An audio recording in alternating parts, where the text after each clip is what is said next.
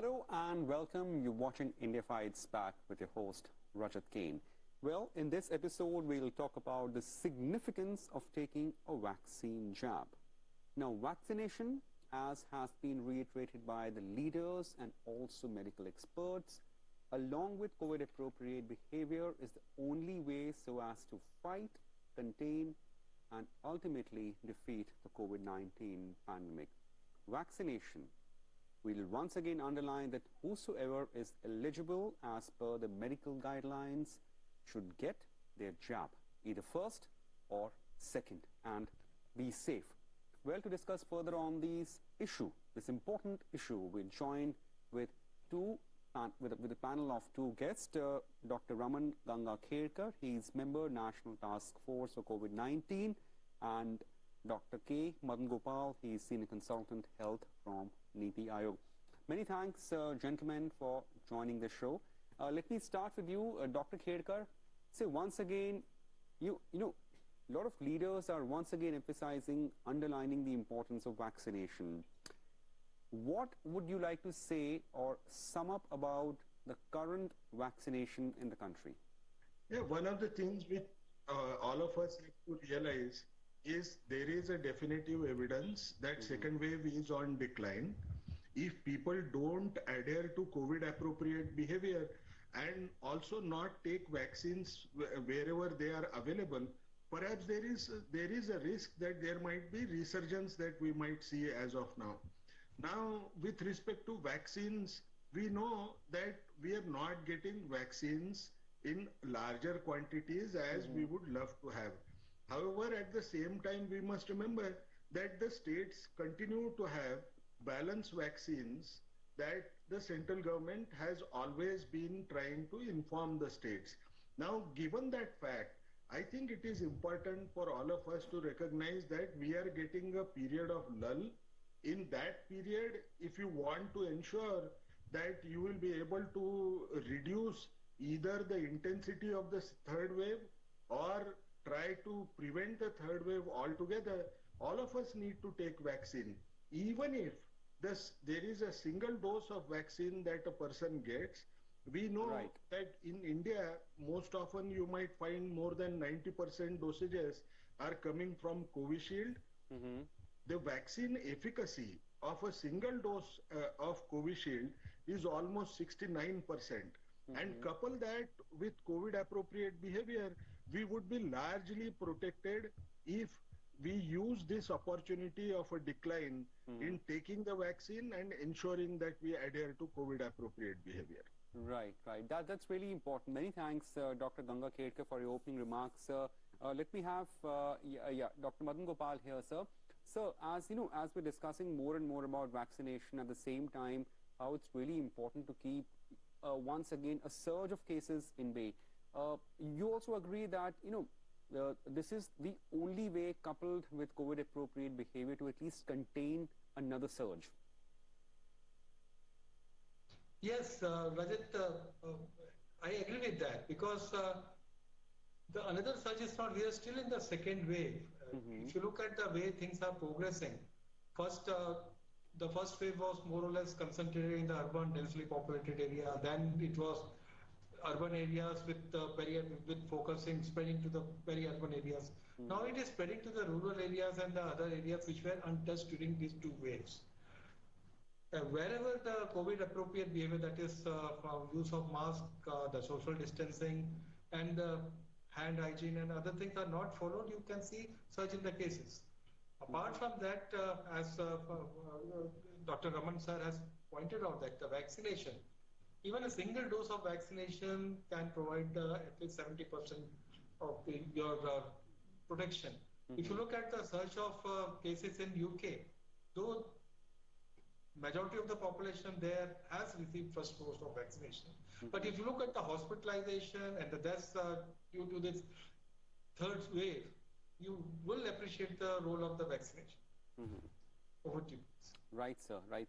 Sir, before I go to Dr. Raman Ganga-Kherkar, I just want to pick your thoughts about it. Sir, I mean, in terms of pace of vaccination, you think it's satisfactory or perhaps you need a little more? The pace of the vaccination, if you look at the production of the vaccines across the globe, we are producing the largest number of vaccines per month. And we are inoculating, in fact, at a very good pace, depending on the available stockpiles of vaccines. Yes. Right. Dr. Ganga Kherkar, sir, I mean, are we still seeing vaccine hesitation among people, as we saw that during, rather post the second wave, especially the peak of second wave, the months of April, May, there were still certain areas where numbers were still there. At the same time, people were still hesitant to go for vaccination. Are we still seeing that hesitation? At this point in time, perhaps vaccine hesitation has reduced compared to what it was before.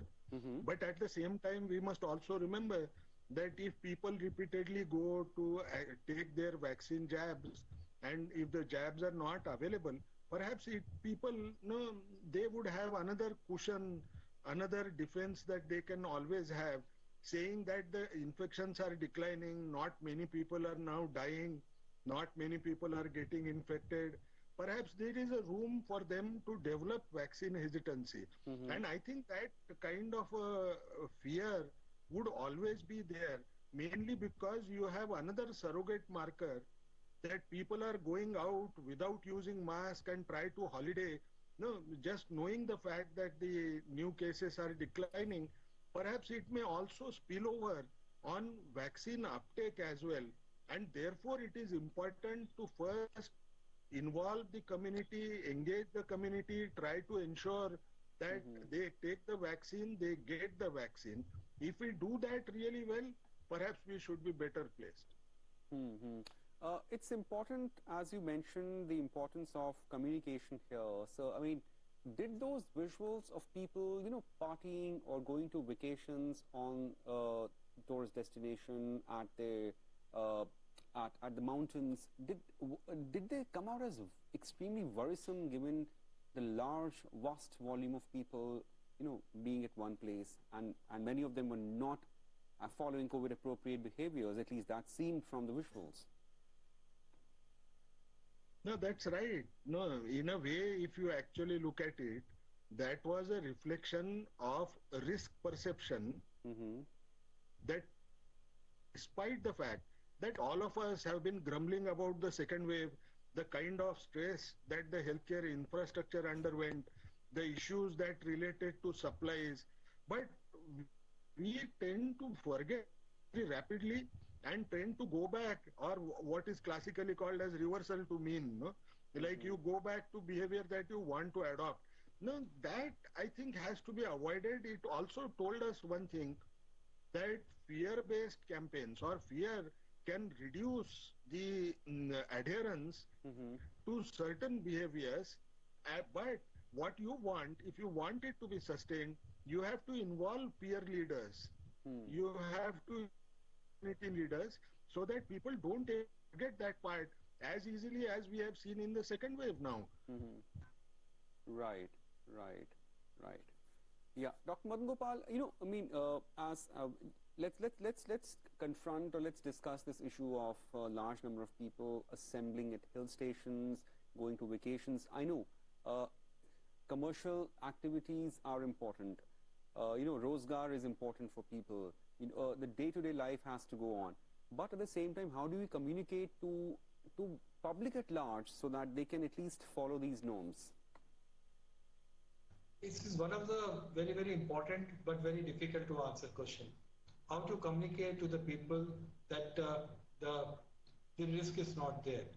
It's as mentioned by Dr. Raman, saying that the risk perception, they have been in the lockdown and other kind of restrictions for quite some time. After that time, after the worst is over, that means during the peak of the epidemic, that is in the month of April, May, people were so much annoyed, so much frustrated, that means they wanted to go out. So that kind of risk they might have taken it, but it's very difficult to communicate to these people. If somebody who is infected, somebody who is having 2 doses of vaccination, if they want to go out and party like that, it's very difficult to convince these people. whatever you say, you might have seen the videos, even a child is asking the other persons to, uh, because that kind of communication has not gone. That if a person is infected, so they feel that, okay, I am infected, now I am recovered, I won't get this COVID infection again. So the reinfection communication and the breakthrough communication is, suppose somebody is vaccinated and they are saying that the vaccination has reduced hospitalization, vaccination has reduced the mortality, vaccination has reduced the severity of this. If somebody is vaccinated, if you look at the crowd which has gone from the bigger towns surrounding that hill station, you will see that most of the people either might have suffered the infection, or they might be vaccinated, or they either of these two things. And having remained in the concise place, everybody wants some outlet. For that, how to communicate to them that the importance of still having a caution, because we are still in the second wave. We have not yet overcome. If you look at the number of cases, average on 40,000 cases per day, which is 50% of the first wave. That means we have still not reached this ladder of this.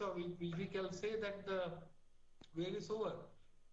When the restriction lifted, they thought that now everything is under control and they are vaccinated, they are already had the infection, they won't get the infection. If that kind of belief is there, it's very difficult to communicate with them. And we have to see that how to strategize a communication which can address the person who is infected.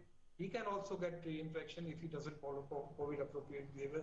The person who is vaccinated, he has to also follow caution, otherwise he can also get infected. That kind of communication, actually, this is a communication challenge, and we have to see that how we this. And the peer messages from the peer group, they usually take a very important part in communicating this kind of messages over to us. That's extremely important, and especially, as you highlight, that we are still clocking around 40,000 cases a day, and that is nearly of 50% of the peak of the first wave. So clearly we're not out of, any woods yet, and that's what the experts are saying. Dear viewers, if you're watching this show, please listen to experts. As we always emphasize on the show, these are experts. They are giving you first-hand information and the first-hand suggestion as to how to keep this pandemic at bay.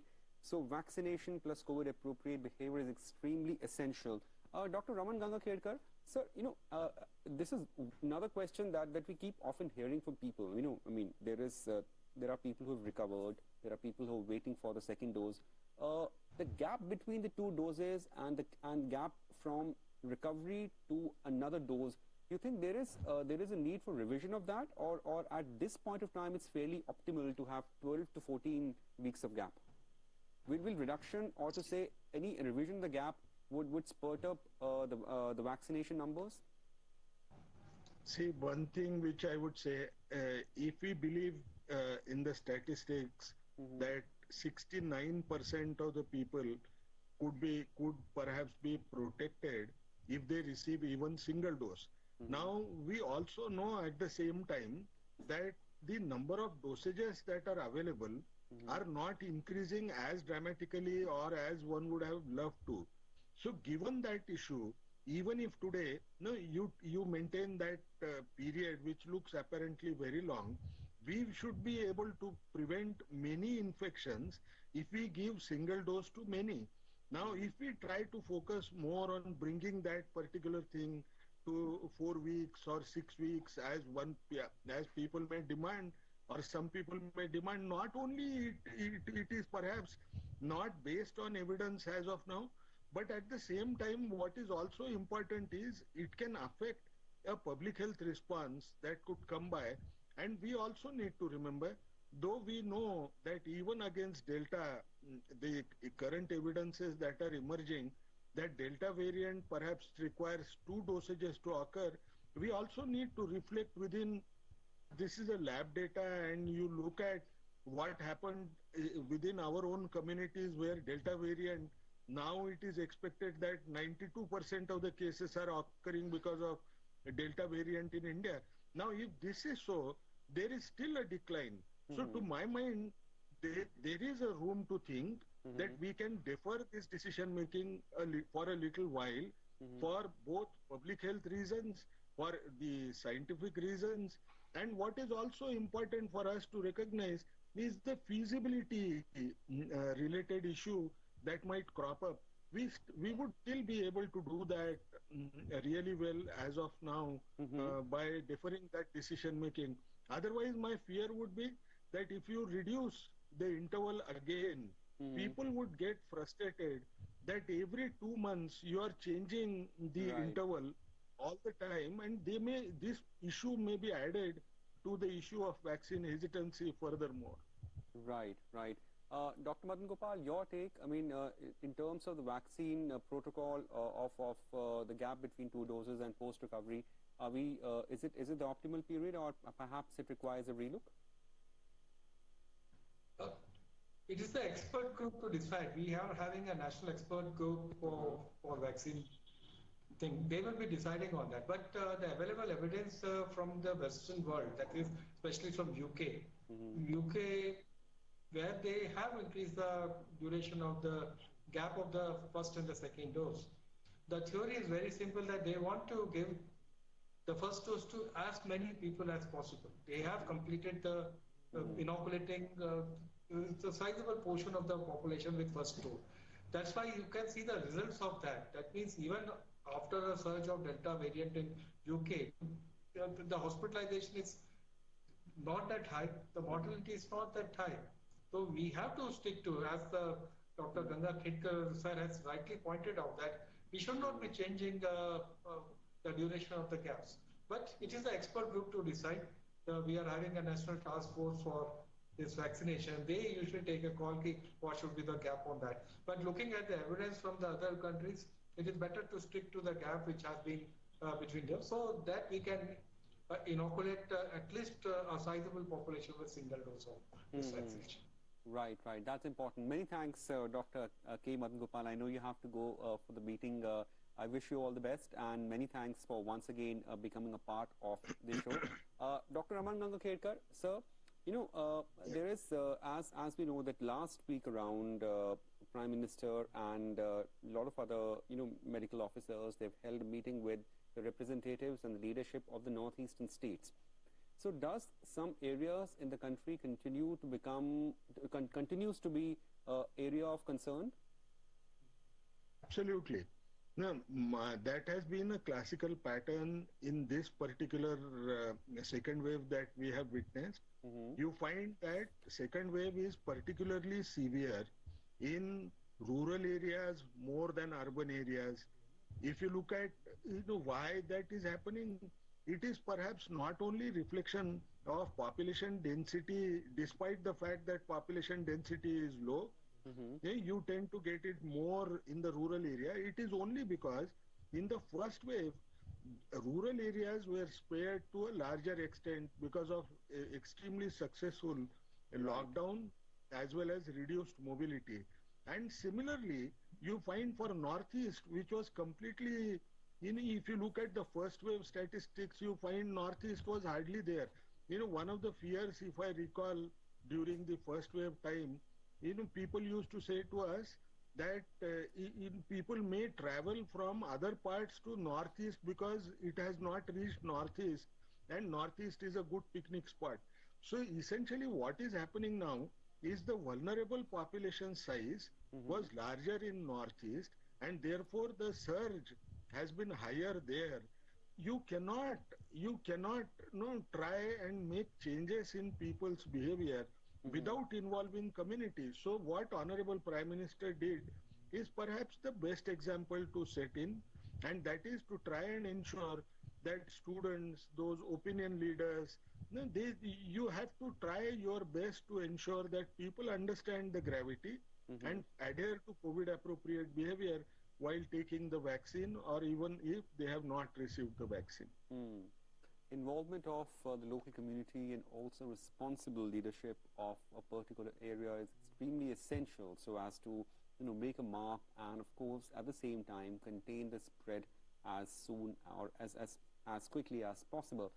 Dr. Raman Ganga Khedkar, as we go towards the close of the show, sir, there are, once again I would like to underline, as we are still having more than 40,000 cases a day, and there happens to be vaccine hesitation among people still prevalent in certain areas. What is a way forward? The way forward, to my mind, is trying to ensure that people understand that, mere few months of experience that we are not getting in this particular second wave of the deaths that we saw, the morbidity that we saw in the second wave, shouldn't make you forget that this infection has not gone. What is extremely critical for us to remember that the world is a global village. Now, until the time everywhere in the world this coronavirus is not getting reported, which would perhaps be even declared by World Health Organization if we reach that particular step, and whenever we reach that stage, if until then all of us have to continue to believe that coronavirus is around us. We have to ensure that we receive vaccine. If I have received vaccine or if I have not received vaccine, I should never forget COVID appropriate behavior's adherence, for the sole reason that COVID appropriate behavior can reduce the risk of acquisition of this infection by almost 85%. And we should never forget that part. If we are told to sacrifice our social life for another 6 months, when perhaps within 6 months everybody would be immunized and we may perhaps be adhering to COVID appropriate behavior as rigorously, you would not find yourself in such a tight spot where we don't see the end of this pandemic. If you want to see the end of the pandemic, we have to accept one thing: it is very much here. It can come back to us. This is a guerrilla warfare between the virus and human beings, and we should not be found susceptible by not adhering to COVID appropriate behavior. Certainly, certainly. So clearly these are clear suggestions from our expert panel. So whosoever is watching the show, please listen to experts. Do not listen to hearsay. Keep maintaining COVID appropriate behavior and get your vaccination jab if you're eligible. Many thanks, Dr. Raman Gangadhirkar, for joining us and enlightening our viewers as to what needs to be done. We are still not out of woods yet. Stay safe. Thank you. Goodbye.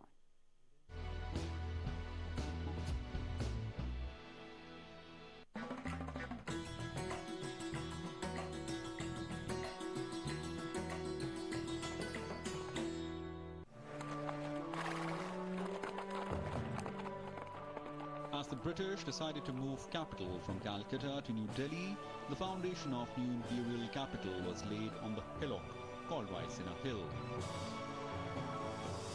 Two great British architects and fast friends, Sir Edwin Lutyens and Herbert Baker, were given the task to carve the capital. Like all great cities of India, the New Delhi, which was to rival London and Paris, was designed on the flanks of the great residential palace of its first citizen, the Rashtrapati Bhavan. Identified as an ultimate symbol of a great structure, the first sign of the building's grandeur is its placement on a high gradient. Along the gradient, two secretariat buildings, now termed North and South Block, were built, which today houses the key ministries of the Government of India. Interestingly, the two secretariat buildings were originally drafted to be below the gradient, in order to have a more grandly view of the Rashtrapati Bhavan courtyard. But Baker had his way in getting them at the same level, the decision which turned close friends, Lutyens and Baker, into bitter colleagues.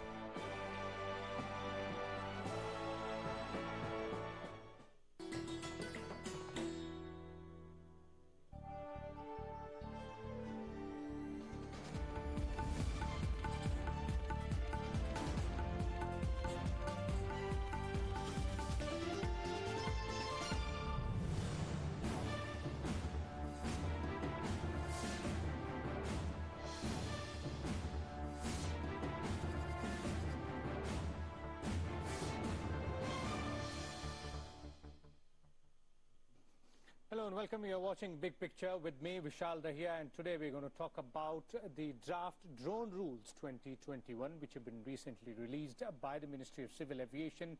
And a clear focus seemingly here is to give a big push to the new age technology, the future technology, and its implementation on the ground. Now, these rules make it much more easier for individuals and companies to go ahead and own and operate drones, and also makes the certification process a little more simpler for the manufacturers and the other stakeholders there as well. So we'll try and understand what is new in these draft rules which have been released, because just around 4 months back the US rules were also put in place. What's the change which has come in place, why there is a change, and how this change will help in giving a push to this new age technology. And for more on this, we're joined by two distinguished experts. Let me first introduce them to you, beginning with Mr.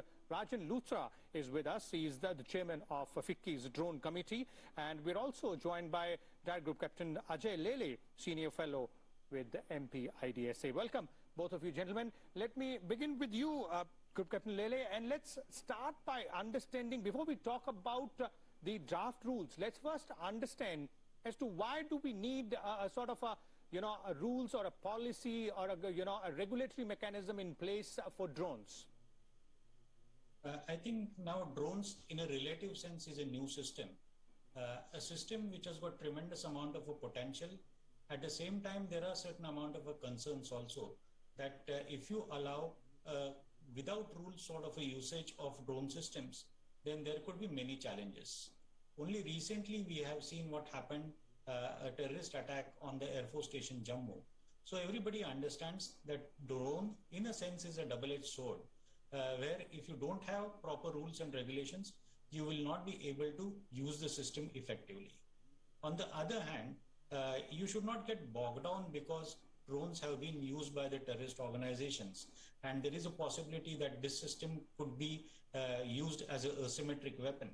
Because the system itself has got tremendous amount of a utility from various purposes. We have heard drones being used for delivering of a pizza, but these are very on a lighter note. But essentially for an agriculture economy like India, you have got tremendous amount of a utility of a drones even in your farming sector. There are various other sectors in the logistics sector, even in the entertainment industry, maybe for the purposes of recreation. So there are tremendous amount of a usage of these systems. Okay. So one should not get bogged down because of the negative connotations of the system. So if you have proper rules and regulation in place, then definitely we can take advantage of these new emerging systems. Okay. Clearly there are a lot of opportunities as far as utilization of drones is concerned, and you spoke about the challenges there, Captain Lele, but we'll come back to that part later. Let me first bring in Mr. Luthra here, from the industry. Mr. Luthra, from your perspective, if we have to understand, because there were a set of rules which were put in place in early March this year, and now we have new draft drone rules. What exactly has changed when we look at those rules and these new set of rules which are part of that draft? Second is, as Captain Lele is pointing out, the utilization opportunity or the capacity which is there for the drone technology to be used in various sectors. How do you look at that? I think between the rules, the US rules 2021, which were released on 12th of March this year, they had unfortunately got a little bit skewed towards the increasing the security and the protection against the rogue drones, as Captain Lele was also mentioning.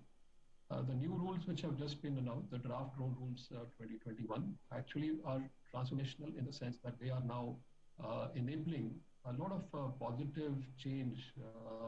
I'll highlight a few examples. Some of the requirements that were laid out in terms of the amount of permissions that were needed have been simplified significantly. Okay. Number two, we've had many requirements that were there for all the stakeholders, including the manufacturers, have been eased out, including what is needed for creating a prototype, what is needed for getting it registered. So all the aspects of the regulation have been made very simple. It's a very simple 8-page main document with some of the forms. And it has now become a very relatively easy to adopt regulations for the industry. And we welcome this initiative by the government agencies. Okay. Okay, and in terms of avenues, if you look at Mr. Luthra, where do you see the opportunities? Because as Captain Lele was pointing out, there seems to be a lot more avenues. It's not just about delivery of certain items, but various sectors, the agriculture sector, the other aspects of industry, the service industry as well. Quite a lot of opportunities there in terms of utilization of drone technology. Very much so. That is the reason why drones as a transformative technology have been compared with some core technologies like the internet itself or the GPS. The reason being that drones can be used in very significant diverse areas. Let's give a few examples. We all know about the Sunditpa scheme, which was launched by the government maybe just a little over a year back. The drones over there within less than 1 year have enabled more than 500,000 village residents to get their property cards after the Abadi areas have been mapped out using drones. Likewise, currently there is a project that has been approved by the Ministry of Civil Aviation with the Telangana government, where it is planned to pilot the use of drones for even delivery of vaccines in remote areas. Agriculture is in any case another big area where not only micronutrients can be sprayed, but even surveys can be done to examine what precisely are the challenges or the issues the farmers are facing. And like this, I'm not even yet come to all the commercial opportunities for using drones. The railways are using it for track monitoring. Some of the telecom companies like ours are evaluating the option to use it for monitoring their towers. So it's an unending list of use cases and applications which generate not only value for the drone companies themselves, but significantly for the people who end up using them in their digital platforms. Okay, indeed. So it benefits both the manufacturer as well as the user as well, and quite a lot of opportunities there, as both of you are pointing out. Let me go back to Captain Lele here. Captain Lele, your perspective and your views there, sir, if we have to look at both the rules, the US rules which were put in place in March and these new draft rules as well, quite significant changes, and Mr. Luthra is pointing out that from industry's perspective, that's a very positive and very welcome move. I think the changes are very significant. Particularly, there is a ease of business, if I'm using a correct word. The industry will find it over here. Because earlier you had some 25 forms to be filled up and all that. Now that number has got reduced to 5. There is a lot amount of clarity about registration. There is a lot amount of clarity about remote pilot licensing, how to get into R&D developments. Even insurance has been taken care of. So there are various aspects which are associated with usage of a drone have been fully taken care of. There are proper forms also which has been made available. So people exactly know that what sort of certifications are required, what sort of policies are there in place, and how one can go ahead with it. If you really look at it, they have created something which is known as a digital sky platform. So under the digital sky platform, you will have various avenues which are open, up to what height, what should be the weight of the drone, so on and so forth. So all those clarities which were missing are definitely there. And I think particularly what is interesting about this policy is that this is a very easygoing policy. Things are said the way they should be said. So there is nothing reading between the lines which otherwise happens in various policy documents.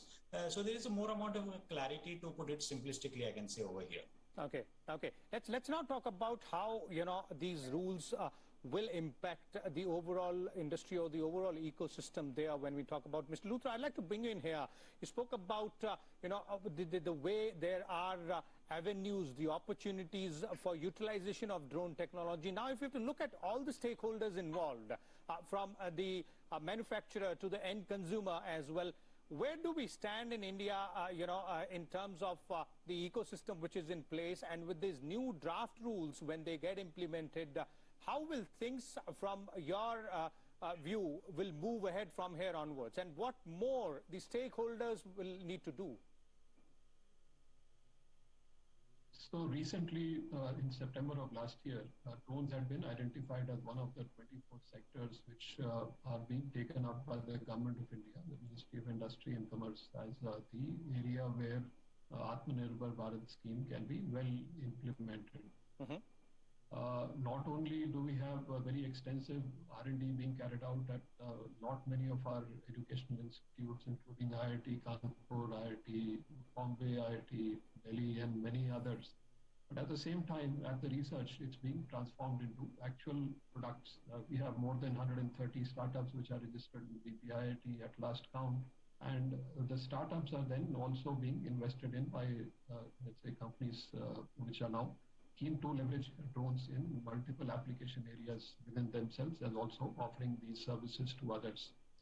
If you look at the, let's say, the end users themselves are eager to adopt these because they help them generate significant value, not only in reducing costs, but also in increasing the opportunity to leverage it in their digital value chains. And being an eye in the sky, as it is called, the drones have multiple other, let's say, areas that they can add even for, let's say, even the law enforcement agencies, the fire and emergency services, or even the healthcare services. So in that sense, I think there's a wide footprint of developments already happening in India. And we believe the cumulative market potential for drones in India over the next few years is as much as maybe 3 lakh crore of rupees in the next 8 to 10 years time frame. Okay. So clearly that is something which is very positive if you look at the way forward ahead. Let's look at another aspect, and I'll bring in Captain Lele again here. Captain Lele, the draft rules and discussions on this draft policy also brought out a very important element, and that was the integration of the unmanned aircraft systems, or drones as we call them, into the national airspace system presents a lot of challenges. And how can we overcome those challenges? What's the roadmap which should be adopted? Because ultimately we will have to look at the larger picture and the long-term scenario as well. I think what is important to realize the fact that since this is a useful technology, since this is a technology which will boost up our industry, one has to ensure that security and drone systems will stay together, and very amicably they will stay together. If you look at the draft policy, they have identified few zones, that is a green zone, yellow zone, red zone, and all that. Of course, these zones are dynamic. If the situation slightly goes here and there, then they will change the nomenclature of these zones. But earlier from airport till say 45 kilometers, it was considered more as a no-flying zone. Now that has been reduced to 12 kilometers. So there are a lot amount of things which have been planned right now. Understanding that yes, we require these systems and we should not unnecessarily get bogged down because of overpowering security considerations. Nobody is saying that one should compromise the security, but one has to have a judicious mix of all those things. So if you see the policy document in details, they have identified that you got rules of, if I'm not wrong, 1937 or something for airspace management and all that. So till what height, what is the size of a drone? Say if it is more than 500 kgs or something, then it will have applicability of air traffic rules. Otherwise, there will be a separate drone rules. They have said that every drone has to have a pilot on the ground. Now, this gives us more opportunities that now we need to have certain amount of training schools for all those things also. So it's not only one technology which is put in place and it will start helping people. At the same time, there will be few offsets of this technology where you will have to require to do certain amount of investment to teach people also how to use the drone technologies, because they are not allowing the technology to go just like that so that anybody and everybody can use based on their whims and fancies. So definitely there are good amount of guidelines which are available over here. And what I was trying to make a point that we need to ensure that the guidelines are in such a fashion that your security considerations are not at all compromised, but at the same time the technology can be used for all its advantages. Okay, but we also have to look at, when we're talking about security aspect, Captain Lele, then we also have to look at this entire issue from the perspective of recent developments as well. And the recent developments which have, highlighted drones as a security threat, that is something which obviously raise concerns. No, definitely. You see, now if you really look at this policy, the policy document clearly says that these rules, regulations are not for the purposes of Army, Navy and Air Force. I think since this is a draft document, they should use the wording of a paramilitary forces also. Because if you see, BSF is suffering a lot amount of problems because of the drones which is coming across the line. So we have come across few incidences where arms have been dropped by the drones. So there are a lot amount of security challenges which are existing. Everybody is aware of those challenges. Now what is started happening is that DRDO has already started developing an anti-drone system. There is one system which is already in place. So you got soft kill options also, you got hard kill options also. When one is talking of a soft kill options, one is talking of basically jamming the drones. So you got technologies which are available. Say if a drone is around 3 kilometers away from your airstrip or from the vital area, then you can start jamming it. Then you got laser technologies which are available, which can shoot the drones also. Now the issue over here is that you need to clearly identify what sort of a incoming threat is there. I think there should not be any sort of a confusion that there is a civilian drone and it has been identified wrongly. So the concept of identifying friend or a foe correctly needs to be set in. But I think this will take time because nobody has used this system in such a fashion the way we are envisaged to use this system in coming few years. So it will take time. You will have to have different types of checks and balances which are required for these purposes from security dimension also. What is important is that you should ensure security fully, but at the same time you should allow the system to be used for its civilian purposes too. Okay, indeed, both things will have to go hand in hand because this is technology which needs to be used properly. We need to make full use of the entire potential there. Mr. Luthra, I'd like to bring you in here on the security aspects, and if we have to understand, as Captain Lele was pointing out, security is obviously important. Now, if we have to understand it from industry's perspective, because there's going to be a lot of stakeholders and industry being one of them in the way of both manufacturers as well as operators also, and the entire ecosystem will have various other components as well. How do you think the security aspect has been dealt with in these rules, and what more needs to be done, not only from the policy perspective, but from industry stakeholders as well? Well, I think I would like to maybe add that the drones are essential for our future growth of various sectors and various applications. At the same time, the threat from rogue drones is also there. We cannot ignore that. But this is not an either-or situation. They both have to coexist. We will have to let the drones be used for social good and all the other applications. At the same time, we have to evaluate the threat and the risks on each of the sensitive and critical installation and deploy the counter UAS system or the counter drone system that they are called, as Captain Lele was explaining. The main thing being both of these can coexist without any problems. The point being, each of the drones has been specified to have an identification number, a unique identification number, with the transmission of their location, their altitude, their speed, as well as their, let's say, unique identification number to the unmanned traffic management system.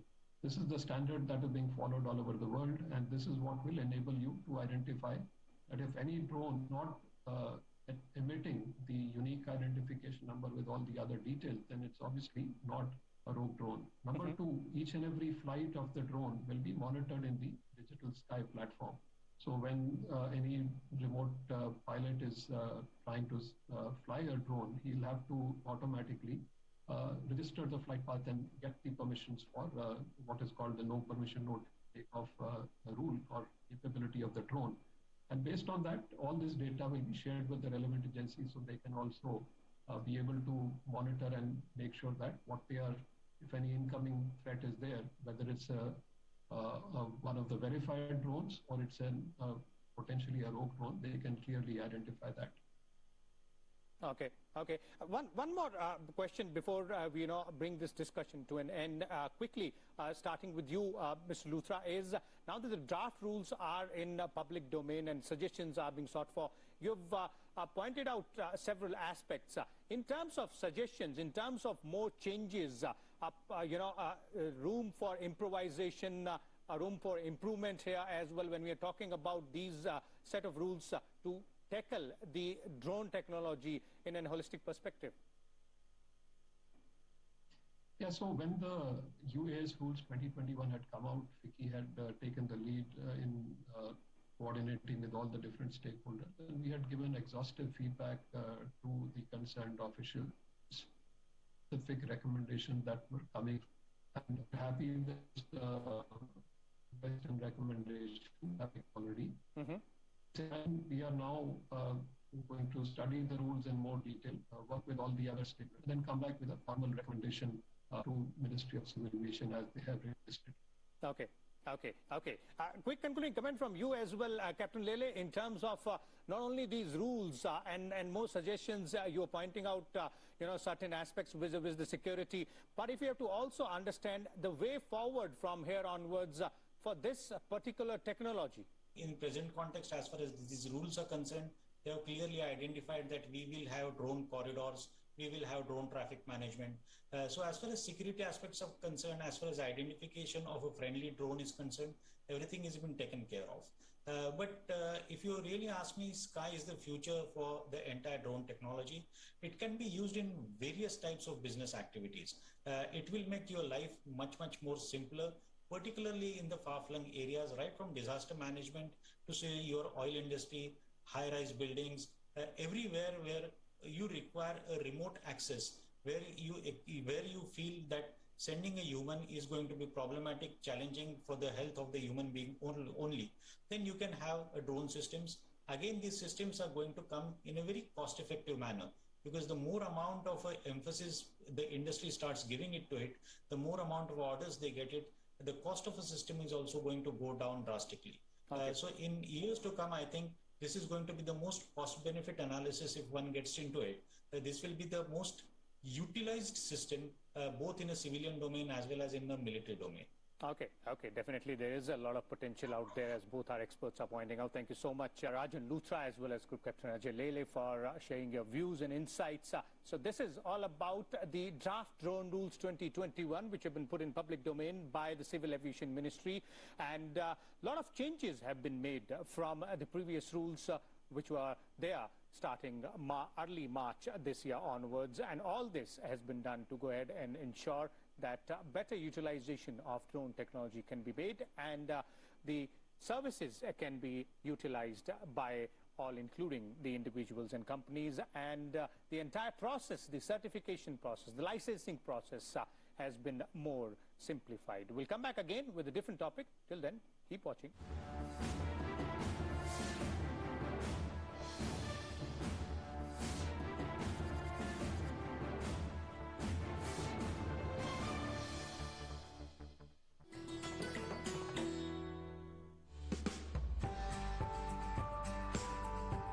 Located in Old Goa, the Basilica of Bom Jesus is one of the oldest churches in the state. A UNESCO World Heritage Site, the Basilica holds the mortal remains of Saint Francis Xavier, a 16th century missionary and a pivotal figure in the spread of Christianity outside Europe.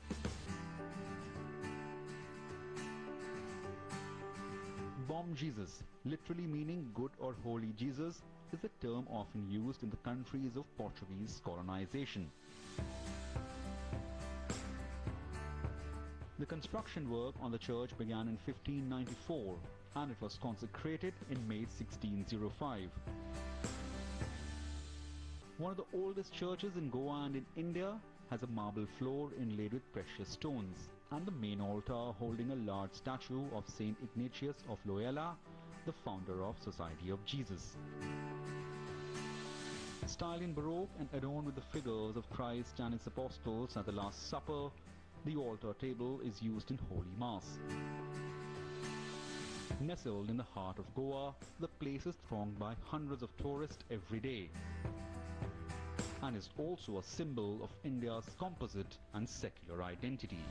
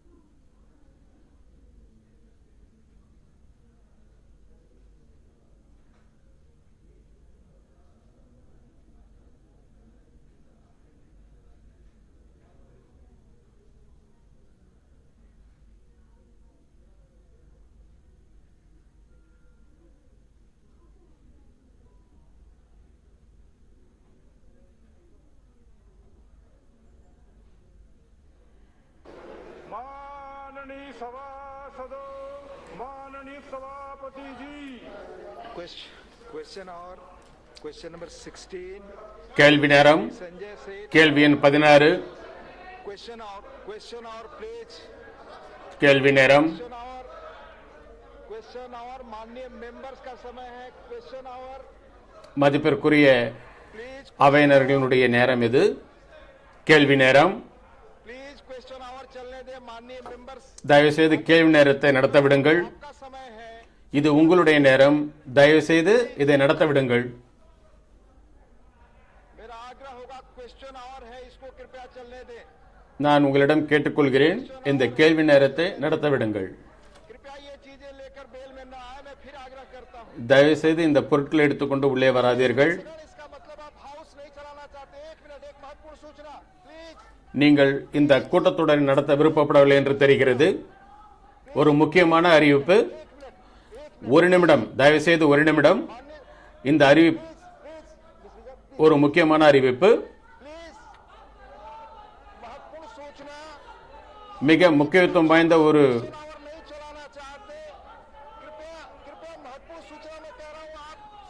முக்கியமான செய்தியை கூற விடுங்கள். தயவு செய்து அந்த முக்கியமான செய்தியை கேளுங்கள்.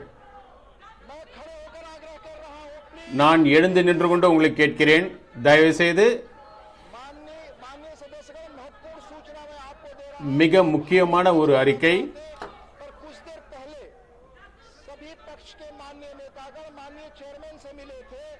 சற்று நேரத்துக்கு முன்பு அனைத்து அவைத் தலைவர்களும் அவைத் தலைவரை சந்தித்தார்கள். நாம் கோவிட்டை பற்றி பேசுவோம் என்று கூறினார்கள்.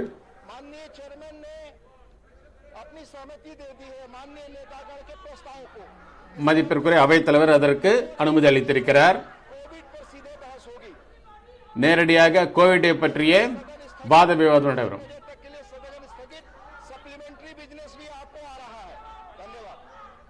ஒரு மணி வரை அவை ஒத்திவைக்கப்படுகிறது.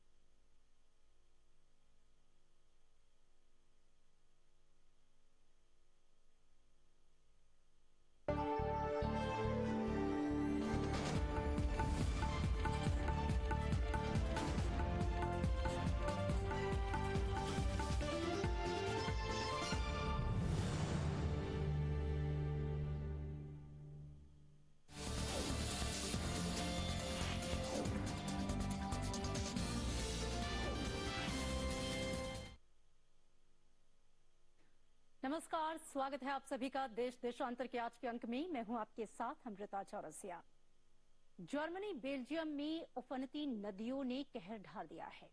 ठंडे और कोहरे से लिपटे मौसम के लिए मशहूर अमेरिका के उत्तर पश्चिम इलाकों में गर्मी से सैकड़ों लोगों की जान चली गई। कनाडा में जंगलों की आग ने एक समूचे गांव का अस्तित्व ही खत्म कर दिया। वहीं मॉस्को रिकॉर्ड तापमान से झुलस रहा है। कई अध्ययनों से ये पता चला है कि ग्लोबल वार्मिंग के कारण हुए जलवायु परिवर्तन ने इन देशों को शिकार बनाया। आने वाले वर्षों में यूरोप, अमेरिका सहित कई देशों में स्थिति और ज्यादा खतरनाक होगी। अगर भारत की बात करें तो हाल के ही वर्षों में देश में आने वाले चक्रवाती तूफानों की संख्या तेजी से बढ़ी है। बात चाहे तौकते तूफान की करें या अम्फान की, वैश्विक तापमान में के बढ़ने से तूफान और चक्रवात जैसी प्राकृतिक आपदाओं में भी बढ़ोतरी जारी है। हिमाचल प्रदेश में अचानक आई बाढ़, उत्तराखंड में भूस्खलन और जंगलों की आग, मुंबई और भारत के कुछ क्षेत्रों में अनियंत्रित बारिश जलवायु परिवर्तन के कारण उत्पन्न संकट को दर्शाता है।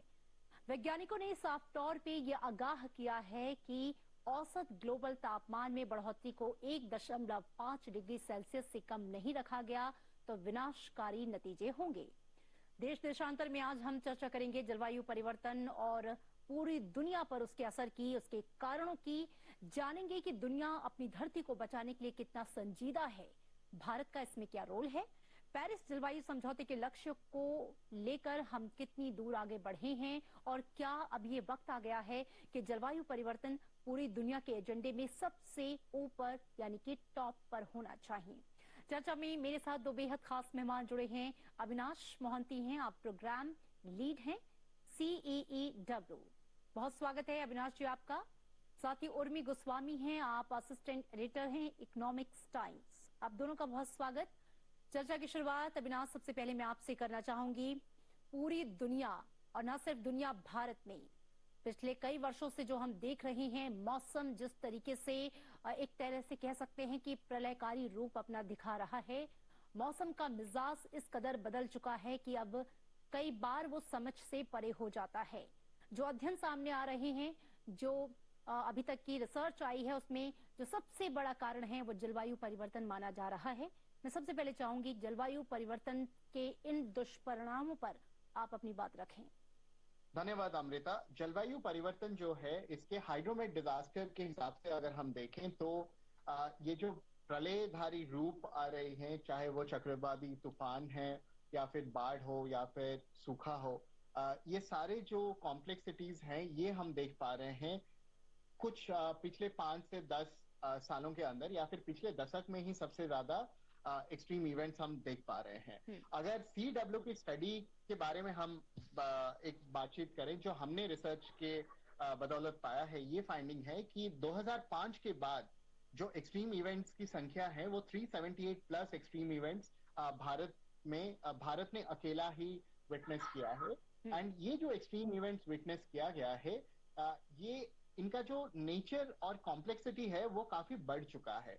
और ये कॉम्प्लेक्सिटी जो बढ़ चुका है, इसके पीछे ये रीजन है कि हमारे पास मल्टीपल इफेक्ट्स आ रहे हैं इसके, जैसे खाली टेम्परेचर राइज नहीं हो रहा है या फिर हमारे प्रेसिपिटेशंस राइज नहीं हो रहे हैं। जो क्लाइमेट वेरिएबल्स हैं उनमें कोई डिस्टर्बेंस खाली नहीं है, वो कंपाउंडिंग तरीके से उनकी इफेक्ट देखा जा रहा है। अगर साइक्लोन्स की बात करें तो हमारी लैंड सरफेस टेम्परेचर जो है वो काफी ज्यादा बढ़ रही है, और लैंड सरफेस टेम्परेचर बढ़ने के वजह से जो हवा जमीनी तौर से समुंदर में जाती है, समुंदर की ओशन वार्मिंग ज्यादा बढ़ रही है, और समुंदर की ओशन वार्मिंग बढ़ने की वजह से आपकी जो डिप्रेशंस क्रिएट होते हैं वो डीप डिप्रेशंस में कन्वर्ट हो रहे हैं। Deep depression, cyclonic storm and sometimes very severe cyclonic storm.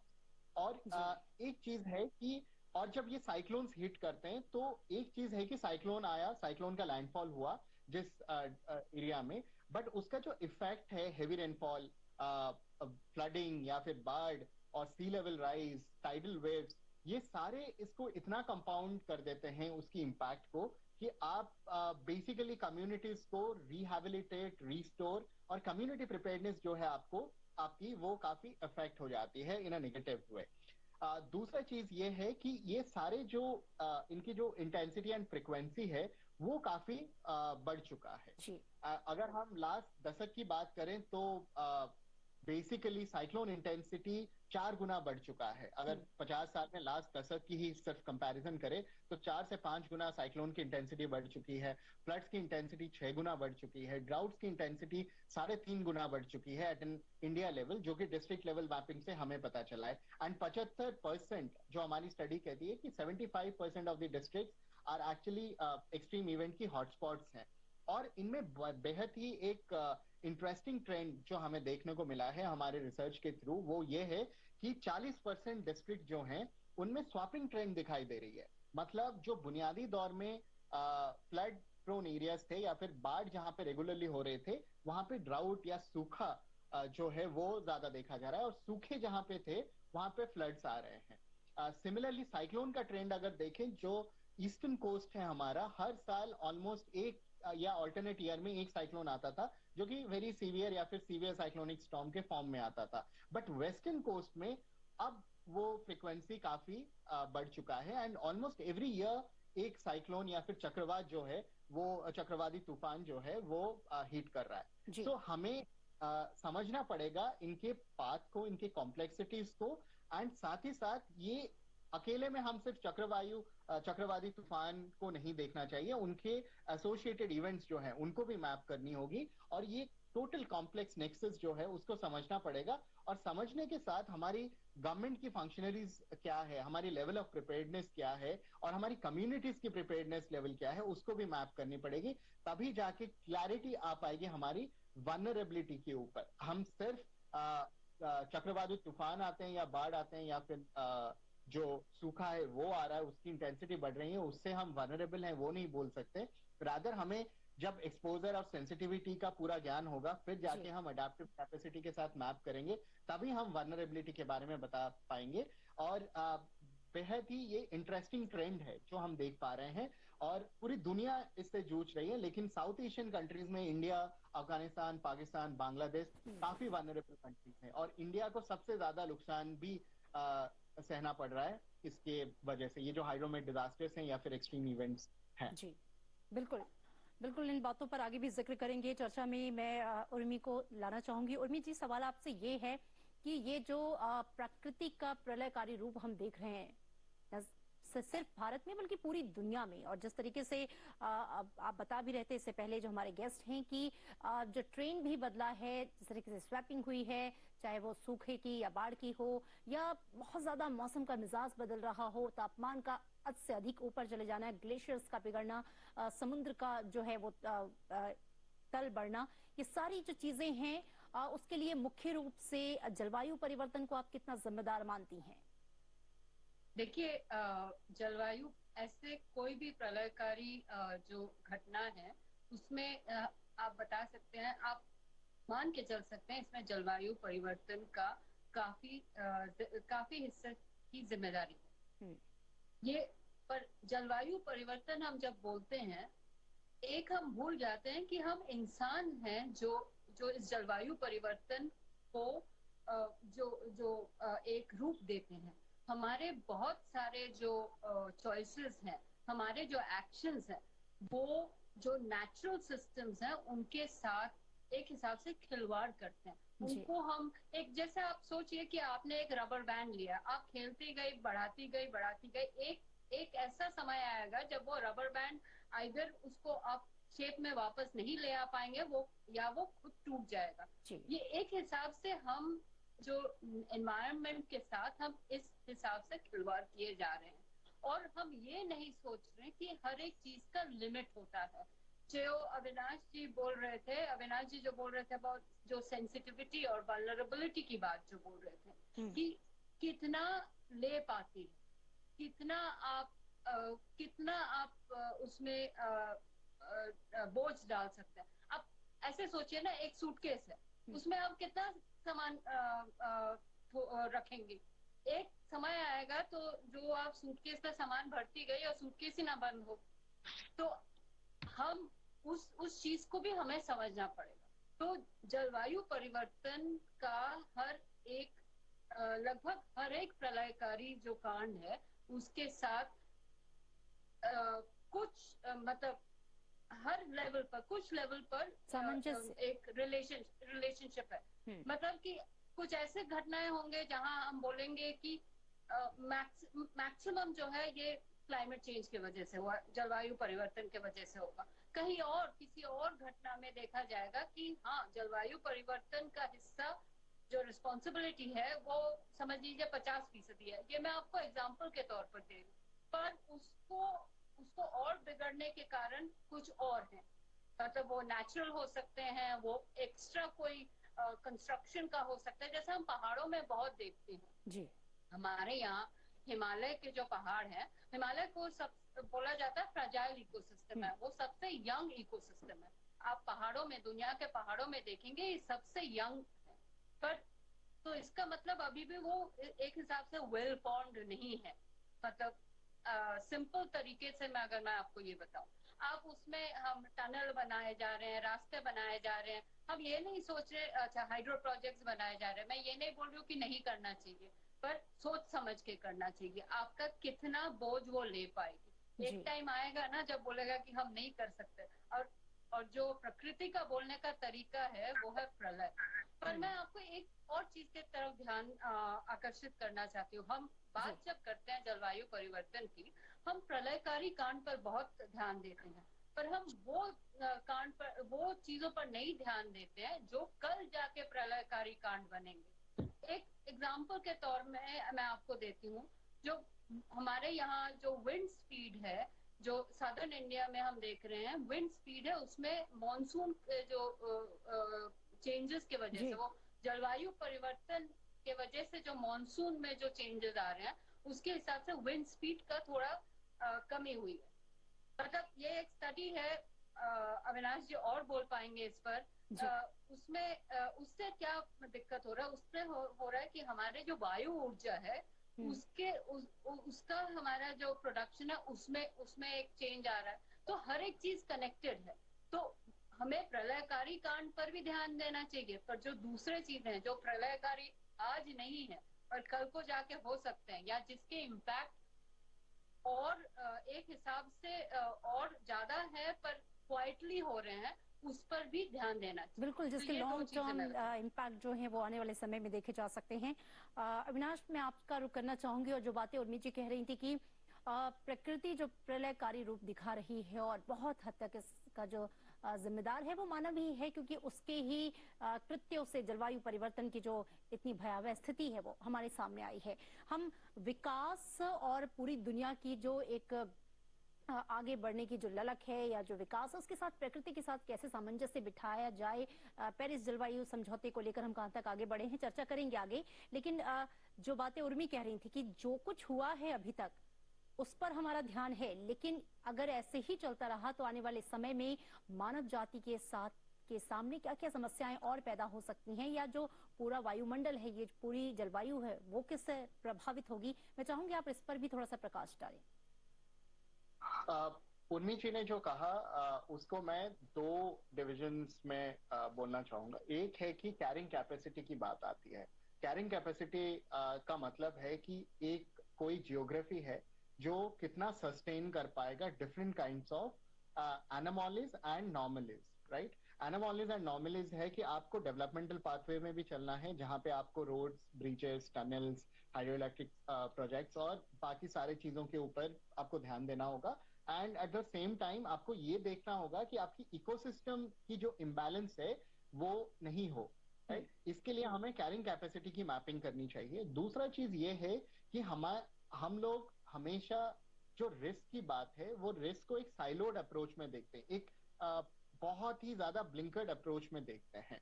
तो रिस्क जो है, जैसे उर्मी जी ने कहा कि हमारी विंड पोटेंशियल जो है वो कम हो रही है धीरे धीरे। तो विंड पोटेंशियल कम होने का मतलब है कि आपके मॉनसून पैटर्न्स में चेंजेस आ रही है। मॉनसून में अगर चेंज आएगा तो आपकी विंड स्पीड्स में चेंज आएंगी, विंड के पैटर्न में चेंज आएंगी। एंड ऑब्वियसली हमारी CW की ही स्टडी थी जहां पे 20 to 25% ऑफ डिक्लाइन जो है विंड स्पीड्स में पाया गया है। इसकी बदौलत जो विंड टारगेट्स हैं हमारी वो कम हो रही हैं। तो कहीं ना कहीं ये जो कॉम्प्लेक्स इकोसिस्टम है रिस्क का, इसको भी हमें थोड़ा डीमिस्टिफाई करना होगा, और डीमिस्टिफाई करके इसको दो डिविजन्स में देखना होगा।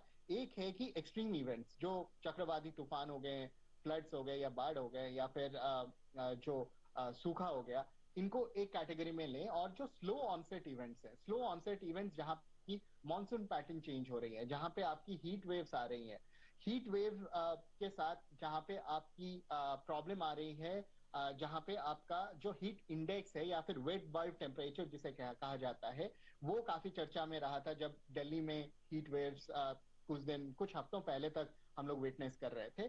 तो हमें समझना होगा कि सिर्फ टेम्परेचर बढ़ने से प्रॉब्लम नहीं है। टेम्परेचर और रिलेटिव ह्यूमिडिटी अगर बढ़ जाता है तो वो जो डिस्कम्फर्ट का लेवल है, उस लेवल के वजह से आपका हीट वेव कंडीशन होता है। और इसका इम्पैक्ट क्या होगा, इंडियन इंटरनेशनल लेबर ऑर्गेनाइजेशन की स्टडी है जिसने प्रेडिक्ट किया है 2030 तक 34 million jobs would be lost by India, सिर्फ हीट वेव्स या फिर एक्सट्रीम वेदर इवेंट्स जो कि टेम्परेचर रिलेटेड हैं। साथ ही साथ इंडस्ट्रियल रेवेन्यू जो है वो आपका 2% कम हो सकता है। तो ये सारे कॉम्प्लेक्सिटीज जो है, ये कॉम्प्लेक्सिटीज को हमें समझना पड़ेगा कि कहीं ना कहीं स्लो ऑनसेट इवेंट्स आपके भयानक रूप ले सकते हैं। आज एक फैमिली के हिसाब से ये जो आंकड़े हैं मैंने जो बताया, ये तो एक नेशनल लेवल पे है, लेकिन एक फैमिली लेवल पे अगर हम आए तो ये हीट वेव्स या फिर एक्सट्रीम इवेंट्स हमारी फैमिली बजट को जो है बढ़ा सकती है। और ये भी एस्टिमेट्स हैं जहां पे हमारी फैमिली बजट एकदम अपसाइड डाउन हो सकती हैं because of heat waves and other things. तो इसके लिए हमें प्रिपेयर्ड होना पड़ेगा, एक कम्युनिटी लेवल पे, एक डिस्ट्रिक्ट लेवल पे, एक स्टेट लेवल पे and at a country level and beyond that at a regional level. क्योंकि इंडिया में अगर आपकी चक्रवाती तूफान आते हैं तो वो बांग्लादेश को भी हिट कर सकते हैं, पाकिस्तान को भी हिट कर सकते हैं, अफगानिस्तान को भी हिट कर सकते हैं। तो रीजनली हमारे बीच ये डिस्कशन और ये कॉम्प्लेक्सिटी का जो कैलकुलेशन है उसे हमें समझना पड़ेगा। जी बिल्कुल। और आने वाले दिनों में अमृता, अगर हम इसको संस्कृत में या फिर एक सिनॉप्टिक व्यू में देखें तो आने वाले दिनों में ये सारे एक्सट्रीम इवेंट्स का जो पॉइंट ऑफ व्यू है या फिर फ्रीक्वेंसी एंड इंटेंसिटी है वो काफी बढ़ जाएगा। But at the same time आपका जो सबसे ज्यादा बढ़ेगा वो ये है कि ये स्लो ऑनसेट इवेंट्स का फ्रीक्वेंसी भी बहुत ज्यादा बढ़ेगा। और ये क्वेश्चन हमें पूछना होगा, क्या हम रेडी हैं ये सारे एक्सट्रीम इवेंट्स को हैंडल करने के लिए या फिर टेल एंड रिस्क को हैंडल करने बिल्कुल। के लिए? दरअसल सबसे महत्वपूर्ण सवाल ये है कि सबसे जानते समझते और बूझते हुए भी क्या हम तैयार हैं या फिर हमारी तैयारी किस तरीके से चल रही है।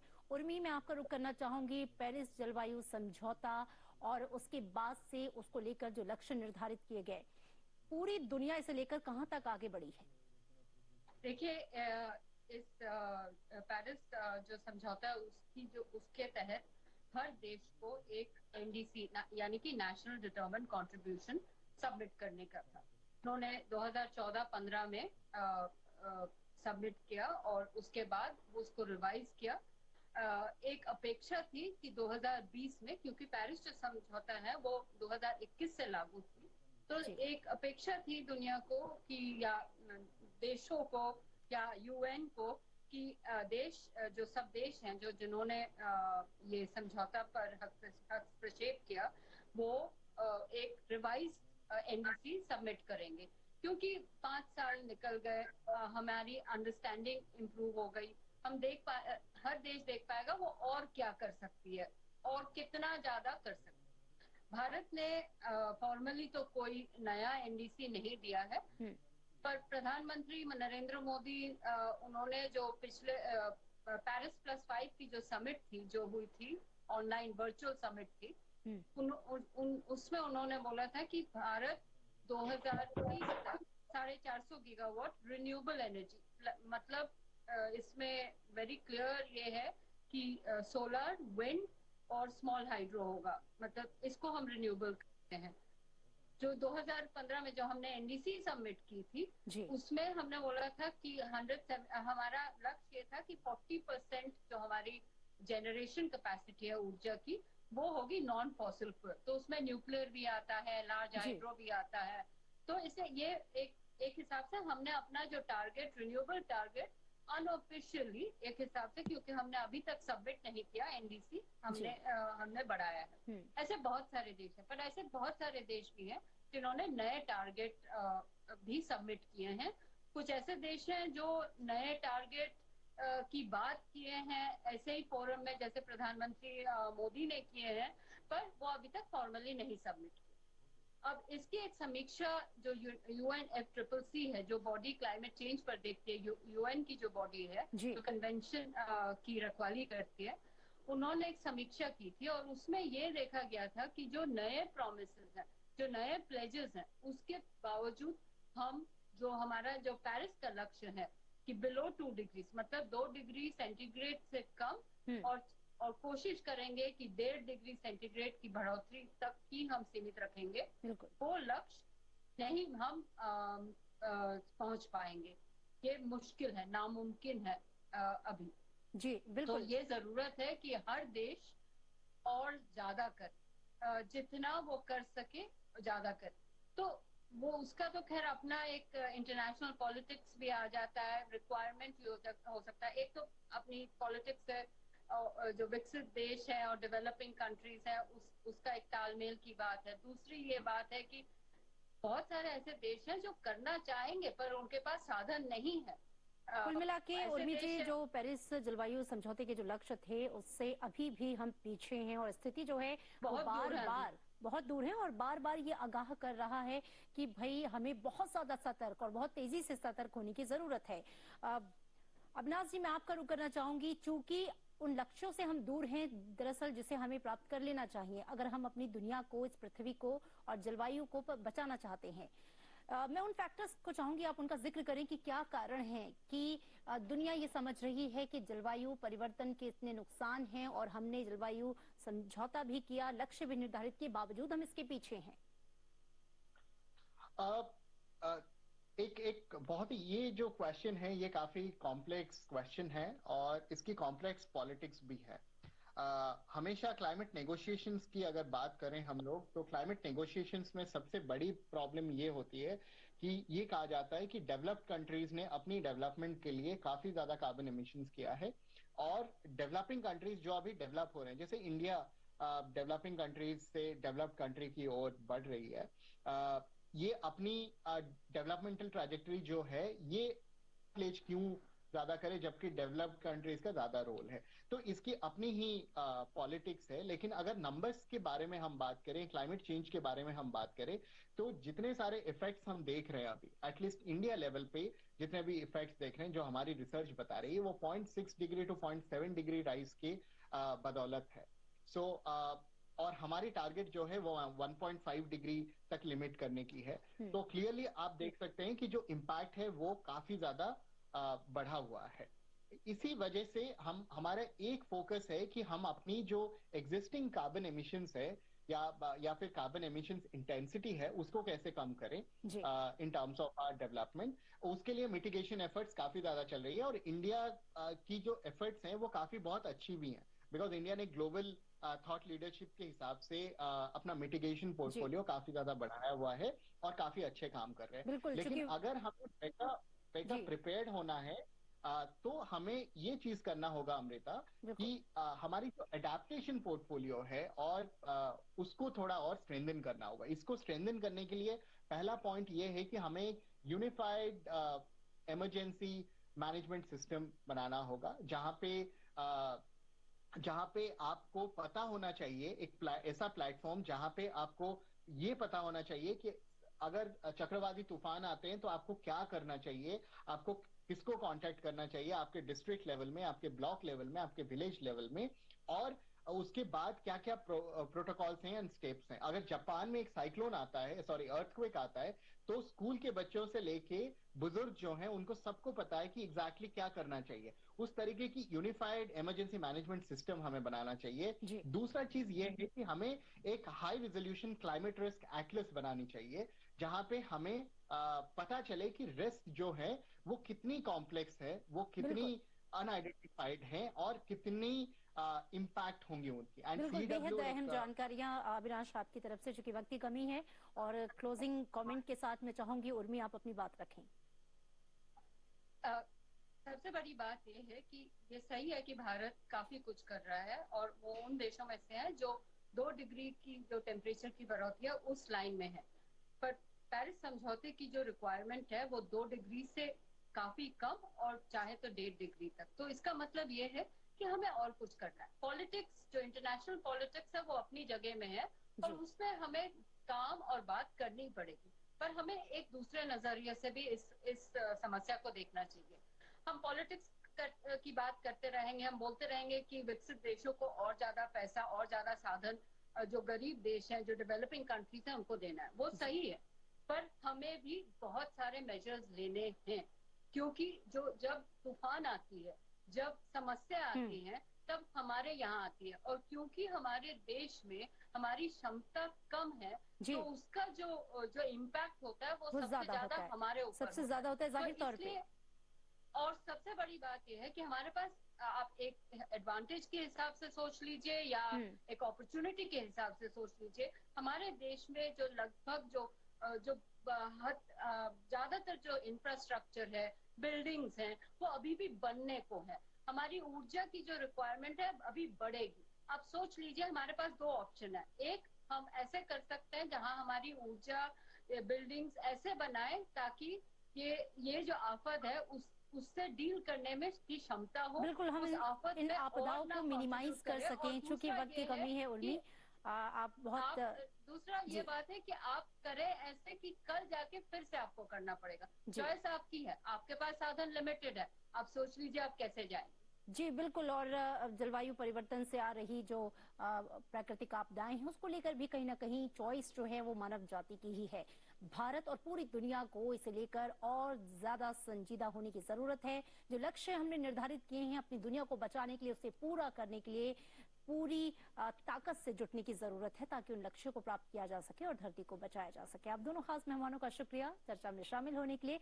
वक्त की कमी थी, माफ कीजिएगा उर्मी, आपको रोकना पड़ा। शुक्रिया इस बातचीत के लिए।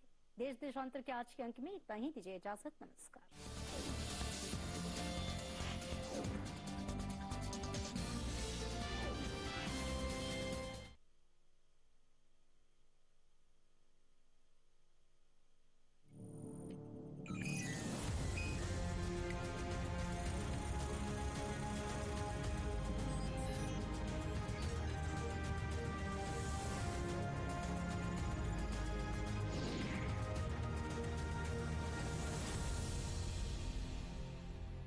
नमस्कार। विज्ञान, प्रौद्योगिकी, आविष्कार और नवाचार की खबरों के कार्यक्रम ज्ञान विज्ञान में आप सभी का स्वागत है। मैं हूं प्रीति सिंह। आज के इस अंक में हम बात करेंगे कोरोना टीके के परिवहन को सुरक्षित और आसान बनाने वाले पोर्टेबल मेडिकल ग्रेड रेफ्रिजरेशन उपकरण की। बताएंगे कैसे फसलों को रोग से बचाने में किसानों की मदद करेगा IIT मंडी का कंप्यूटेशनल मॉडल। खबरें और भी होंगी, लेकिन सबसे पहले देखते हैं इस अंक की सुर्खियां।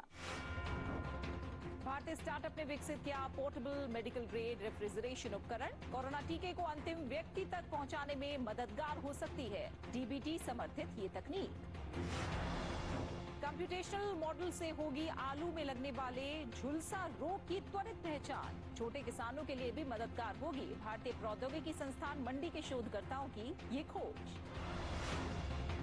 रक्षा और उद्योग अनुप्रयोगों को मजबूती दे रही है डिटोनेशन स्प्रे कोटिंग तकनीक। स्थापना के 24 वर्ष पूरे कर चुके ARCI हैदराबाद ने देश को विभिन्न क्षेत्रों में बनाया है आत्मनिर्भर। और इंजीनियरिंग स्नातकों के लिए अब रक्षा प्रौद्योगिकियों में MTech की शुरुआत। DRDO और अखिल भारतीय तकनीकी शिक्षा परिषद के सहयोग से जल्द देश के संस्थानों में उपलब्ध कराया जाएगा ये पाठ्यक्रम। कोरोना महामारी के खिलाफ भारत सरकार विश्व का सबसे व्यापक टीकाकरण अभियान चला रही है। इस मुहिम को सफल बनाने के लिए जरूरी है देश के हर क्षेत्र तक टीके की पहुंच। जैव प्रौद्योगिकी विभाग द्वारा समर्थित स्टार्टअप कंपनी ने अब एक portable medical grade refrigeration device विकसित की है, जिससे अंतिम व्यक्ति तक आसानी से टीका पहुंचाया जा सकता है। क्या है ये डिवाइस और कैसे काम करती है, जानने के लिए देखते हैं ये रिपोर्ट। कोरोना महामारी के खिलाफ जंग में सबसे अहम है टीकाकरण। भारत सरकार ने भी एक अभियान के तौर पर ज्यादा से ज्यादा नागरिकों को कोरोना का टीका लगाने की शुरुआत की है। लेकिन इन टीकों को एक निश्चित मानक तापमान पर रखे जाने की जरूरत होती है, जिसके चलते दूर दराज के क्षेत्रों में टीकों को ले जाना एक मुश्किल काम है। इस समस्या का हल निकाला है DBT के जैव प्रौद्योगिकी उद्योग अनुसंधान सहायता परिषद द्वारा वित्तीय सहायता प्राप्त स्टार्टअप ने कर्नाटक के मणिपाल स्थित black frog technologies private limited ने इम्बोलियो नाम से एक battery powered medical grade refrigeration device विकसित की है, जिसकी मदद से दूर दराज के क्षेत्रों में अंतिम व्यक्ति तक सुरक्षित तरीके से कोरोना टीके को पहुंचाया जा सकता है।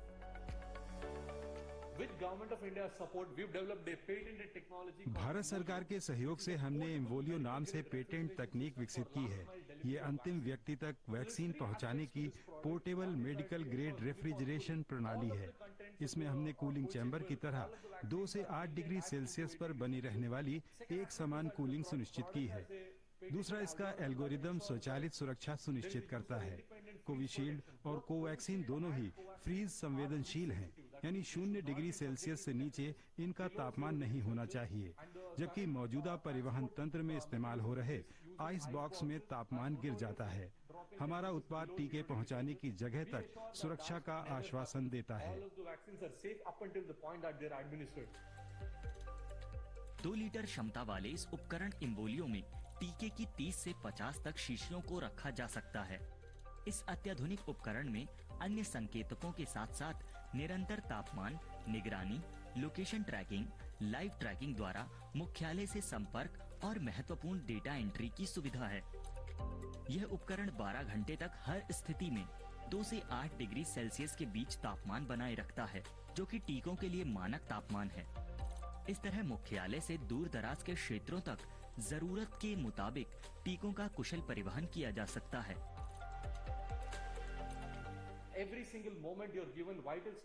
उपकरण कहाँ जा रहा है, टीके का तापमान क्या है, क्या वे सुरक्षित हैं, इनका उपयोग किया जा सकता है या नहीं। हमारा उत्पाद इस तरह के महत्वपूर्ण आंकड़े प्रदान करने में सक्षम है। हम चिकित्सा उपकरणों के ISO 13485 प्रमाणित निर्माता हैं और वर्तमान में हम अपने विनिर्माण को बढ़ा रहे हैं। हम भारत के 5 राज्यों में दुर्गम और दूर दराज ग्रामीण क्षेत्रों में टीकों का परिवहन कर रहे हैं। ब्लैक फ्रॉग ISO 13485 प्रमाणित चिकित्सा उपकरण निर्माता है, जिसने इम्बोलियो की तकनीक पेटेंट करा ली है। इस कम रखरखाव वाले उपकरण का कोरोना के अलावा अन्य टीकों और रक्त, सीरम, वायरल कल्चर जैसे सभी जैविक पदार्थों के वितरण और परिवहन में इस्तेमाल किया जा सकता है। स्टार्टअप द्वारा अब तक विभिन्न राज्यों को 200 से ज्यादा उपकरण बेचे जा चुके हैं और तेजी से इनका निर्माण किया जा रहा है। ये नवाचार इस क्षेत्र में देश की आत्मनिर्भरता को बढ़ा रहा है।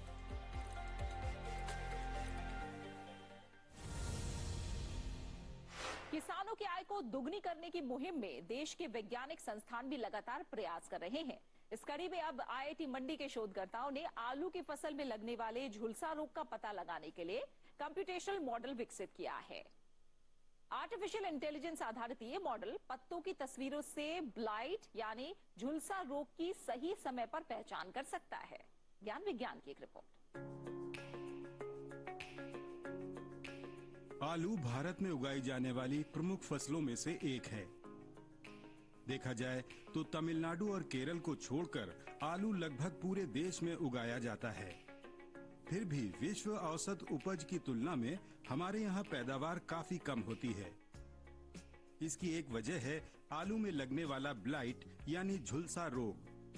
आलू की फसल की ये आम बीमारी पत्ते के सिरे और किनारों पर हल्के हरे रंग के धब्बे के रूप में शुरू होती है, जो फैलकर बड़े भूरे या बैंगनी काले धब्बों का रूप ले लेती है और पौधे सड़ने लगते हैं। अगर सही समय पर इसकी रोकथाम न की जाए तो 1 सप्ताह के अंदर ये पूरी फसल बर्बाद कर सकती है। IIT मंडी के स्कूल ऑफ कंप्यूटिंग एवं इलेक्ट्रिकल इंजीनियरिंग के शोधकर्ताओं ने शिमला स्थित केंद्रीय आलू अनुसंधान संस्थान के साथ मिलकर एक कंप्यूटेशनल डिजीज डिटेक्शन मॉडल विकसित किया है। आर्टिफिशियल इंटेलिजेंस आधारित ये मॉडल पत्तों के चित्रों द्वारा उनमें बढ़ रहे रोग की पहचान कर सकता है।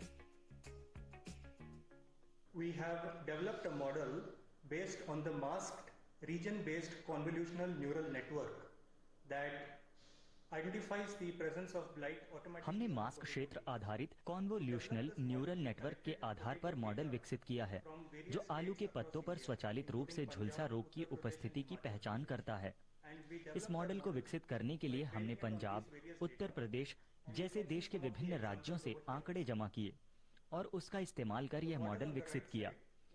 जैसे आप यहाँ देख सकते हैं, दाईं ओर का मॉडल कोड है जो झुलसा रोग के लिए है। ये बताता है कि आलू के पत्तों पर चमक किन कारणों से होती है। बाईं ओर की छवि में आप देख सकते हैं कि पत्तियों के कुछ क्षेत्रों में ब्लाइट पैच हैं। दाईं ओर पत्ती का वही क्षेत्र स्वचालित रूप से एल्गोरिदम द्वारा हाईलाइट हो जाता है।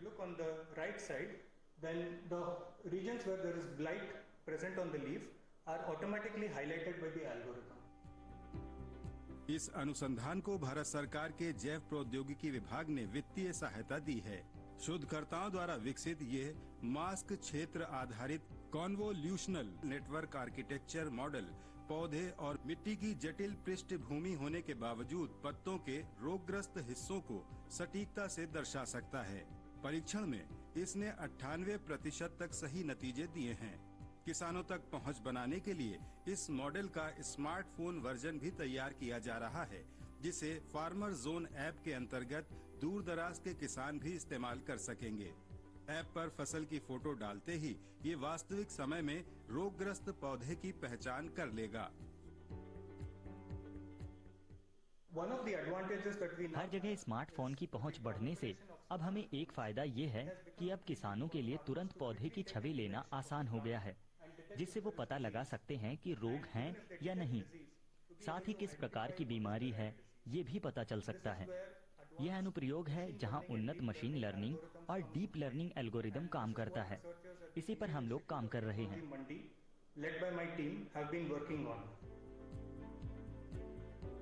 हाल ही में इस शोध के नतीजे प्लांट फिनोमिक्स पत्रिका में प्रकाशित किए गए हैं। ये खोज भारत के उन क्षेत्रों के किसानों को फायदा पहुंचाएगी जहां खेतों तक कृषि वैज्ञानिकों या विशेषज्ञों का पहुंचना हर समय संभव नहीं हो पाता। ब्लाइट डिटेक्शन कंप्यूटेशनल मॉडल के द्वारा किसान समय पर रोग की पहचान कर उसकी रोकथाम कर सकेंगे, जिससे किसानों का नुकसान कम होगा। साथ ही आलू जैसी महत्वपूर्ण फसल की उपज को बेहतर बनाया जा सकेगा।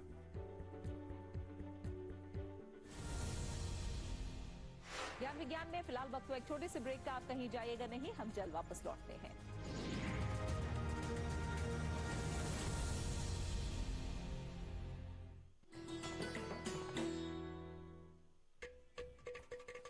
घटम प्राचीन दक्षिण भारतीय ताल वाद्य जब बजता है तो सृष्टि के 5 तत्वों धरा, जल, वायु, अग्नि और आकाश के स्वर को इसकी धुन में किया जा सकता है महसूस। घटम पर उंगलियों और हथेली की थाप से उत्पन्न हुई स्वर तरंग पैदा करती है अद्भुत ताल।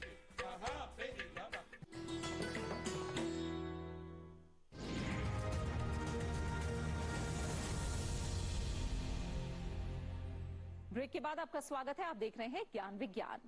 हैदराबाद स्थित विज्ञान और प्रौद्योगिकी विभाग का स्वायत्त संस्थान ARCI अपनी स्थापना के 25वें वर्ष में प्रवेश कर रहा है। अपने सफर के दौरान इस संस्थान ने पाउडर, मेटलर्जी और उन्नत सामग्री में महत्वपूर्ण उपलब्धियां हासिल की हैं। उद्योगों के लिए विकसित समाधानों में संस्थान की कोटिंग्स प्रौद्योगिकियां भी अहम हैं, जिनमें से एक है डेटोनेशन स्प्रे कोटिंग तकनीक। आज ये तकनीक विभिन्न औद्योगिक और रक्षा क्षेत्र के अनुप्रयोगों को मजबूती प्रदान कर रही है। ज्ञान विज्ञान की एक रिपोर्ट।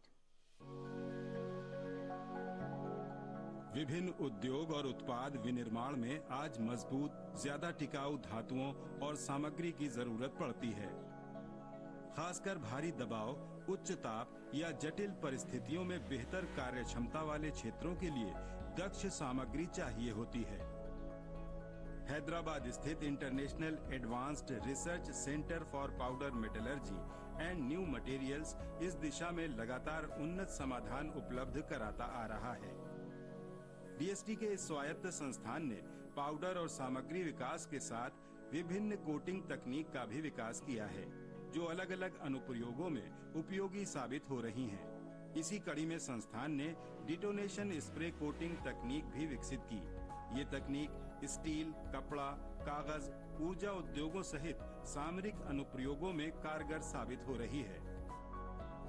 ज्यादातर इंजीनियरिंग घटकों की सामग्री में उपयोग के दौरान जंग और ऑक्सीकरण जैसे पर्यावरणीय कारणों से क्षरण होता है। इसलिए इन घटकों का प्रदर्शन बढ़ाने और पुराने हो चुके घटकों के नवीनीकरण के लिए सतह कोटिंग्स का प्रयोग किया जाता है।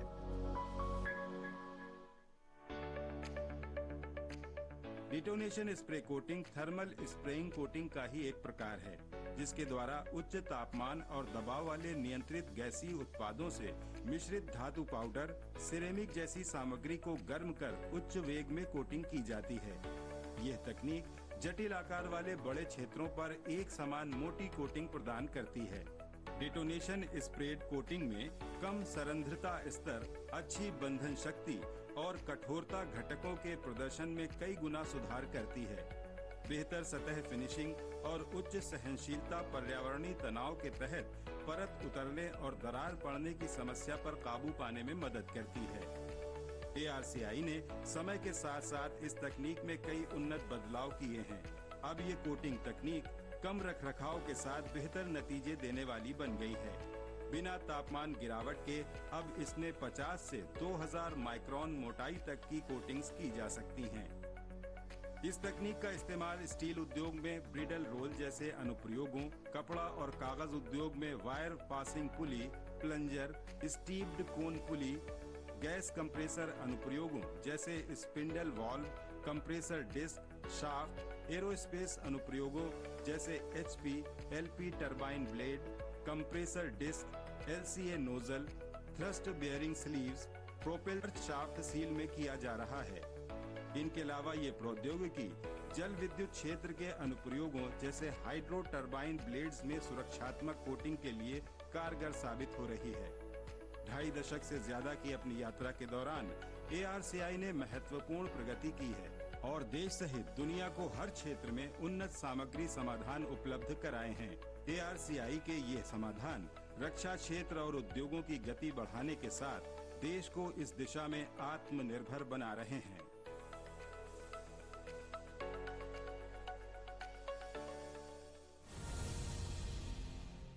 देश की आत्मनिर्भरता बढ़ाने के लिए जरूरी है कि देश रक्षा अनुसंधान और विकास के क्षेत्र में भी आत्मनिर्भर बने।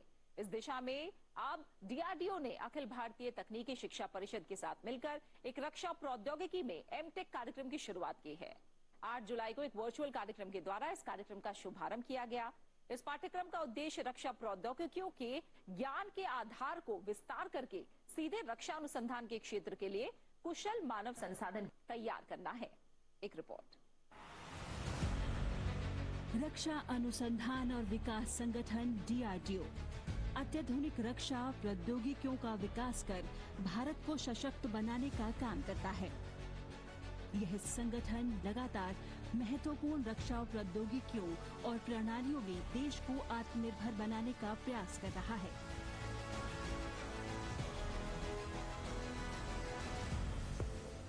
इसी कड़ी में अब DRDO ने अखिल भारतीय तकनीकी शिक्षा परिषद के सहयोग से रक्षा प्रौद्योगिकी में MTech कार्यक्रम की शुरुआत की है। 8 जुलाई को AICTE द्वारा आयोजित वर्चुअल कार्यक्रम के माध्यम से इस अनूठे कार्यक्रम का शुभारंभ कर दिया गया। अब यह कार्यक्रम AICTE से जुड़े संस्थानों, विश्वविद्यालयों, IIT, NIT और निजी इंजीनियरिंग संस्थानों में भी उपलब्ध कराया जा सकेगा। यह नवीन क्षेत्र इच्छुक इंजीनियरों को रक्षा प्रौद्योगिकी में अपना करियर बनाने के लिए प्रेरित करेगा।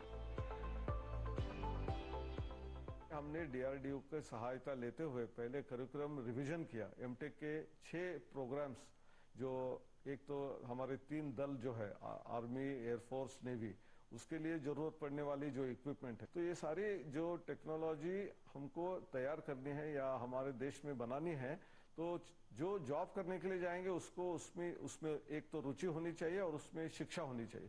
ये दोनों के लिए हमने ये जो DRDO के साथ MOU करके उस दिन जो लॉन्च किया, उसमें डिफेंस टेक्नोलॉजीज को हमने न्योता दिया कि कॉलेजेस को आप इसको अपना सकते हैं, आप इसको अप्रूवल लेके आप चला सकते हैं और आपको शुरुआत के काल में पढ़ाने के लिए आपके पास फैकल्टी भी न हो तो DRDO के साइंटिस्ट खुद आके वहां पढ़ाने के लिए तैयार है। इस इस पाठ्यक्रम के अंतर्गत फिलहाल 6 विशेष धाराओं को रखा गया है, जिसमें combat technology, aeronautics, naval technology, communication systems एवं सेंसर्स, डायरेक्टेड एनर्जी और हाई एनर्जी मटेरियल्स जैसे क्षेत्र शामिल हैं। रक्षा प्रौद्योगिकियों में एमटेक कार्यक्रम छात्रों को रक्षा उद्योग में काम करने के लिए सक्षम बनाने के साथ उन्हें सार्वजनिक उपक्रमों और निजी कंपनियों के अनुरूप भी तैयार करेगा। देश भर में फैली डीआरडीओ की प्रयोगशालाएं रक्षा क्षेत्र के लिए वैमानिकी, आयुध, इलेक्ट्रॉनिक्स, लड़ाकू विमान, इंजीनियरिंग सिस्टम, इंस्ट्रूमेंटेशन, मिसाइल, उन्नत कंप्यूटिंग एवं सिमुलेशन, विशेष सामग्री, नौसेना प्रणाली, लाइफ साइंसेज, सूचना एवं संचार प्रणाली जैसे क्षेत्रों में काम करती हैं।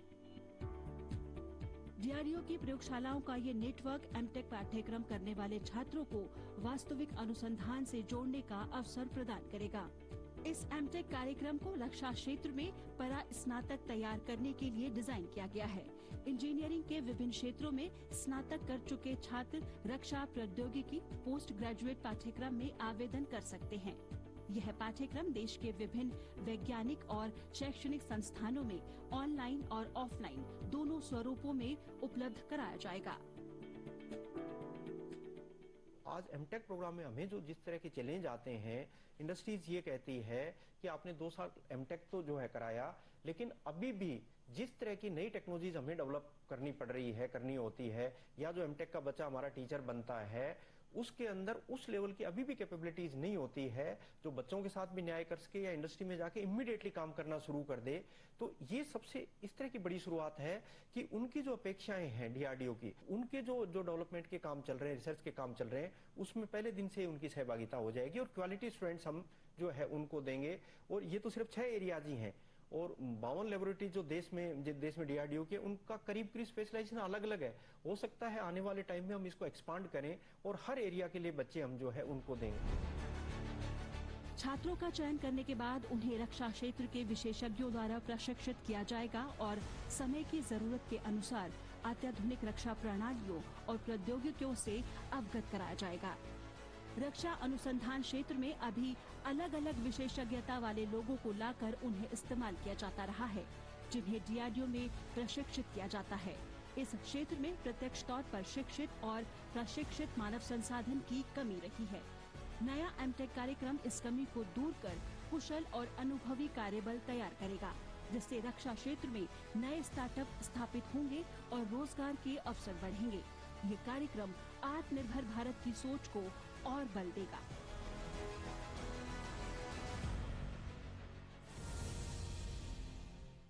ज्ञान विज्ञान में वक्त है एक और छोटे से ब्रेक का, हम जल्द वापस लौटते हैं।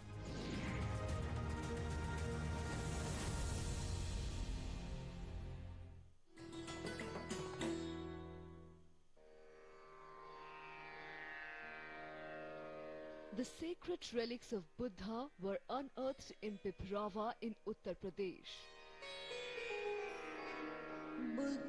Buddhist monks from all over the world visit the National Museum to pay their respects.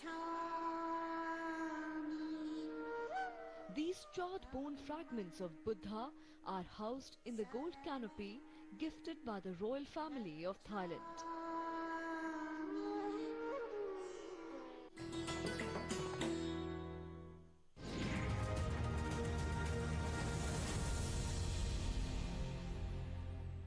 Break के बाद आपका स्वागत है। आप देख रहे हैं ज्ञान विज्ञान और अब एक नजर डालते हैं विज्ञान के क्षेत्र में होने वाली देश और दुनिया की कुछ और ताजा गतिविधियों पर हमारे खास सेगमेंट साइंस एक्सप्रेस में। विज्ञान और प्रौद्योगिकी मंत्रालय का कार्यभार संभालने के बाद केंद्रीय राज्य मंत्री स्वतंत्र प्रभार डॉक्टर जितेंद्र सिंह ने 14 जुलाई को सभी विज्ञान मंत्रालयों और विभागों के वैज्ञानिकों से अनुसंधान और विकास के क्षेत्र में सहयोग बढ़ाने का आह्वान किया, ताकि आयात पर हमारी निर्भरता को काफी हद तक कम किया जा सके। केंद्रीय मंत्री ने अनुसंधान और विकास गतिविधियों तथा उद्योगों एवं कॉरपोरेट घरानों के बीच सहयोग को आगे बढ़ाने के लिए सभी विज्ञान मंत्रालयों के बीच जमीनी स्तर पर सहयोग की आवश्यकता पर जोर दिया। बैठक में सरकार के प्रधान वैज्ञानिक सलाहकार प्रोफेसर के विजय राघवन, परमाणु ऊर्जा विज्ञान एवं प्रौद्योगिकी, पृथ्वी विज्ञान, जैव प्रौद्योगिकी विभागों के सचिवों और अन्य वरिष्ठ वैज्ञानिक मौजूद रहे। इसरो अध्यक्ष डॉक्टर के सिवन ने भी आभासी रूप से इस बैठक में हिस्सा लिया। भारतीय विज्ञान संस्थान बेंगलुरु के वैज्ञानिकों ने अति तरल यानी सुपर फ्लूइड हीलियम में पहली बार फ्यू इलेक्ट्रॉन बबल्स (FeB) की 2 प्रजातियों के अस्तित्व को प्रायोगिक रूप से दिखाया है। हीलियम के अति तरल रूप में जब इलेक्ट्रॉन को प्रेषित किया जाता है तो यह सिंगल इलेक्ट्रॉन बबल (SeB) बनाता है। यह एक गुहा होती है जो हीलियम परमाणुओं से मुक्त होती है और इसमें सिर्फ इलेक्ट्रॉन होते हैं। वहीं FeB तरल हीलियम में नैनोमीटर के आकार की गुहाएं होती हैं जिनमें सिर्फ कुछ मुक्त इलेक्ट्रॉन होते हैं। FeB किसी सामग्री में इलेक्ट्रॉनों की ऊर्जा स्थिति और उनके बीच परस्पर क्रिया कैसे उनकी विशेषताओं को प्रभावित करती है, इसका अध्ययन करने के लिए एक उपयोगी मॉडल के तौर पर काम कर सकते हैं। ये खोज अगली पीढ़ी की क्वांटम सामग्री के विकास के लिहाज से महत्वपूर्ण हो सकती है। निजी कंपनी वर्जिन गैलेक्टिक ने अंतरिक्ष पर्यटन की दिशा में पहल करते हुए इतिहास रच दिया। अपने स्पेस कार्यक्रम के तहत कंपनी के मालिक सर रिचर्ड ब्रैंसन और 5 लोग स्पेस में जाकर सफलतापूर्वक धरती पर वापस लौट आए। इस दल में भारत में जन्मी श्रीशा बांदला भी शामिल थीं, जो वर्जिन गैलेक्टिक में एक अधिकारी हैं। 11 जुलाई को स्थानीय समयानुसार सुबह 8:40 पर वर्जिन गैलेक्टिक के रॉकेट यूनिटी 22 ने स्पेस पोर्ट न्यू मैक्सिको से उड़ान भरी, जिसे फ्लाइट इंजीनियर डेव मैकैव और माइकल मासूकी नियंत्रित कर रहे थे। अंतरिक्ष यात्रियों के तौर पर Richard Branson, Beth Moses, Colin Bennett और श्रीशा बांदला दल का हिस्सा थे। पृथ्वी से 15 किलोमीटर ऊपर जाकर यूनिटी के ले जा रहे VMS इव प्लेन उससे अलग हो गए और रॉकेट ने काम करना शुरू कर दिया। ये रॉकेट 85 किलोमीटर की ऊंचाई तक गया, जहां यात्रियों ने लगभग 4 मिनट तक अंतरिक्ष की भारहीनता का अनुभव किया। अंतरिक्ष से पृथ्वी का नजारा रोमांचित करने वाला था।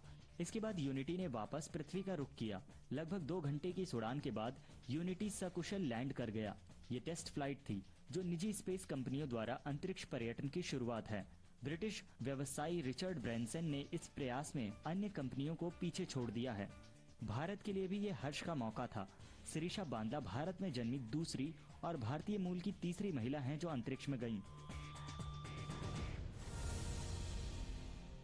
इसी के साथ ज्ञान विज्ञान में आज इतना ही। ये कार्यक्रम आपको कैसा लगा? अपने फीडबैक और सुझाव देने के लिए आप हमें ईमेल कर सकते हैं। हमारा ईमेल है news@vigyanprasad.gov.in। आप अपनी राय हमें डाक द्वारा भी भेज सकते हैं। हमारा पता है विज्ञान प्रसार, 5वां तल, पृथ्वी भवन, लोधी रोड, नई दिल्ली 110003। विज्ञान, प्रौद्योगिकी, आविष्कार और नवाचार से जुड़ी ताजा जानकारियों के साथ अगले हफ्ते इसी वक्त इसी चैनल पर हम फिर हाजिर होंगे। तो बने रहिए हमारे साथ वैज्ञानिक सोच के साथ। नमस्कार।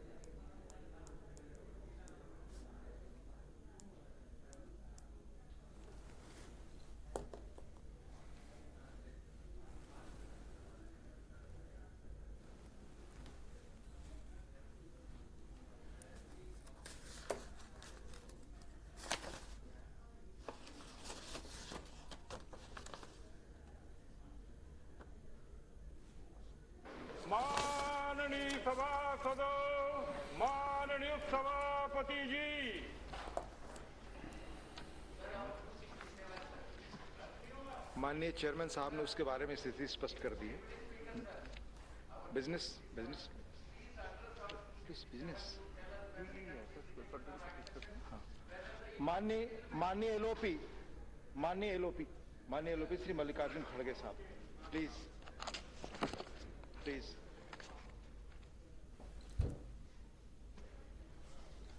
मेरा आग्रह होगा सभी माननीय सदस्य जो यहाँ वेल में हैं, कृपया अपनी सीट पर जाएं। यह बहुत ही महत्वपूर्ण विषय है और सबके लिए है। இது மிகவும் முக்கியமான விஷயம். நான் மதிப்பிற்குரிய அவை உறுப்பினர்களை கேட்டுக்கொள்கிறேன், தயவு செய்து நீங்கள் உங்களுடைய இருக்கையில் அமருங்கள். அனைத்து கட்சியைச் சேர்ந்த உறுப்பினர்களும் இதற்கு முழு ஒத்துழைப்பு அளியுங்கள். நான் உங்களை கேட்டுக்கொள்கிறேன், தயவு செய்து நீங்கள் இருக்கைக்கு செல்லுங்கள். தயவு செய்து உங்களுடைய இருக்கைக்கு செல்லுங்கள்.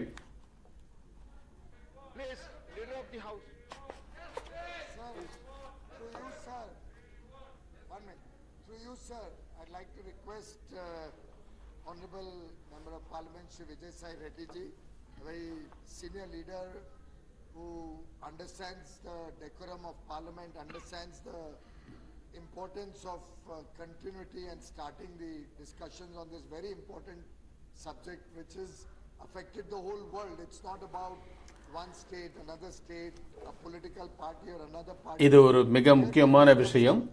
உலகம் முழுவதும் பரவியுள்ள ஒரு விஷயத்தை பற்றி நாம் இப்பொழுது விவாதிக்க இருக்கிறோம்.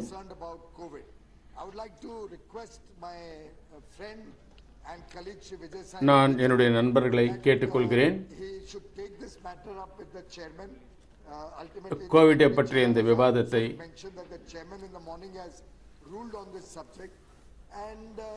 இந்த விஷயத்தை பற்றி விவாதிக்க அனுமதி அளித்திருக்கிறார்.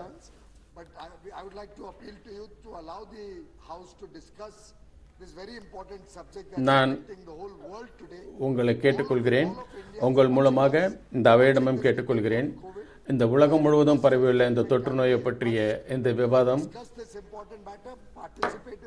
மிக முக்கியமான விஷயம். இதை பற்றி நாம் இங்கு மிக முக்கியமாக விவாதித்து ஆக வேண்டும். இது அனைவருக்கும் பயனுள்ளதாக இருக்கும்.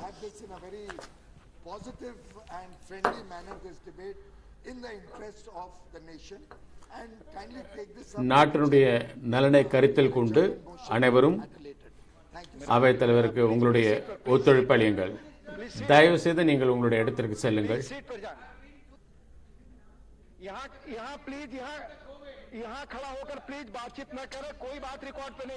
தயவு செய்து இங்கு என் முன்னால் நின்று கொண்டு எதுவும் பேசாதீர்கள். நீங்கள் பேசுவது எதுவும் பதிவு செய்யப்பட மாட்டாது.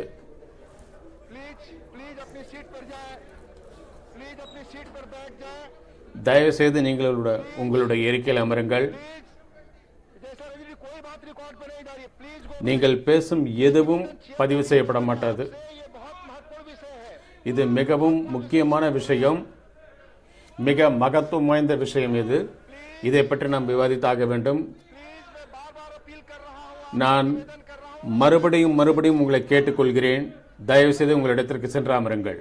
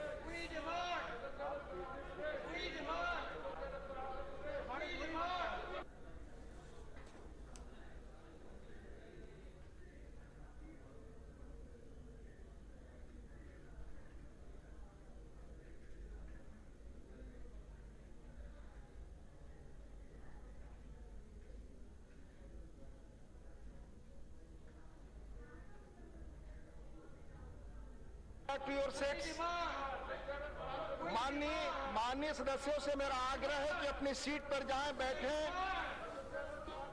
प्लीज। மதிப்பிற்குரிய அவையினர்கள் அனைவரும் தயவு செய்து தங்களுடைய இருக்கையில் சென்று அமருங்கள்.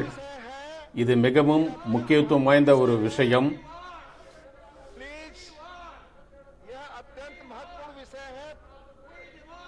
सबके कंसर्न का विषय है. पूरा देश जानना चाहता है कोविड के क्या हालात हैं, किस तरह से इन्हें निपटने की चुनौतियां. Please go back to your seats. इस तरह முழு நாடும் இந்த கோவிடை பற்றிய விவரத்தை எதிர்பார்த்து கொண்டிருக்கிறது. இந்த கோவிடை பற்றிய விவரங்களை எதிர்பார்த்து கொண்டிருக்கிறது. தயவு செய்து உங்களுடைய இடத்திற்கு செல்லுங்கள். இது சரியான முறை அல்ல. தயவு செய்து உங்களுடைய இடத்திற்கு செல்லுங்கள். தயவு செய்து உங்களுடைய இருக்கைக்கு திரும்பி செல்லுங்கள்.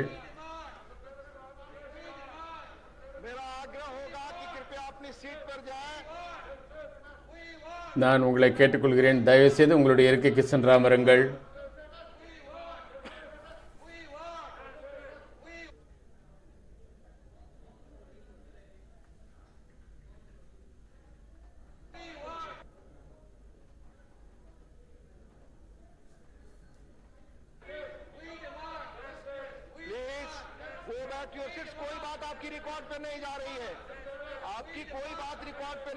நீங்கள் பேசுவது எதுவும் பதிவு செய்யப்படவில்லை. தயவு செய்து உங்களுடைய இடத்திற்கு சென்று அமருங்கள்.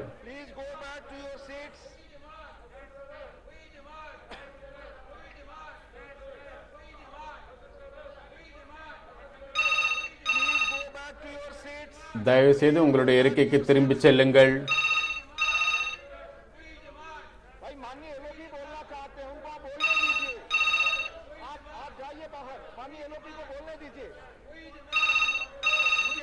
மதிப்பிற்குரிய எல்ஓபியை பேச விடுங்கள்.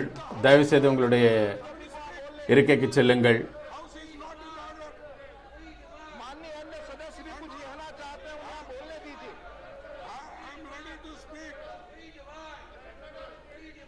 மதிப்பிற்குரிய அங்கத்தினர் பேச விரும்புகிறார். அவரை பேச விடுங்கள்.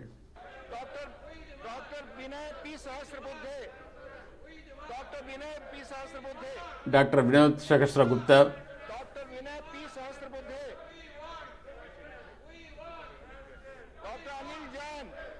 Doctor Anil John, doctor Anil,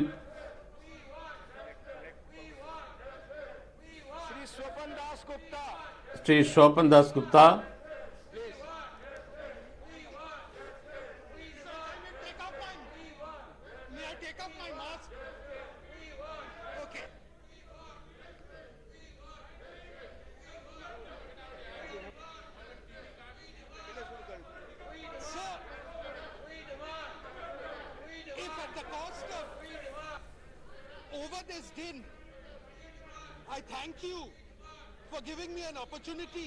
எனக்கு இந்த சந்தர்ப்பத்தை அளித்ததற்காக நான் உங்களுக்கு நன்றியை தெரிவித்துக் கொள்கிறேன்.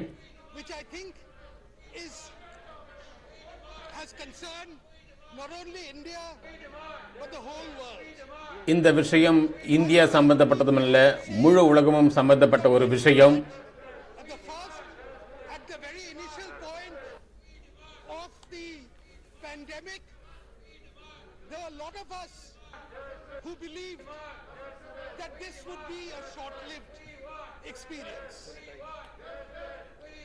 We thought that perhaps even if 2020 was ruined, we would see a better 2021. But I think it's now very clear that not only are we talking about the second wave,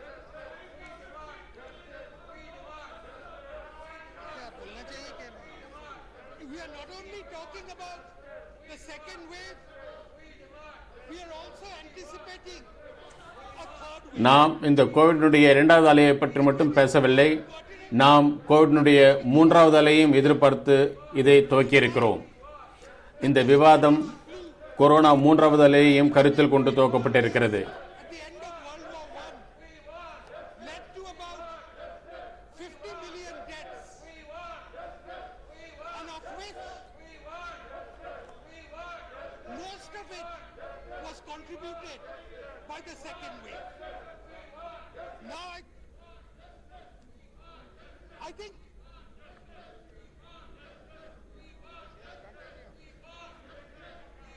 So I think it's quite clear now that what we are facing is a long-drawn struggle. We are facing something akin to a prolonged war.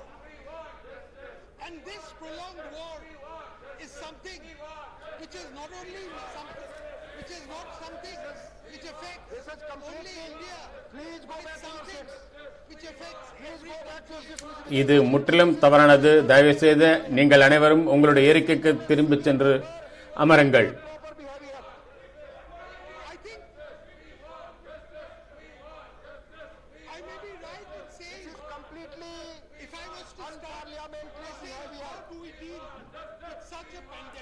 இது முற்றிலும் பாராளுமன்ற நடவடிக்கைக்கு எதிரானது.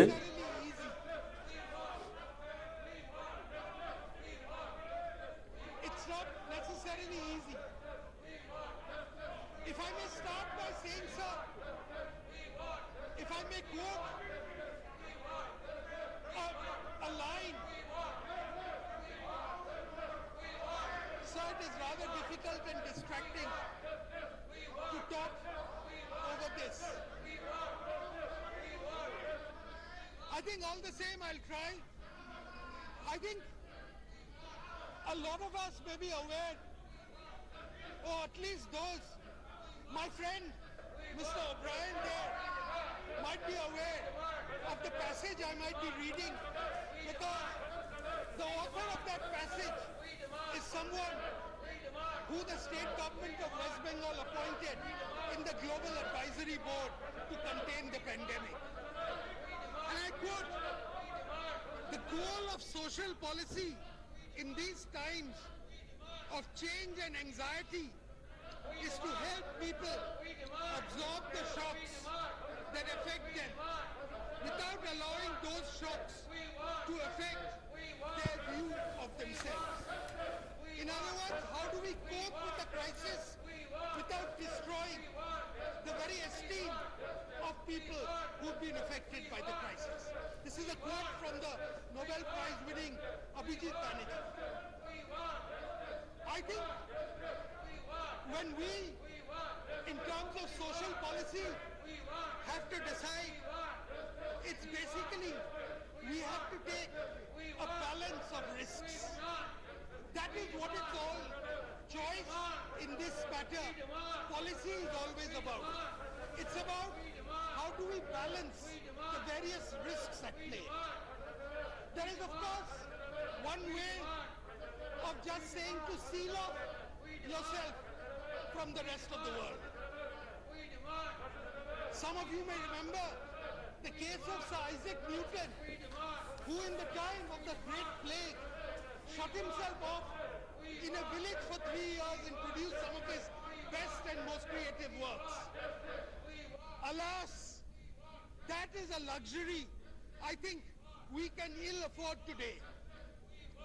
I think we have to decide how much pain we can endure and how much relief we can give to people. I think when we decide that lockdown is only a temporary strategy, we take into account the fact that economic life must continue. We take into account the fact that we must try and restore as much as is possible the livelihood of people. We decide how much of relief through the state we can give to people. And all these are very important. The amount of relief the state has given to the people is considerable. I think today the minister, when he replies, will be in a better position to give all the statistics before us. But a position where we have a situation where roughly 2/3 of the population of India is getting free rations up to a very large extent is a very, very major step. It is also a very major step when we can raise the Manrega rates. It's also a very major step when we can actually give 500 rupees every quarter or every month for a long time to those who are the most destitute of them. And all this is possible because we had an economy which was resilient. We had an agricultural sector which was resilient. A vulnerable India would not have been in a position to tackle any of these crises. And I think this is the most important thing to realize, that today we have got to a particular position partly because the Indian economy was resilient, is resilient. We have a surplus of food grains, and that is what has enabled us to tackle this crisis. And on top of that, we have a sufficient scientific manpower. We have an industrial base which is capable of adding to those of the sciences. But despite this, I would say that this pandemic has been a constant learning experience for us.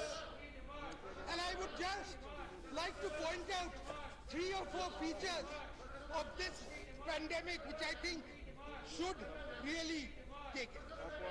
I am not going into the fact that we have already vaccinated something like at least 32 crore people who've got their first dose. 8 crore of people. ஏறக்குறைய 32 கோடி மக்கள் These are facts which cannot be denied. முதல் முறை தடுப்பூசி போட்டிருக்கிறார்கள்.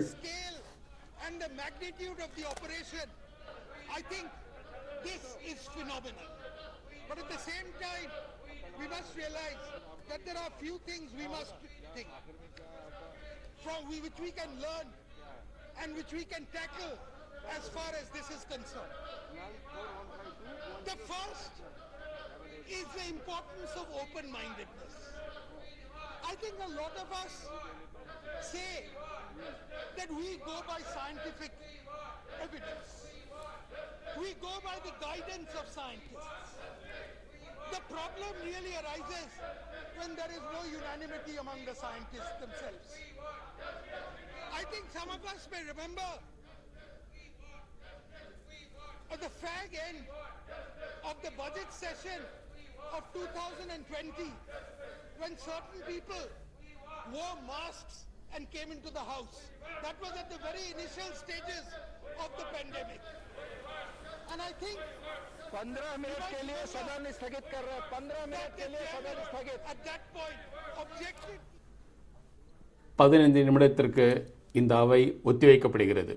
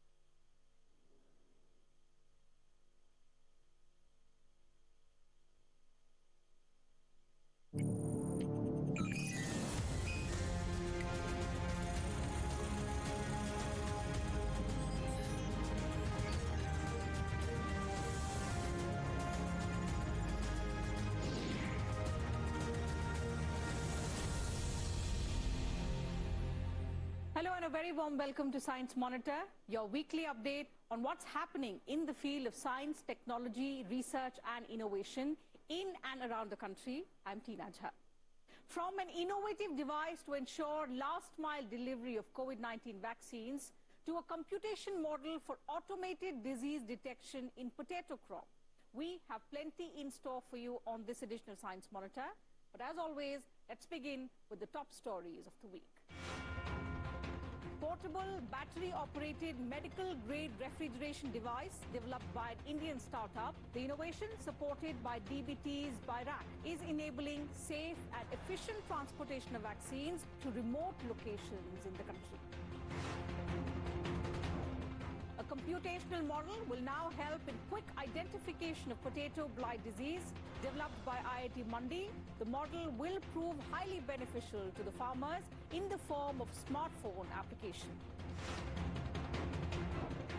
Detonation spray coating technology developed by ARCI is enhancing the performance of various industries. Now, the center has developed an advanced version of the technology for better efficiency and productivity.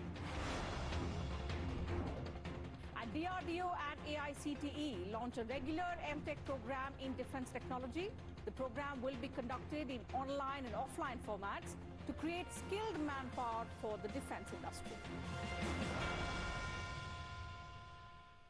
And now the news in detail. The Government of India is running the world's most comprehensive vaccination campaign to control the COVID-19 pandemic.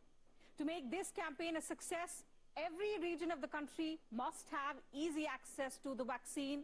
And to ensure this, a startup backed by the Department of Biotechnology, Biotechnology Industry Research Assistance Council has now developed a medical-grade refrigeration device for the last-mile delivery of these crucial vaccines. More details in this report. Vaccination is the most important weapon in the war against COVID-19.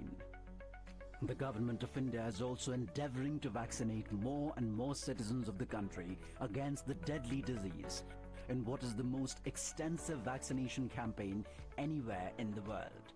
The biggest concern in a campaign of this magnitude is the safekeeping of the vaccine doses.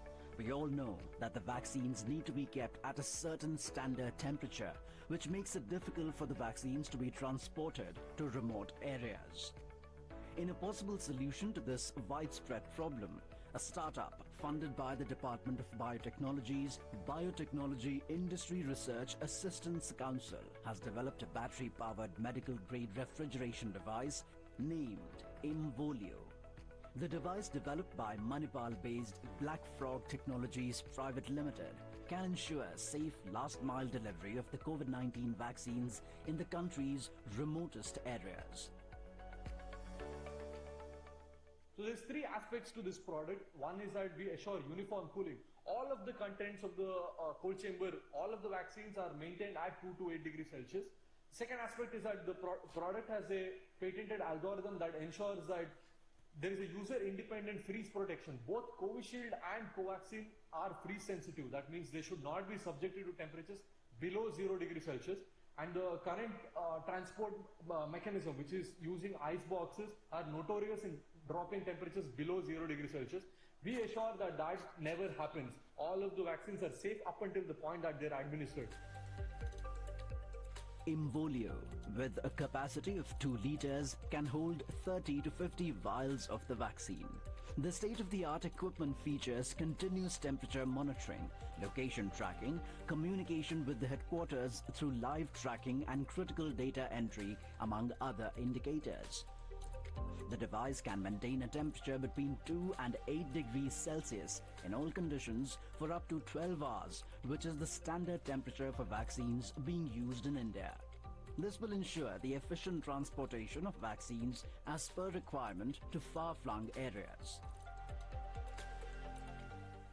Every single moment you're given vital statistics on where the asset is going, what is the temperature of the vaccines, are they safe, should they be discarded, should they be used.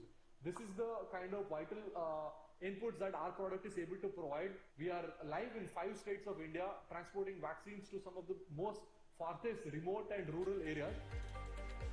Black Frog is an ISO 13485 certified manufacturer of medical devices that has patented Imvolio's technology.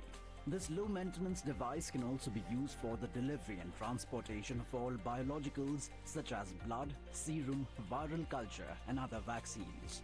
The startup has so far sold more than 200 devices to various states and is rapidly manufacturing them. With a device life of 10 years, the innovation has the potential to ramp up the country's self-reliance in the field.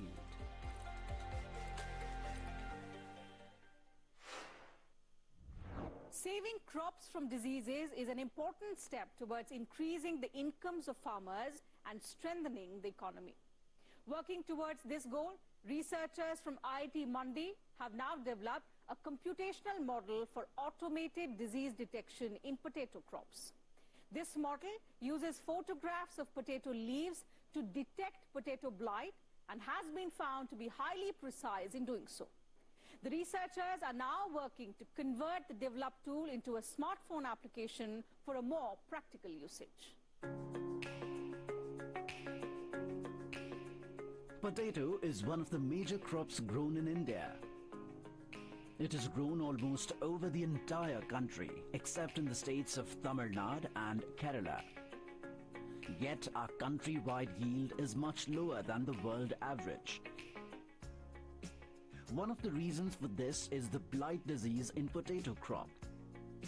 This common disease starts as uneven light green lesions near the tip and the margins of the leaf, and then spreads into large brown to purplish black necrotic patches that eventually lead to rotting of the plant. If left undetected and unchecked, this disease could destroy the entire crop within a week under conducive conditions. Researchers from IIT Mandi's School of Computing and Electrical Engineering, in collaboration with Shimla-based Central Potato Research Institute, have now developed a computational model to detect this disease. This artificial intelligence-based model can identify the disease by analyzing pictures of the leaves. We have developed a model based on the masked region-based convolutional neural network that identifies the presence of blight automatically on a potato leaf.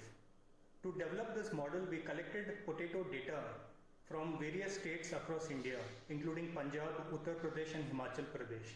And we developed our model by training it on these various data. And you can see some of the examples over here. The model on the right side is the code which is written to automatically detect blight, and it highlights what are the regions where there is blight on the potato leaf. For example, if you see the image on the left, then you can see that there are blight patches on a few regions across the leaf. And if you look on the right side, then the regions where there is blight present on the leaf are automatically highlighted by the algorithm. This research is financially supported by the Department of Biotechnology, Government of India. The model is built using an AI tool called Mask Region-Based Convolutional Neural Network Architecture. It can accurately highlight the diseased portions of a leaf amid a complex background of plant and soil matter, giving up to 98% accurate results in tests. To reach out to farmers, a smartphone version of this model is also being prepared, which can be used by farmers in far-flung areas under the Farmer Zone app. As soon as the photo of the crop is entered on the app, it will identify the diseased plant in real time. One of the advantages that we now have is with the proliferation of smartphones, it has become easy for farmers to quickly take an image of the plant and detect if there is disease. And even if they detect disease, to be able to identify what is the right disease. This is where advanced machine learning and deep learning algorithms come into play. And this is what researchers at the Indian Institute of Technology Mandi, led by my team, have been working on. Recently, the results of this research have been published in the journal Plant Phenomics. This discovery will benefit farmers of those areas of India where it is not always possible for agricultural scientists to reach the field.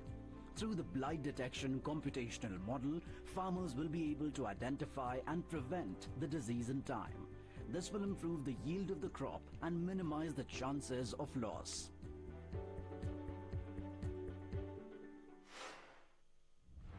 Time for a very short break on the program. There's lots more coming up ahead. Don't go anywhere.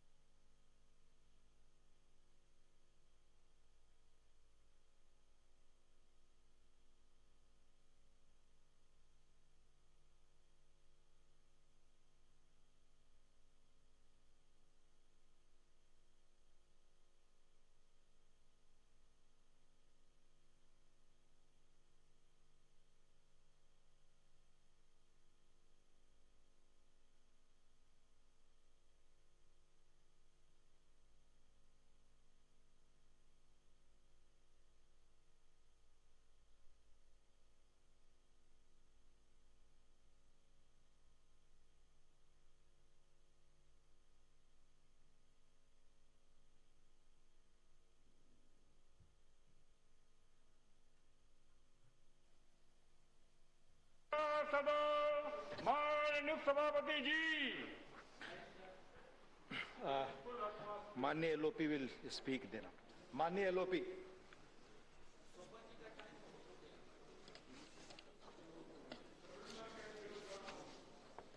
Sir मैं अपनी बात रखने से पहले நான் என்னுடைய விஷயத்தை கூறுவதற்கு முன்பு एक सुझाव देना चाहता हूं। நான் உங்களுக்கு ஒரு ஆலோசனை கூற விரும்புகிறேன்। जब कोविड जैसा कोविड-19 के ऊपर हम जब चर्चा कर रहे हैं எப்பொழுது கோவிட்-19 பற்றி நாம் விவாதிக்கிறோமோ அனைத்து கட்சியினரும் இதை ஒத்துக்கொண்டிருக்கிறார்கள்। எந்த நேரத்தை நாம் இதற்காக குறிப்பிட்டிருந்தோமோ அந்த நேரத்தில் நாம் இதை விவாதிக்கிறோம்। இந்த நேரத்தில் வேறு சில விஷயங்களை பற்றி பேசுவதற்கு இருந்தோம், ஆனால் மிக முக்கியமான விஷயம் என்பதற்காக இந்த கோவிட்டை பற்றி இப்பொழுது விவாதித்துக் கொண்டிருக்கிறோம்। लेकिन आप इस सब्जेक्ट को लाए और जो हमारी इच्छा थी, सारे सदन की इच्छा थी, सारे मेंबर्स की थी, அனைத்து உறுப்பினர்களுக்கும் இந்த கூட்டத்தொடருடைய விருப்பமும் இதுவாக தான் இருந்தது, இந்த கோவிட்டை பற்றி விவாதிக்க வேண்டும் என்று। उसका फायदा सरकार भी उठाएगी और लोगों को राहत मिलेगी। इसी दृष्टि से हम इस चर्चा को रिमाइंड कर रहे हैं। மக்களுக்கு இதனால் பலன் ஏற்படும் என்ற எண்ணத்தில் நாம் இதை வலியுறுத்தியிருந்தோம்। जो जब मैं बात करने के लिए उठा, நான் எப்பொழுது பேசுவதற்கு எழுந்தனோ அப்பொழுது मैं जब बात करने के लिए उठा तो मेरे सामने என் முன்னால் सिर्फ 4-5 मेंबर आकर 4-5 உறுப்பினர்கள் வந்து को अगर छीन लेते हैं, என்னுடைய உரிமையை பறித்தார்கள் என்றால் நீங்கள் அமைதியாக உட்கார்ந்து கூட இருக்கிறீர்கள் எனக்கு மிகவும் வருத்தம் ஏற்பட்டது. எனக்கு இது ஒரு அவமானம் என்று நான் கருதினேன். இது எனக்கு ஏறக்குறைய தொடர்ச்சியாக 50 வருடங்கள் அனுபவம் இருக்கிறது.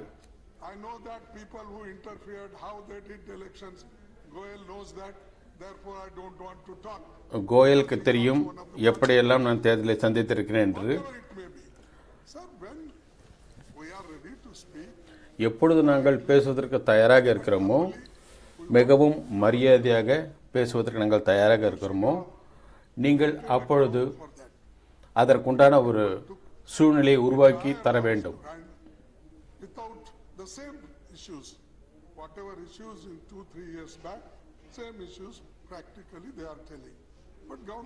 இரண்டு மூன்று வருடங்களுக்கு முன்னால் எந்த பிரச்சனை இருந்ததோ அதே பிரச்சனையை மறுபடியும் அவர்கள் கூறிக்கொண்டிருக்கிறார்கள். நான் இதனால் மிகவும் காயப்பட்டதாக உணர்கிறேன். இப்படிப்பட்ட ஒரு நிலைமை மற்ற உறுப்பினர்களுக்கு ஏற்படக்கூடாது என்று நான் விரும்புகிறேன். 19 वैश्विक महामारी की तीसरी लहर के मुहाने पर खड़े हैं. நாம் இப்பொழுது கோவிட்-19 மூன்றாவது அலையில் நின்று கொண்டிருக்கிறோம். விஞ்ஞானிகள் கூறுகிறார்கள், மக்கள் கூறுகிறார்கள். पहले ही जागृत कर दी थी और प्रधानमंत्री भी अपने भाषणों में कई जगह நமது மக்கள் கூட அதற்கு தயாராக இருக்கிறார்கள். பிரதம மந்திரியும் தன்னுடைய பேச்சில் பலமுறை இதை பற்றி குறிப்பிட்டிருக்கிறார். सभापति जी, मैं अपनी बात आगे बढ़ाऊं इसके पहले कोरोना वायरस को कोरोना वॉरियर्स को श्रद्धांजलि देना चाहूंगा. जान हथेली पर रखकर लोगों की கொரோனா முன்களப் பணியாளர்களுக்கு நான் என்னுடைய அஞ்சலியை செலுத்துவதற்கு தயாராக இருக்கிறேன். பல முன்களப் பணியாளர்கள், மருத்துவர்கள், சுகாதார பணியாளர்கள், துப்புரவு பணியாளர்கள், செவிலியர்கள் யார் இந்த கொரோனா போரில் தங்கள் இன்னுயிரை இழந்தார்களோ அவர்களுக்கு நான் என்னுடைய வருத்தத்தை தெரிவித்துக் கொள்கிறேன்.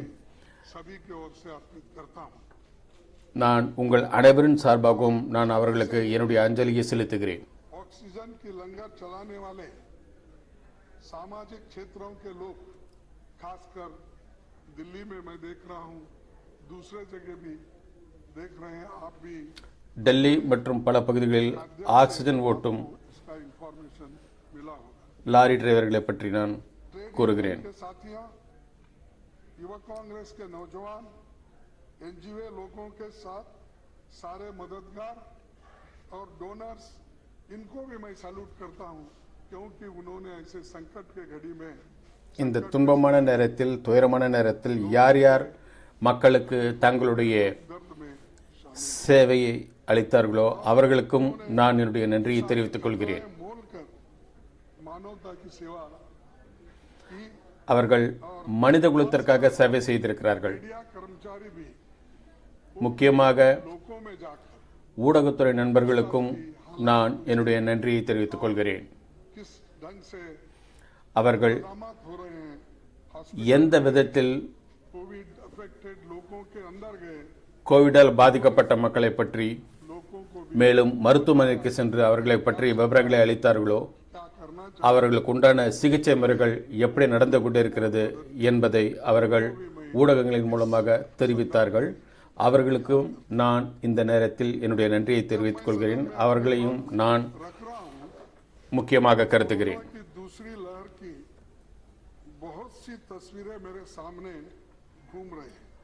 கொரோனாவுடைய இரண்டாவது நாளுடைய பல படங்கள் என் கண் முன்னால் தெரிகின்றன.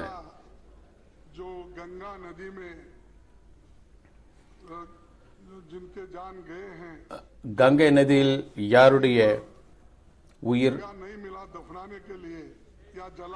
பிரிந்ததோ, இறந்தவர்களுடைய உடல்கள் அந்த நதியில் வீசப்பட்டன. நதியில் அவை அடித்துக் கொண்டு வந்தன. அந்த புகைப்படத்தை நான் உங்களுக்கு காண்பிக்கிறேன். நம்முடைய அனைத்து நண்பர்களும் இதற்கு என்ன உதவி செய்தார்களோ அவர்களுக்கு நான் என்னுடைய நன்றியை தெரிவித்துக் கொள்கிறேன். कोविड पीरियड में खासकर माइग्रेंट वर्कर्स लाखों की संख्या में இந்த கோவிட் சமயத்தில் ஏறக்குறைய லட்சக்கணக்கான புலம்பெயர்ந்த தொழிலாளர்கள் अपने बहुत से लोग अपने बच्चों को भी खोए, रोटी रोजी खोए. ரயில் மார்க்கமாக, किस ढंग कब तक ரயில் வழி மார்க்கமாக, चिंता करते करते சாலை மார்க்கமாக தங்களுடைய இடங்களுக்கு சென்றார்களோ सरकार कोई चिंता அவர்களை பற்றி அரசாங்கம் எந்த விதமான तो जरूर है. सरकार சிந்தனையும் கொடுக்கவில்லை. एडवर्टाइज देने में और लोगों को दिखाने में அரசாங்கம் இதை பற்றி விளம்பரப்படுத்துவதற்கும் பல முறை இதை பற்றி பேசுவதற்கும் தான் முயற்சித்தது. அவர்கள் இதில் மிக திறமையானவர்கள். जो पवित्र नदियों में तैरती लाशों ने पूरी दुनिया को चिंता में புனிதமான கங்கை நதியில் चित्र भी मैंने இறந்த உடல்கள் அடித்துச் செல்லப்பட்டது உலகம் முழுவதும் அறியப்பட்டது. दिए गए, कितने बच्चे अनाथ हो गए, कितने पर பல குழந்தைகள் அனாதையாகிவிட்டார்கள். कई पीढ़ियों को याद இவை அனைத்தும் एक इतिहास. வருங்கால சந்ததியினர்கள் இதை ஞாபகத்தில் வைத்திருக்கும். कितने लोग கோவிட் நேரத்தில் எத்தனை மக்கள் இறந்தார்கள் என்பதை அவர்கள் ये भी याद. தெரிந்து கொள்வார்கள். इतने बड़े देश में இப்படிப்பட்ட ஒரு பெரிய நாட்டில் கொரோனாவினால் எவ்வளவு பேர் இறந்தார்கள். रहेगा. सरकार कोरोना से 4 लाख से अधिक मौतों की बात बनाती है. அரசாங்கம் ஏறக்குறைய 4 லட்சம் பேர் இறந்தார்கள் என்று ஒரு அறிக்கை புள்ளி விவரம் கொடுக்கிறது. आपको एक आंकड़ा बताना चाहता நான் உங்களுக்கு ஒரு हूं. जो आज सब मिला के 5 लाख का அறிக்கையை காண்பிக்க விரும்புகிறேன். सरकार दिखा रही है कि इतने ही मौत हो गए, इससे ज्यादा नहीं. तो मैं पूछता हूं साहब आपको, देखिए इस देश में 6,38,365 विलेजेस है, छोटे मोटे हैं. நம்முடைய நாட்டில் ஏறக்குறைய 6,38,565. 6,38,000 अगर किसी गांव में 5 आदमी भी 38,000 कोविड की वजह से जान गई हो, கிராமங்கள் இருக்கின்றன. 31,91,825 होती है. और नंबर, अरे 6 लाख तो विलेजेस है. तो सुनिए, अरे आप देख लीजिए, आप देखो आंकड़े छुपाने से कुछ नहीं होता. आपस में बात புள்ளி விவரங்களை மறைப்பதால் எந்த விதமான பலனும் ஏற்பட போவதில்லை. नेता सदन से आग्रह है, मंत्री जी, नेता सदन जी से भी हमारा आग्रह रहेगा, गंभीर विषय पे चर्चा है, நான் மற்ற தலைவர்களும் கேட்டுக்கொள்கிறேன். संयम से सुनना पड़ेगा. மிக முக்கியமான விஷயத்தை பற்றிய விவாதம் நடந்து கொண்டிருக்கிறதோ करेंगे, ये चर्चा का तरीका नहीं है. नेता प्रतिपक्ष मेरा आग्रह है कि सभी लोग संयम से सुने. माननीय आनंद जी, सभी लोग நான் உங்கள் அனைவரையும் கேட்டுக்கொள்கிறேन. அனைவரும் கவனமுடன் கேளுங்கள். और सभी दलों की अगर ये सहमति बनती है तो मेरा आपसे अनुरोध रहेगा और माननीय एलओपी से भी अनुरोध रहेगा, அனைத்து கட்சியினரும் इस डिबेट के स्तर को भी थोड़ा ऊपर उठाएं. இதை ஏற்றுக்கொண்டால் நான் உங்கள் அனைவரையும் கேட்டுக்கொள்கிறேன். इस डिबेट के स्तर को भी थोड़ा இந்த விவாதத்தை இன்னும் சற்று மேம்பட்ட முறையில் நடத்தலாம் என்று நான் என்னுடைய ஆலோசனையை உங்களுக்கு கூறுகிறேன். किया. आगे के लिए थर्ड वेव आए तो कैसे हम सब मिलजुल के इसको நாம் எப்படி அனைவரும் ஒன்று சேர்ந்து கொரோனா 3வது அலை எதிர்கொள்ள வேண்டும் என்பதை பற்றி பேசுவது, அதை பற்றி விவாதிப்பது நன்றாக இருக்கும் என்று நான் கருதுகிறேன்.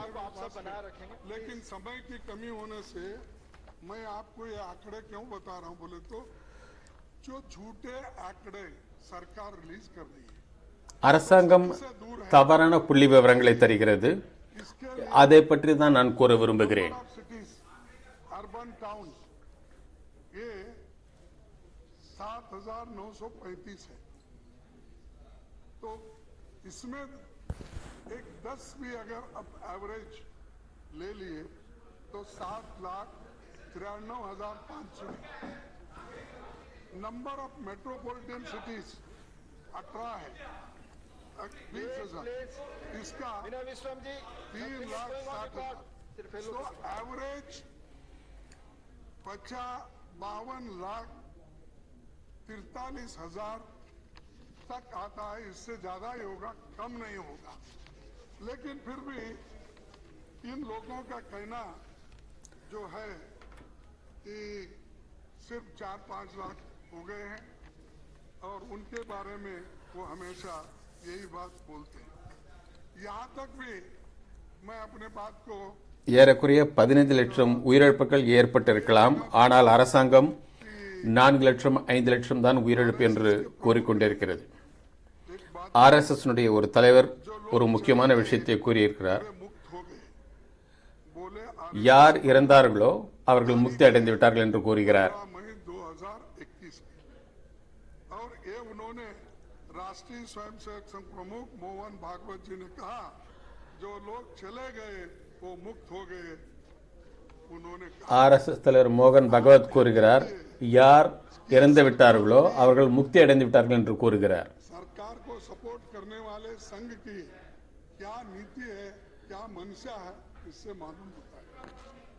दूसरा, मैं सभापति जी அரசாங்கத்திற்கு உதவி செய்யும் ஒரு குழுவினுடைய எண்ணம் எப்படி இருக்கிறது என்பதை தெரிந்து கொள்ளுங்கள்.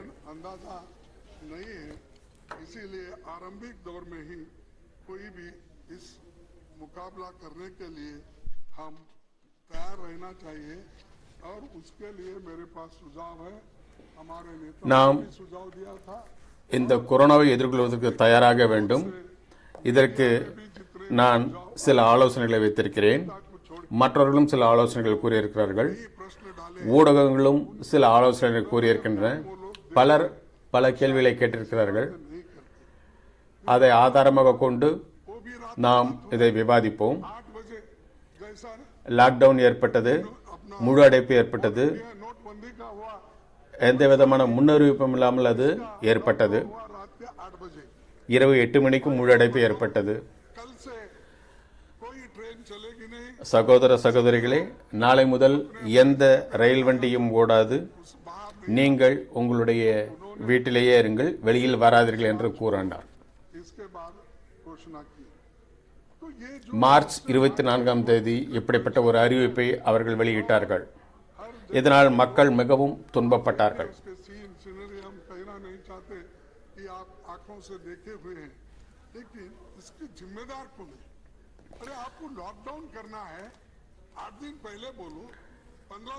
நீங்கள் முழு அடைப்பு செய்ய வேண்டும் என்றால் அதற்குண்டான ஏற்பாட்டை முதலிலேயே செய்து அதை பற்றி முதலில் நீங்கள் தெரிவித்திருக்க வேண்டும்.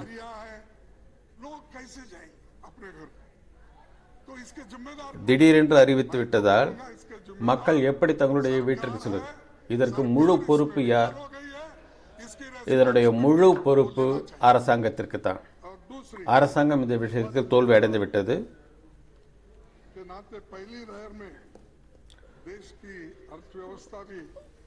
கொரோனாவினுடைய முதல் அலையில் நாட்டினுடைய பொருளாதாரமும் பாதிக்கப்பட்டது. மருத்துவ வசதிகள் இல்லை, வெண்டிலேட்டர் வசதியும் இல்லை, ஆக்சிஜனுடைய தட்டுப்பாடு ஏற்பட்டது, ஒவ்வொரு பொருளினுடைய தட்டுப்பாடும் ஏற்பட்டது. இவ்வளவு இருந்தும் கூட அரசாங்கம் இதை கூறியது, நாம் கொரோனாவிலிருந்து தப்பித்து விட்டோம், வெற்றி பெற்று விட்டோம் என்று கூறினார்கள். கை தட்டுவதற்காக கூறினார்கள், வெற்றியை கொண்டாடுவதற்காக கை தட்ட கூறினார்கள், விளக்கேற்றும்படி கூறினார்கள். மக்கள் இப்பொழுதும் இறந்து கொண்டிருக்கிறார்கள். எந்த விதமான வசதிகளும் இல்லை, வெண்டிலேட்டர் இல்லை, ஆக்சிஜன் இல்லை. நீங்கள் கை தட்டுவதற்காக கூறினார்கள். இந்த விஷயங்கள் எதை எதை நீங்கள் செய்தீர்களோ அதன் மூலமாக எங்களுக்கு இப்படி தெரிகிறது. நீங்கள் இதை பற்றி எந்த விதமான வருத்தமும் கொள்ளவில்லை. पिक्चर दे रहे ஒரு தவறான படத்தை மக்களுக்கு நீங்கள் காண்பித்தீர்கள். दूसरे देशों में भी था இதே நிலைமை மற்ற நாடுகளிலும் இருந்தது. जैसा कि ब्रिटेन है या दूसरे जो देश वहां पर பிரிட்டன் மற்றும் பல நாடுகளில் இதே நிலைமைதான் இருந்தது. लहर में क्या करना चाहिए அவர்கள் இரண்டாவது அலையில் என்ன செய்ய வேண்டும் என்று முதலிலேயே அவர்கள் किया, अंदाजा लिया, தீர்மானித்தார்கள். इसको कमी करने के लिए कोशिश की. लेकिन यहाँ क्या होगा, ஆனால் இங்கு என்ன நடந்தது? एक तरफ कोविड की महामारी से लोग बहुत ही निराश होके இங்கு ஒரு பக்கம் கொரோனாவினால் மக்கள் மிகவும் துன்பப்பட்டு கொண்டிருந்தார்கள். कि चुनाव करा रहे, அப்பொழுது நாம் என்ன செய்தோம்? தேர்தலை நடத்தினோம், மிகப்பெரிய சொற்பொழிவுகளை நிகழ்த்தினோம், பல கூட்டங்களை நடத்தினோம். कि डिस्टेंस मेंटेन करो, மக்களிடம் கூறுகிறார்கள், நீங்கள் சமூக இடைவெளியை கடைபிடியுங்கள், आप क्या कर रहे முகக்கவசம் அணியுங்கள். நீங்கள் மேற்கு வங்கத்தில் என்ன செய்தீர்கள்? எந்தெந்த மாநிலங்களில் தேர்தல் நடந்ததோ அங்கு நீங்கள் என்ன செய்தீர்கள்? எந்த விதிகளை நீங்கள் உருவாக்கினீர்களோ அந்த விதிகளை நீங்களே உடைத்தீர்கள். அது அரசாங்கமே செய்தது. ये सबको तबाह और तंग करने की कोशिश की. आपका समय समाप्त होने वाला है माननीय लोग. सर, अरे मेरा तो इतना अभी कहने का है, आप कोविड वैक्सीन कितने लाने वाले हैं? तय किया है 4 घंटे, उसी के तहत मैं आपसे कह रहा हूँ आपका समय समाप्त होने वाला है. நீங்கள் எப்பொழுது இதை முடிக்கப் போகிறீர்கள்? உங்களுடைய நேரம் முடியப் போகிறது. तो मैं बैठना ही पड़ेगा. நீங்கள் எப்படி கூறினீர்கள் என்றால் நான் உட்காரதான் வேண்டும். चेयर नहीं करता, चेयर वही करता है जो आप लोग तय करते हैं. देखो, इसके वजह से कोविड के इस मिसमैनेज के वजह से लोगों के नौकरियां गए, इकोनॉमी तंग और तबाह हो गई और கோவிட் சமயத்தில் ஏற்பட்ட ஒரு தவறான அணுகுமுறையினால் மக்களுக்கு மிகப்பெரிய பாதிப்பு ஏற்பட்டது. பொருளாதார வீழ்ச்சி ஏற்பட்டிருக்கிறது. हाथ में पैसा दो, ये हमारी डिमांड थी और खास करके மக்களுக்கு அவர்கள் கைகளில் பணம் சேருவதற்கான வழியை செய்யுங்கள் என்று நாங்கள் கேட்டோம். राहुल गांधी जी ने और सभी ने कहा, ராகுல் காந்தி கூறினார், மக்களுடைய கைகளில் நீங்கள் பணத்தை கொடுங்கள், அவர்கள் அதன் மூலம் செலவு செய்யட்டும் என்று கூறினார். पैसा मिलेगा तो नेचुरली एमएसएमई सेक्टर हो, मैन्युफैक्चरिंग सेक्टर हो, அவர்கள் கைகளில் பணம் கிடைத்தால் उनके पास आते हैं. பொருள் வாங்குவதற்கு அவர்கள் கைகளில் பணம் வேண்டும். वो बात भी आपने नहीं सुनी, அதையும் நீங்கள் கடைபிடிக்கவில்லை, नजरअंदाज किया. அதையும் நீங்கள் கண்டுகொள்ளவில்லை. देश में आपने कहा कि वैक्सीन हम दिसंबर के अंदर सभी लोगों को देने वाले நீங்கள் கூறினீர்கள், டிசம்பருக்குள் நீங்கள் அனைவருக்கும் தடுப்பூசி கொடுத்து விடுவீர்கள். ஆனால் இதுவரை 5% மக்களுக்குத்தான் அது அளிக்கப்பட்டிருக்கிறது. आपके आंकड़े देखो, फिर बाद में बात करो. நீங்கள் உங்களுடைய புள்ளி விவரங்களை பார்த்துவிட்டு மறுபடி பேசுங்கள். अरे मैं पढ़ता हूँ, आपका समय खत्म हो चुका है, प्लीज कंक्लूड. உங்களுடைய நேரம் முடிந்துவிட்டது, தயவு செய்து நிறைவு செய்யுங்கள். देखिए, टोटल पॉपुलेशन 60 साल के ऊपर वालों का 10 करोड़ और फर्स्ट डोज जिनको मिला वो 10 करोड़, 99% उसमें मिला. 45 से 60 साल के लोगों को सिर्फ 65.67%. 18 to 45 को 108 करोड़ पॉपुलेशन है, उसमें 15 करोड़ डोसेस मिले, एक यानी 14. ये डबल डोज के कितने हैं? सिर्फ 5. तो इसीलिए ये जो आप लोगों को कह रहे हैं कि हम सब நீங்கள் மக்களுக்கு எதை கூறுகிறீர்களோ நான் புள்ளி விவரத்தோடு தான் பேசுகிறேன்.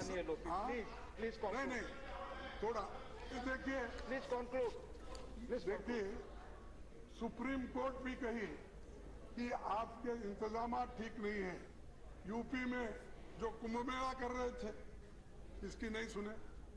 उसके बाद और एक कावड़ உச்ச நீதிமன்றமும் கூறியது நீங்கள் கும்பமேளா நடத்தினீர்கள் सुप्रीम कोर्ट को कहना पड़ा कि भाई एक உச்ச நீதிமன்றத்திற்கு கூற வேண்டியிருந்தது இப்படி செய்வது சரியில்லை என்று உச்ச நீதிமன்றமும் கூறியது அப்பொழுதும் நீங்கள் அதை செய்வதற்கு தயாராக இருந்தீர்கள் बात भी नहीं किए, ये लोगों को परेशान करने की बात है।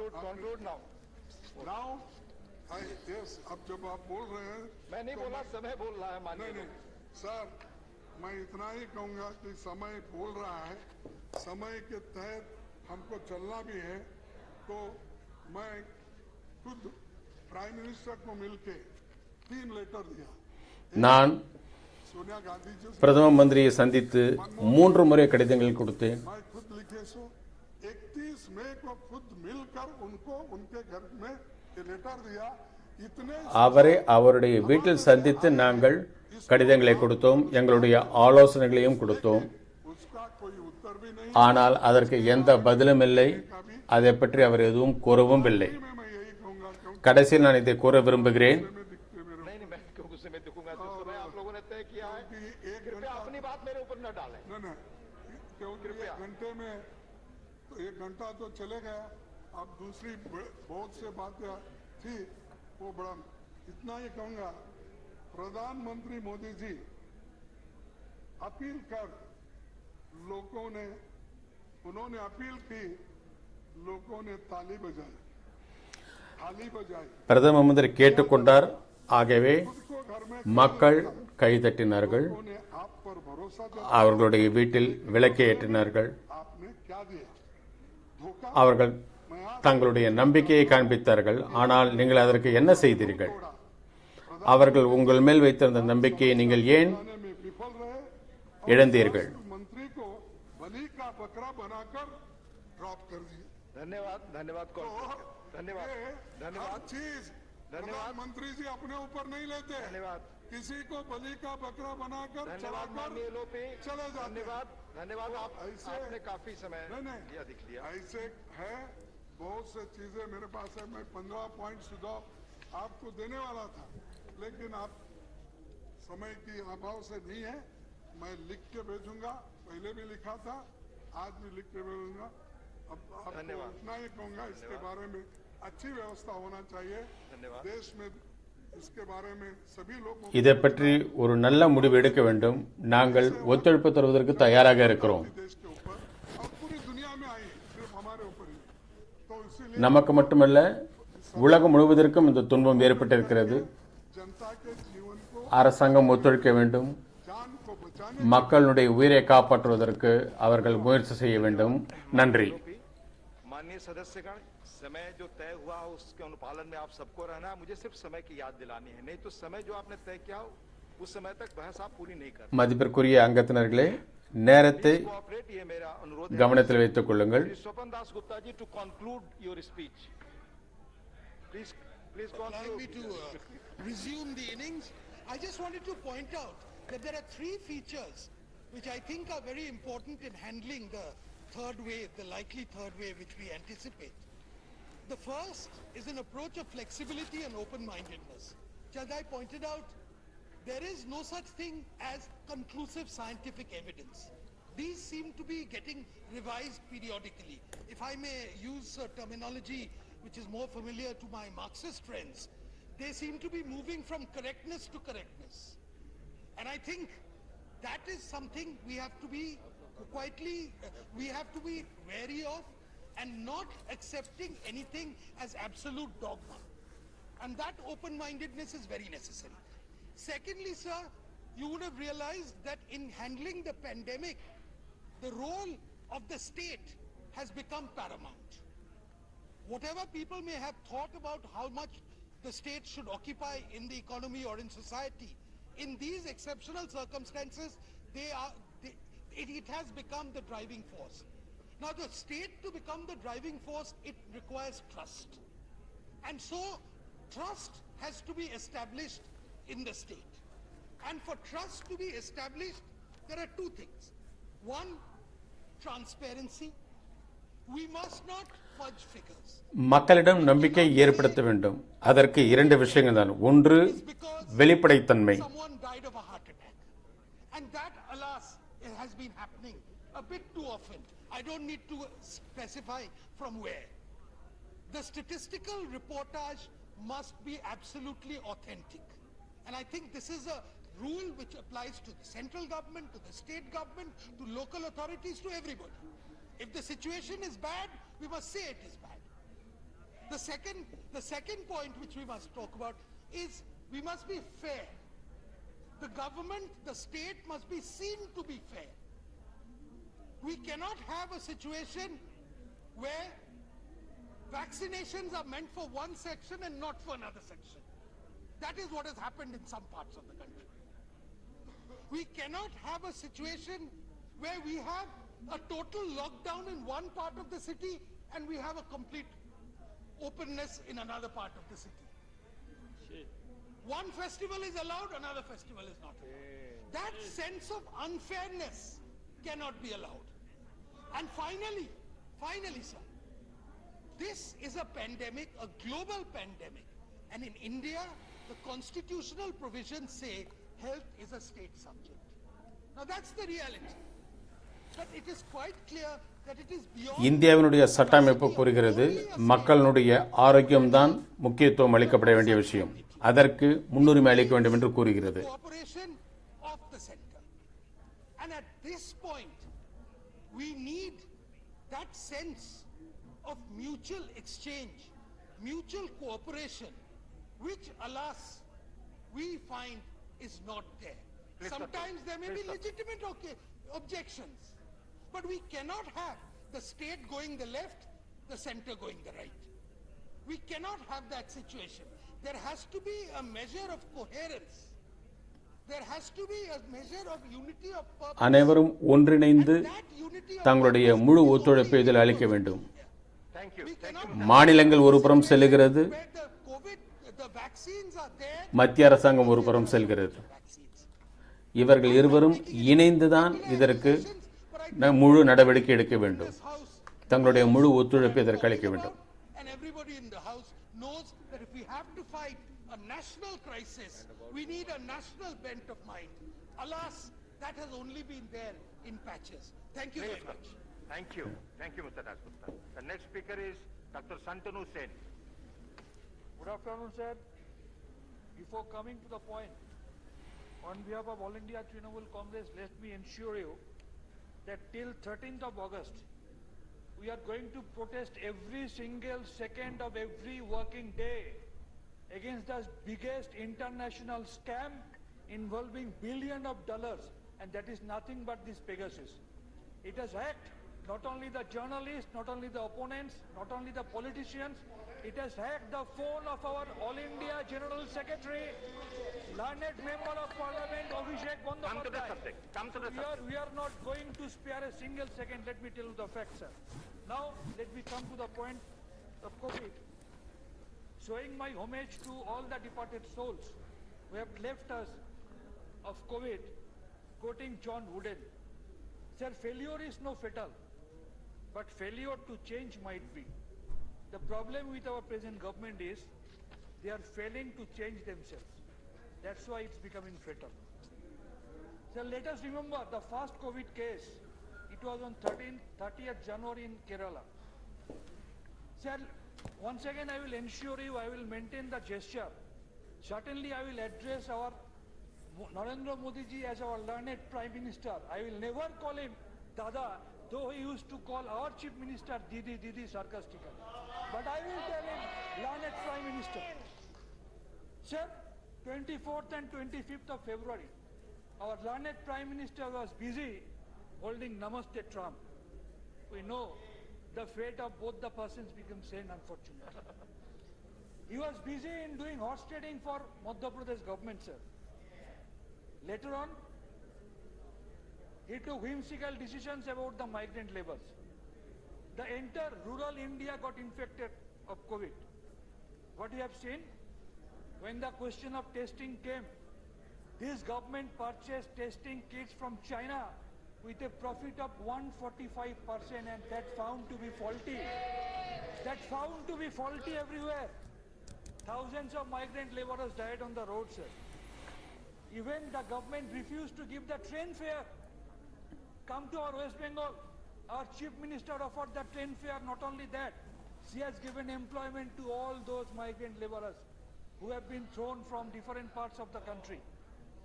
Sir, though COVID is a multi-peak system disease, the situation and scenario is not same in every state of the country, but there was no value in the federal structure of the government.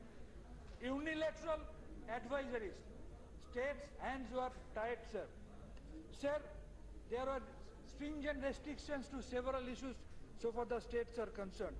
Though I would like to remind you, the concept of safe home, the concept of physical distancing by drawing circles on the road, the concept of physical distancing, the concept of comorbidity studies, or all these were the brainchilds of none other than Madam Mamata Banerjee, the Chief Minister cum Health Minister of our state of West Bengal. Sir, our learned Prime Minister said, Kurukshetra war was won in 18 days. We'll be winning over this battle against Corona in 21 days. What has happened? He has asked us to beat drum, to light the lamp, and we followed it. Unfortunately, the government and the BJP leaders, they tried to make our Prime Minister not Prime Minister, international leader. So, they declared that we have won this battle against COVID. No preparedness for the second wave. Second wave came in. What has happened? What we have seen? People who are dying on road because of scarcity of oxygen in this 21st. सभा पटल पर रखे जाने वाले मामलों के संबंध में घोषणा जिन माननीय सदस्यों को आज नियम 377 के अधीन मामलों को उठाने की अनुमति प्रदान की गई है, वे अपने मामले को के अनुमोदित पाठ को 20 मिनट के अंदर व्यक्तिगत रूप से सभा पटल पर रखें। सदस्यगण, ये बहुत ही वर्षा सत्र बहुत ही महत्वपूर्ण वर्षा सत्र है। मैं आपसे निवेदन करता हूँ, हटा लीजिए। आपसे मैं निवेदन करता हूँ, आप ये हटा लीजिए आप ये इसको। तो ये सदन चर्चा के लिए है। मैं सभा की कार्यवाही 3 बजे तक के लिए स्थगित की जाती है।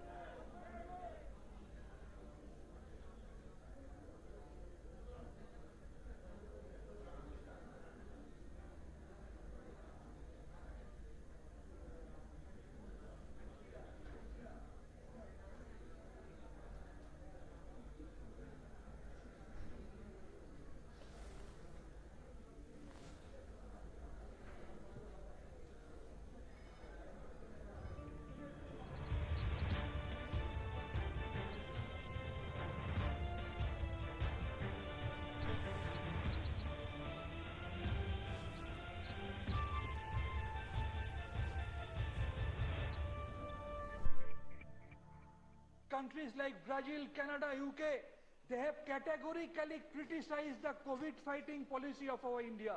What can be a more shameful incident for us, sir? Said this Prime Minister, we have heard, he was saying few days back, one earth, one health policy.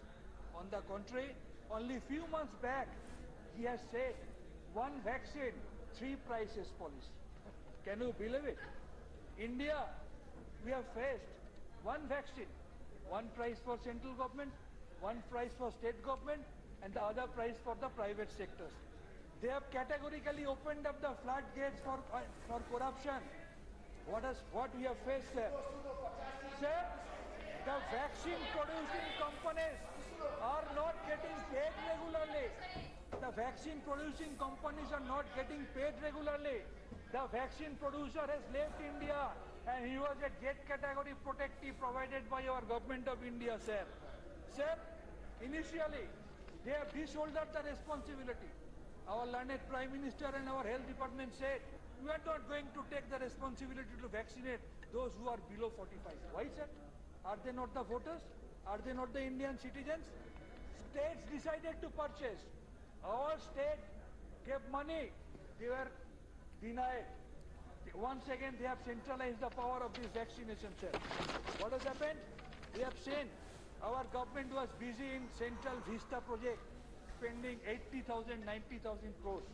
What about the 35,000 crores that was the budgetary allocation for COVID vaccination, sir? What about the PM Care Fund, sir, which was not at all audited by CAG? The problem is, our Prime Minister is more in a mode of publicity master. That's why once again on 21st of June, he started beating his own drum. He once again became in a self-congratulatory mode. He once again tried to play in one-day international instead of a test match. And he has said, we have inoculated this amount of vaccine, we have crossed USA. Unfortunately, if you compare the population ratio, sir, you will see you have vaccinated only 1/3 than that of USA. And if you count the total vaccination, you know 2 doses are needed. It's 4.8% of Indian citizenship have been vaccinated by 2 doses only as of now. Sir, it's not only in a case of Bengal. Maharashtra, Jharkhand, Rajasthan, Punjab, Delhi, all of them are facing this acute crisis of vaccine. Sir, when the National Health Mission says that the highest vaccination rate is in the state of West Bengal, when the National Health Mission says that the vaccination wastage is least in West Bengal, least allocation for West Bengal, why such stepmotherly attitude for Bengal always, sir?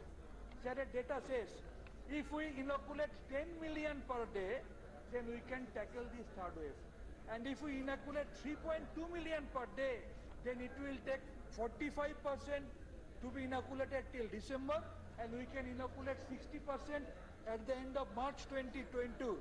Sir, the most unfortunate part of the story, largest COVID vaccine producing country, we are exporting 6 crores of doses in 2 months, and we are starving. We are not getting vaccinated. Sir, let me remind you the affidavit that has been given by Government of India before Supreme Court. What it said, 186.6 crore shots needed to vaccinate all above 18 years. And 135 crore will be available till December 31, 2021. But what our learned Minister Prakash Javadekar said in the month May 2021, he said between August and December there will be an availability of 260 crores of vaccines. One minister is saying something, data is saying something, affidavit that is being produced before Supreme Court is saying something. Just imagine the real picture, sir. The main problem is our government is always in a self-congratulatory mode. They know some of their leaders are saying corona is a virus. It has got the right to live. Can you believe it?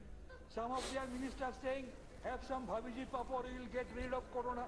Some of their leaders are saying have a drink of cow's urine or cow dung, you will be get rid of corona.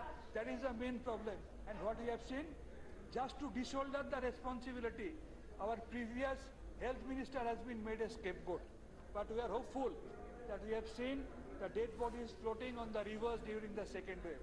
But we are apprehensive that if our present health minister doesn't work properly, then that day is not very far when we might see dead bodies lying on the roads, sir.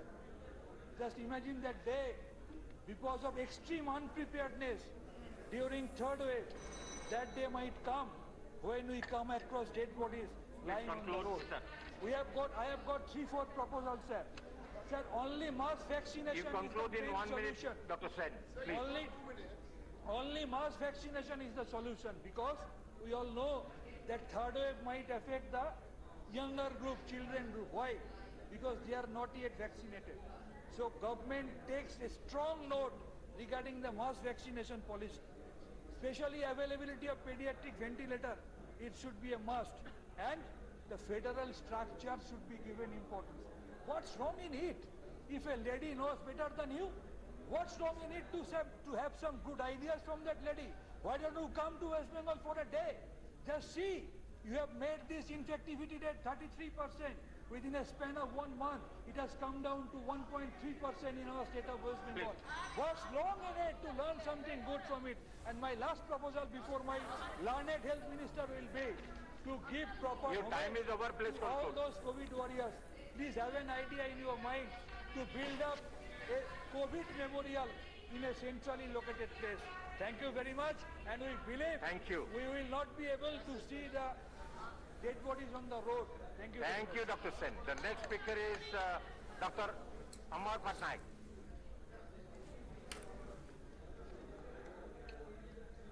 Thank you, sir. Sir, I think I would start by mentioning the constraints, the given situation as it existed when the virus first was cited or was detected, and the background under which we are facing this pandemic. First of all, we are facing this pandemic after 100 years. It's a once a 100-year situation. No one was prepared. No state government and even the central government. நாம் முதலில் இதை புரிந்து கொள்ள வேண்டும். ஏறக்குறைய 100 வருடங்களுக்கு பிறகு உலகளாவிய ஒரு தொற்று நோயை நாம் அனுபவித்திருக்கிறோம். இதை யாரும் எதிர்பார்க்கவில்லை. மாநில அரசாங்கமோ மத்திய அரசாங்கமோ இதை எதிர்பார்க்கவில்லை. பேரிடர் மேலாண்மை குழு இந்த பெருந்தொற்றை கவனத்தில் எடுத்து அவர்கள் இதற்கு ஆவண செய்து கொண்டனர். மருத்துவர்கள் மட்டும் இதற்கு முழு ஒத்துழைப்பையும் தர முடியாது. அனைத்து தரப்பிலிருந்தும் இதற்கு முழு ஒத்துழைப்பு கிடைக்க வேண்டும்.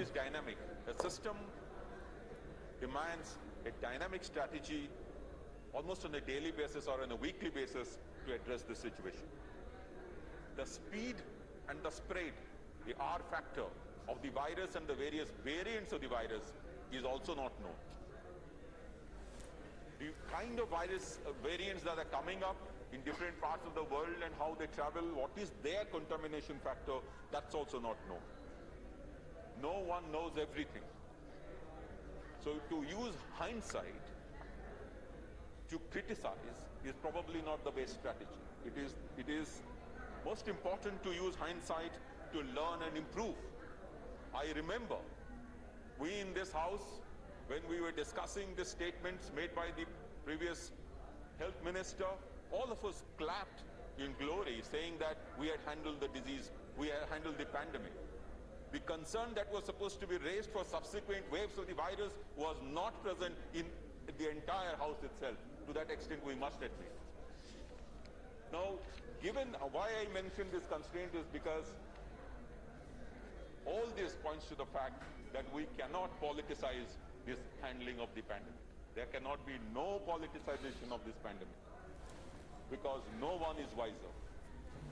The relationship between the center and the states, the cooperation between the center and the states is of paramount importance. Neither the center nor the state, even though health is a state subject, can handle the crisis. If it is left to the states, then the states cannot handle it, and even if it is left to the center cannot handle it.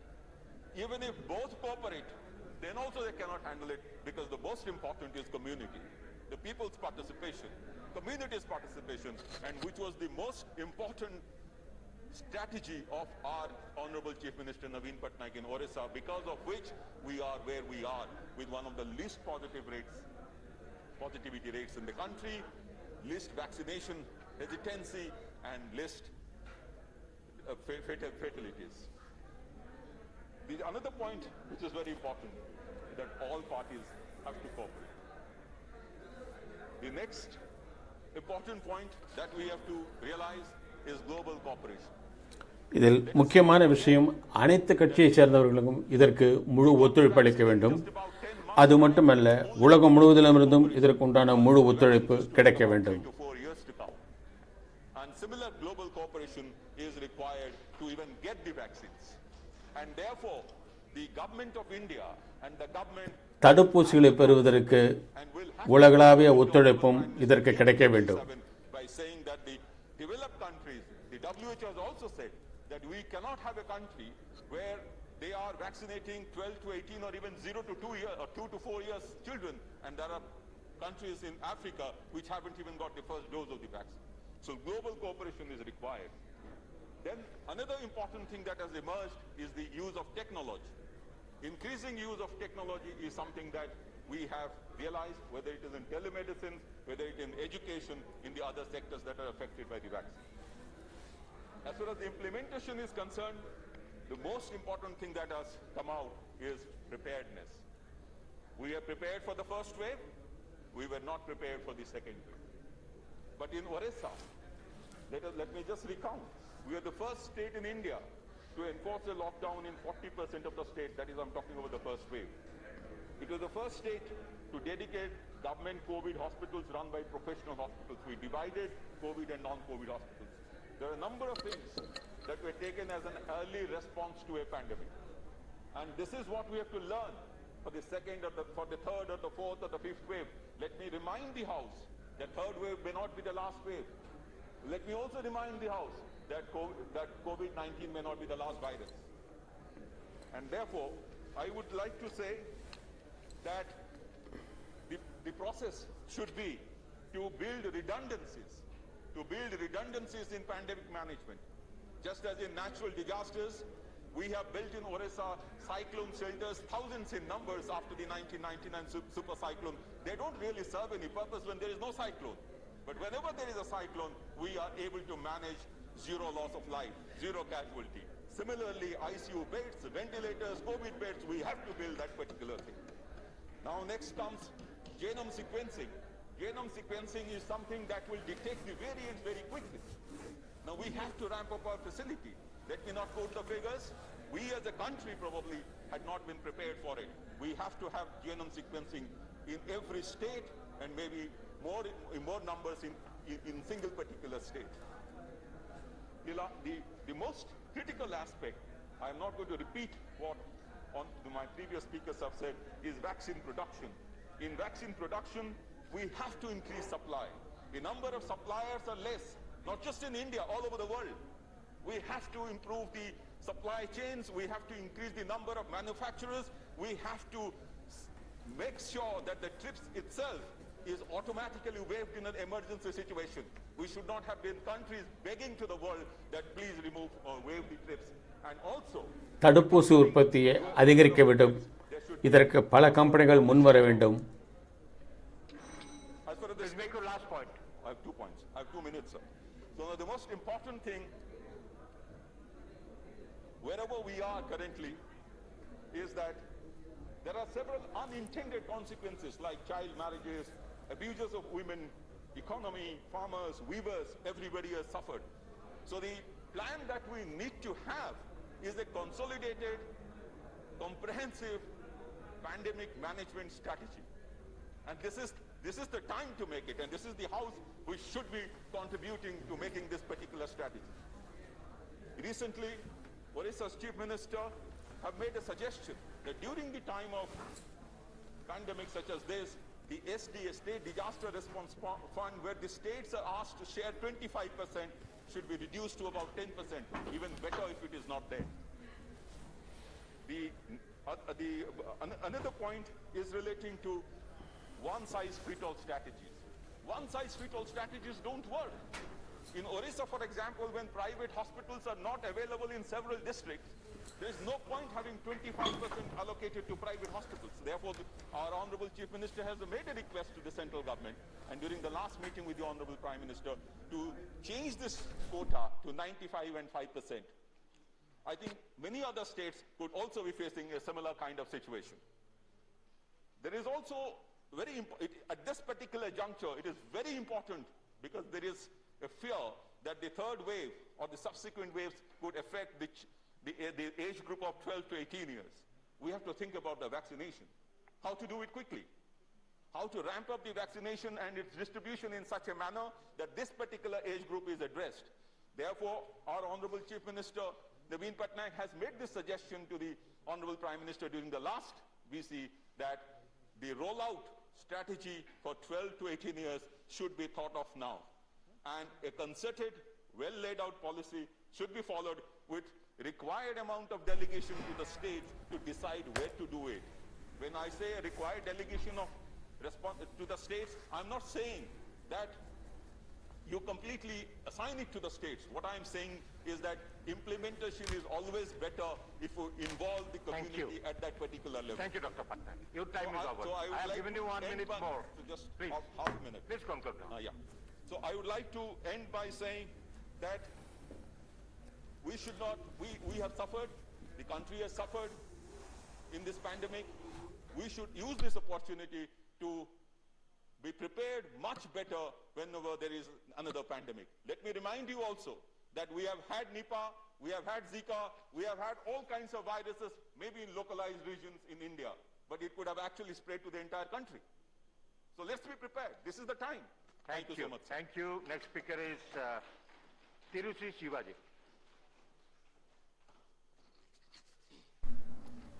Thank you, Mr. Vice Chairman, sir. Sir, at the outset, I would like to salute the frontline workers, the doctors, the nurses. நான் முன்களப் பணியாளர்கள் அனைவருக்கும் என்னுடைய வாழ்த்துக்களையும் நன்றிகளையும் தெரிவித்துக் கொள்ள விருப்பப்படுகிறேன். மருத்துவர்கள், காவல்துறையை சேர்ந்தவர்கள், அவர்கள் அனைவரும் தங்கள் முழு ஒத்துழைப்பை இதில் ஈடுபடுத்தியிருக்கிறார்கள். Pointing out 1 or 2 failures of this government, the union government. The coronavirus was first began and was found in China, Wuhan in 2019. Corona virus முதலாக 2019 சைனாவில் கண்டுபிடிக்கப்பட்டது. 2020 the WHO declared it as a global pandemic. Sir, after that ஜனவரி 11 2020 இது உலகளாவிய தொற்றுநோய் என்று அறிவிக்கப்பட்டது. were bringing in from across the world corona carriers to our country, spreading it. Markets were open, everything was in operation, trains were open. So these 12 days had the government jumped into action, very big tragedy would not have happened. Like the migration workers suffered and many lives lost. And later, sir, what happened in the second wave of corona was more lives were lost. இரண்டாவது அலையில் முதல் அலையை விட அதிக உயிரிழப்புகள் ஏற்பட்டன. திருவள்ளுவர் கூறியிருக்கிறார், முதலில் என்ன நோய் என்று கண்டுபிடிக்க வேண்டும், அதனுடைய ஆணிவேர் என்ன, அதை எப்படி தீர்க்க வேண்டும். பல மருத்துவர்கள் இருக்கிறார்கள். டாக்டர் சாந்தனு, இவர் சுகாதாரத்துறை அமைச்சர்கள் அனைவரும் மருத்துவர்களே.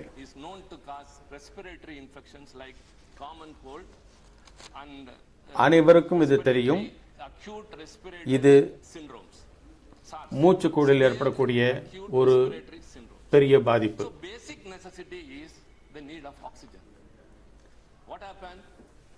மிக முக்கியமான ஆதாரம் இதற்கு ஆக்சிஜன் தான்.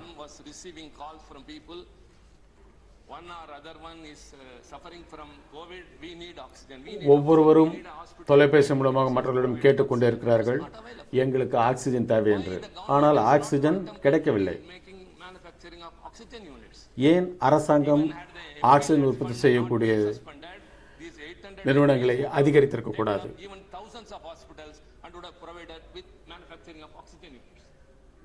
ஆயிரக்கணக்கான மருத்துவமனைகளே ஆக்சிஜன் உற்பத்தி செய்யும் ஒரு நிலையமாக மாற்றியிருக்க முடியும்.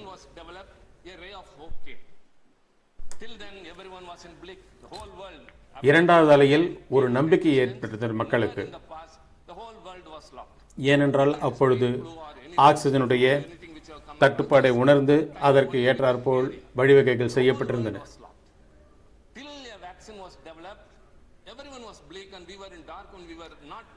தடுப்பூசி கிடைக்கும் வரை அனைவருமே ஒரு இருளில் தான் இருந்தோம். எப்பொழுது தடுப்பூசி வந்ததோ நம்பிக்கையின் ஒளியை நாம் பெற்றோம். அதிக அளவு தடுப்பூசிகளை பெறுவதற்கு முயற்சி செய்தோம், ஆனால் கிடைக்கவில்லை. நம்முடைய நாட்டின் ஜனத்தொகை அதிகம், அதற்கு ஏற்றாற்போல் தடுப்பூசி கிடைக்கவில்லை.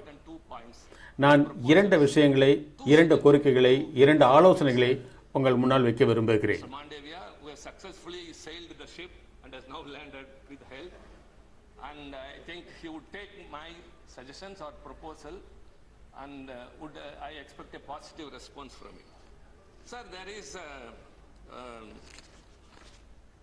modern and high capacity vaccine manufacturing facility, IVC, Integrated Vaccination Complex in Chengalpattu near Chennai. சென்னைக்கு அருகில் செங்கல்பட்டில் தடுப்பூசி உற்பத்தி செய்யக்கூடிய ஒரு மிக திறமை வாய்ந்த நிறுவனம் இருக்கிறது. ஏறக்குறைய 700 கோடி ரூபாய் செலவில் அது உருவாக்கப்பட்டது. கடந்த 1.5 வருடங்களாக அது செயல்படாமலே இருக்கிறது.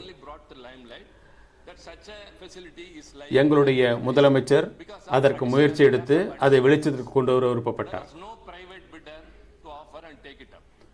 எந்த ஒரு தனியார் நிறுவனமும் அதை இயக்குவதற்கு முன்வரவில்லை.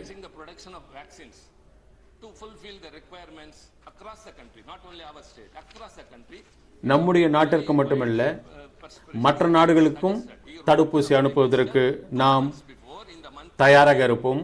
எப்பொழுது இந்த செங்கல்பட்டில் உள்ள நிறுவனம் வேலை செய்ய ஆரம்பிக்கிறதோ அப்பொழுது அது நடைபெறும். முதலமைச்சர் பிரதம மந்திரிக்கு என்ன கடிதம் எழுதினார் அதை நான் உங்களுக்கு படித்து காண்பிக்கிறேன். செங்கல்பட்டில் உள்ள அந்த தடுப்பூசி நிறுவனத்தை நீங்கள் மாநில அரசாங்கத்தினுடைய கட்டுப்பாட்டிற்கு கொடுத்தால் மாநில அரசாங்கம் தகுதி வாய்ந்த தனியார் நிறுவனத்தை அணுகி அந்த தடுப்பூசியை உருவாக்குவதற்கு முழு முயற்சி எடுக்கும்.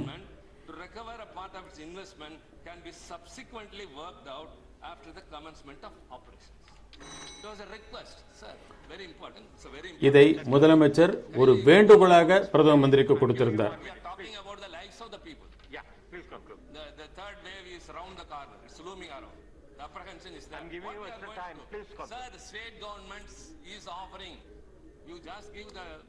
மாநில அரசாங்கம் கேட்கிறது, நீங்கள் அதற்கு உண்டான அதிகாரத்தை அளியுங்கள். இதன் மூலம் தமிழ்நாடு மட்டுமல்ல, நாடு முழுவதும், நாடு மட்டுமல்ல உலக நாடுகள் முழுவதற்கும் பயனுள்ளதாக இருக்கும்.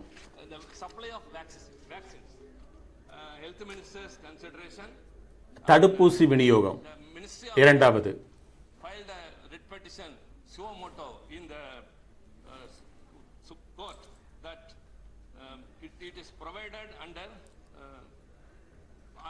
Proportion of population between 18 to 44 years of respected vaccinations are supplied to the states. But on the contrary, in practice it is not so. The number of vaccine doses provided for Tamil Nadu is only 300 per thousand, whereas for Gujarat it is 533, Karnataka it is 493. தமிழ்நாட்டில் 1000 பேருக்கு 300 பேருக்கு தான் தடுப்பூசி கிடைத்திருக்கிறது. குஜராத்தில் 1000 பேருக்கு 500 பேருக்கு கிடைத்திருக்கிறது. ஏன் இப்படிப்பட்ட ஒரு வேறுபாடு? விகிதாச்சார முறையில் மக்கள் தொகைக்கு ஏற்றாற்போல் தடுப்பூசிகளை அவர்கள் அளிக்க வேண்டும். நாங்கள் எந்த பயனுக்காகவும் கேட்கவில்லை, மக்களுடைய உயிரை காப்பாற்றுவதற்காகத்தான் நாங்கள் கேட்கிறோம்.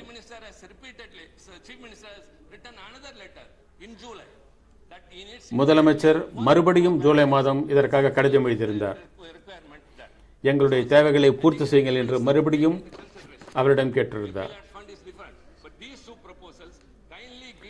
இந்த இரண்டு கோரிக்கைகளுக்கும் நீங்கள் முக்கியத்துவம் அளியுங்கள்.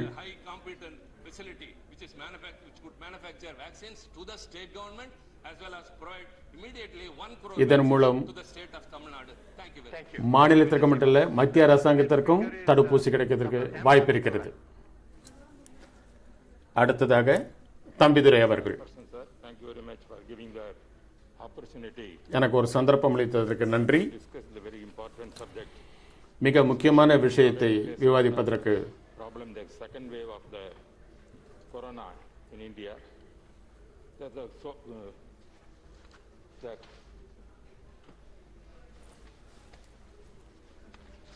COVID-19 pandemic in India is a part of the worldwide pandemic of the corona disease 2019. Sir, it is known fact It's originated in China and is spread throughout the world. But at the same time, we have to see that China has taken a lot of efforts to control the corona disease pandemic, that they have successfully done it. இந்த Covid சைனாவில் தான் உருவானது. China எந்த அளவிற்கு இதற்குண்டான முன்னேற்பாடுகளை செய்ததோ அப்படிப்பட்ட ஏற்பாடுகளை ஏன் மற்ற நாடுகள் செய்யவில்லை? India has the second highest number of confirmed cases in the world after USA. That's so much patient we are facing the problem.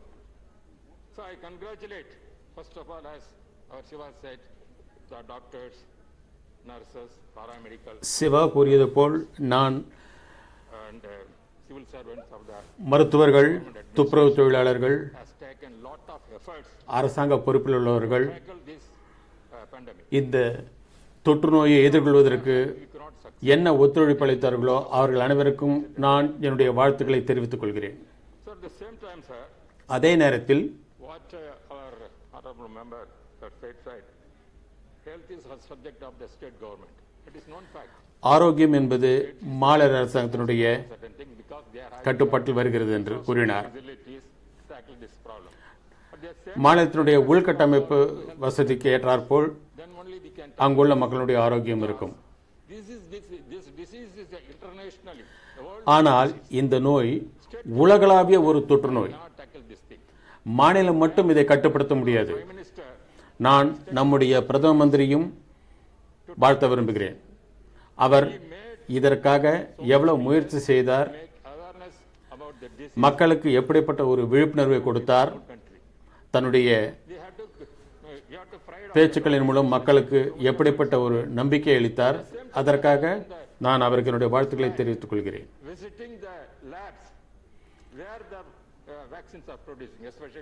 எங்கு தடுப்பூசி உருவாகிறதோ அந்த நிறுவனத்திற்கு அவர் தானே சென்று அதனுடைய தயாரிப்பை, அதனுடைய உற்பத்தியை பார்வையிட்டார்.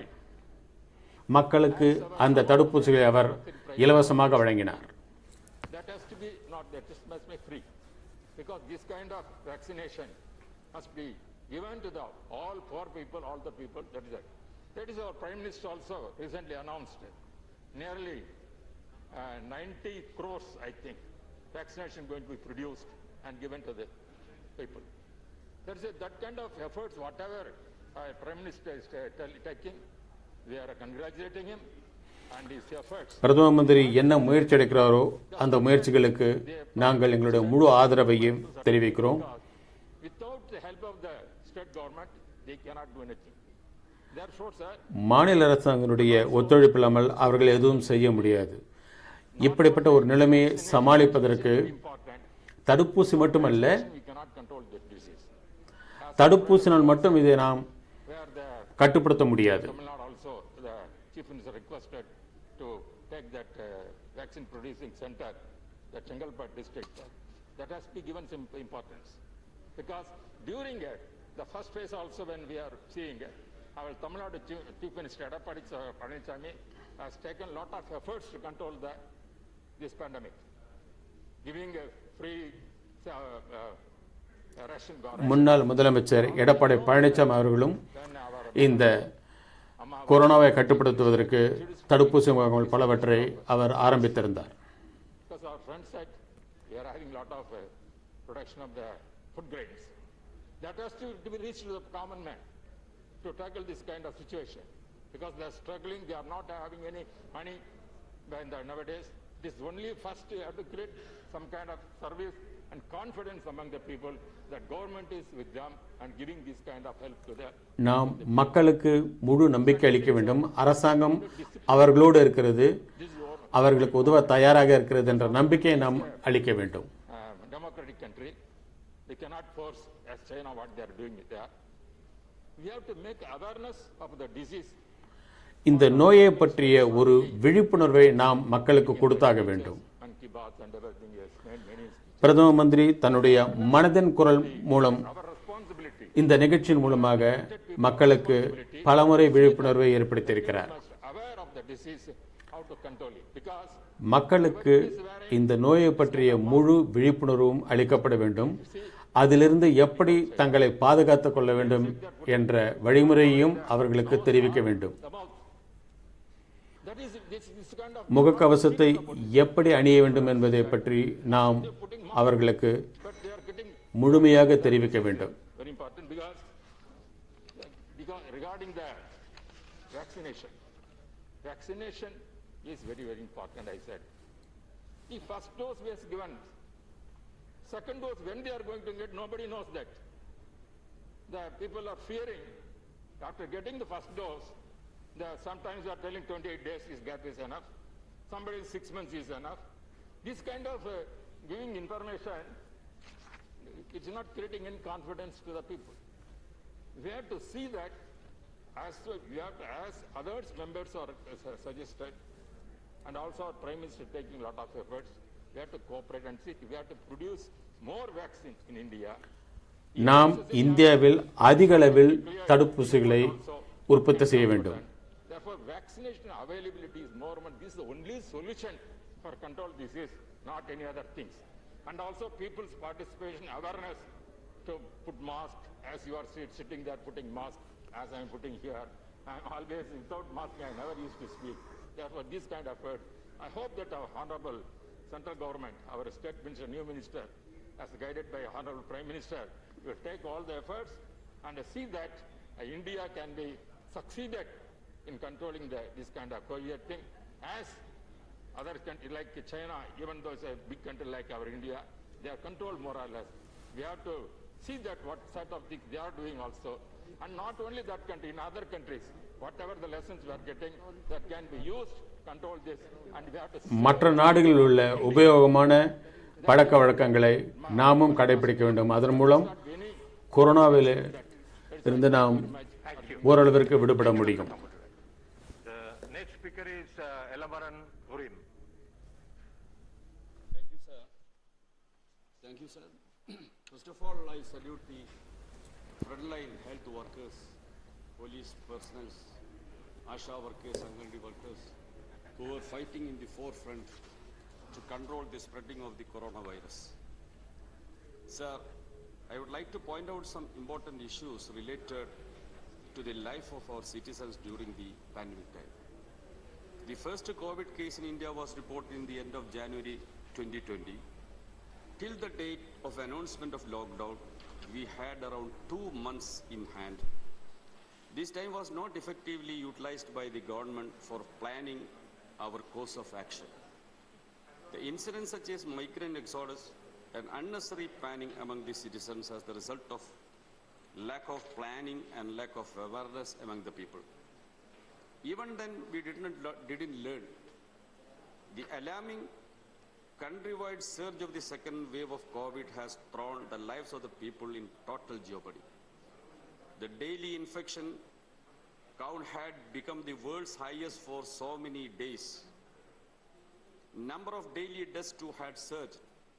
A substantial part of the deaths were preventable as they were caused due to non-availability of basic infrastructure, oxygen, hospital beds, and essential medicine. The vaccine policy of the government of India, putting profit over the precious lives of the people in the wake of the severe health emergency following the second wave of COVID. The inefficiency, negligence, and cruel insensitivity of the government towards the people's miseries, which wasted one precious year only with sound bites to media, instead of making adequate preparations by strengthening and expanding our health system and vaccine production, has created this alarming situation. Sir, throwing the lives of the people in total jeopardy in our country, so far the vaccinations were free and universal in our country. At a time when the states are not given the promised doses of vaccine, it had severely affected the first phase of vaccination itself. Everything is being utilized for the publicity of the government. In all the areas we would see hoardings thanking the government for announcing the new vaccine policy. What is the reality? The discriminatory vaccine policy of the government had attracted countrywide criticism and the Supreme Court itself was forced to intervene in the vaccine policy. All these have compelled the government to withdraw the anti-people vaccine policy and announce the present one. So the government has actually forced to withdraw its faulty and disastrous vaccine policy as a result of strong opposition.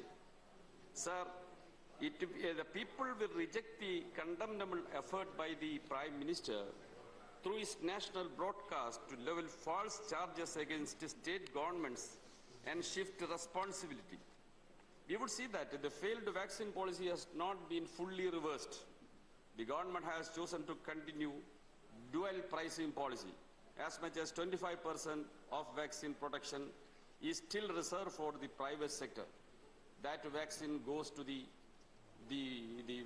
upper class of the society. As much as 25% vaccine production is still reserved. This is nothing but a license for loot the private manufacturers to make super profits. Further, at a time of acute vaccine shortage, the continuation of such a policy will dilute and weaken the need of universal vaccination, essential to prevent a third wave of coronavirus. Only the rich can afford the exorbitant pricing of vaccine for the private hospital permitted by the government. Our party CPIM had demanded for withdrawal of the 25% reservation for the private sector. The central government must procure all vaccine manufactured in India and bought globally and distributed to the states in consultation with them. Sir, during the second wave of COVID, India recorded 4,529 deaths in a single day. More deaths due to COVID in a single day than any other country in the world, any time during the pandemic. Number of daily new cases and the number of daily deaths which crossed 4 lakhs and 4,500 respectively are reported to be gradually coming down. It is though not uniformly across the country. According to international and national experts, these figures are highly underreported. The actual number of infection and deaths are estimated to be at least 5 to 10 times more. During the first wave, we have been shocking images of thousands of migrant workers with their families and children marching hundreds of kilometers on the road and railway tracks. Many died on the way due to exhaustion and hunger. In the second wave, the disease spread even to remote villages where the people hardly any health infrastructure or medical facilities were available and affected more young persons. The visuals of COVID patients outside hospitals, waiting for hours and days for bed, many dying before they could get one was horrifying. Several patients still unknown to each other, sharing one oxygen cylinder on the pavement of outside a hospital. Families unable to find slots to cremate their dear ones. Bodies floating the holy river of Ganges. Entire families wiped out within days. Hundreds of children left orphaned. Overstressed doctors, nurses, and other medical staff. These horrifying images will be hunting us for years to come.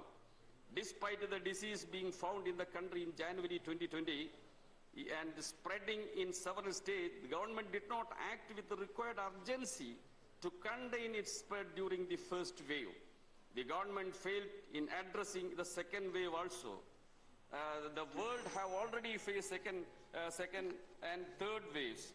None of these have opened the eyes of the government. Government made our country fail to put the lives of the citizen in jeopardy. And last point, sir, lakhs of workers have lost their employment and their income. According to CMIE report, 12.2 crores laborers have lost their job due to the lockouts and the shutdowns and other actions. Sir, the number of employment in 2020 was 39.6 crores, which was reduced to 28.2 crores in the month of April 2021. See, 41 lakhs youth have lost their employment. As per the COVID package, these poor people who have lost their employment and income are not subsidized. After repeated requests from our parties and trade unions for substantial financial help to the poor, this informal sector workers. In the COVID package, there is nothing to help those workers. Thank you. This attitude should be changed, and the universal vaccination should be done immediately to prevent the spread of Thank you very much. further. The next speaker is Professor Ram Gopal Yadav.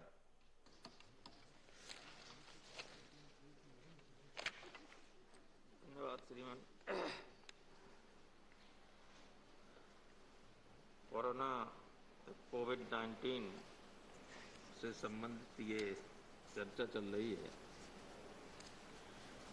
ये सच है कि इस तरह की महामारी को आने से रोका नहीं जा सकता, उसके आने के लिए किसी को दोषी भी नहीं ठहराया जा सकता, लेकिन ये भी सच है कि उससे होने वाली क्षति को, नुकसान को, जनहानि जो हो रही है उसको कम किया जा सकता है, बशर्ते कि कुछ वर्षों से जो सुझाव दिए जा रहे थे सरकार को, विभिन्न सरकारों को, उन पर सही तरीके से अमल किया गया होता, या यूं कहें कि गवर्नमेंट की प्राथमिकताओं का चयन सही तरीके से किया गया।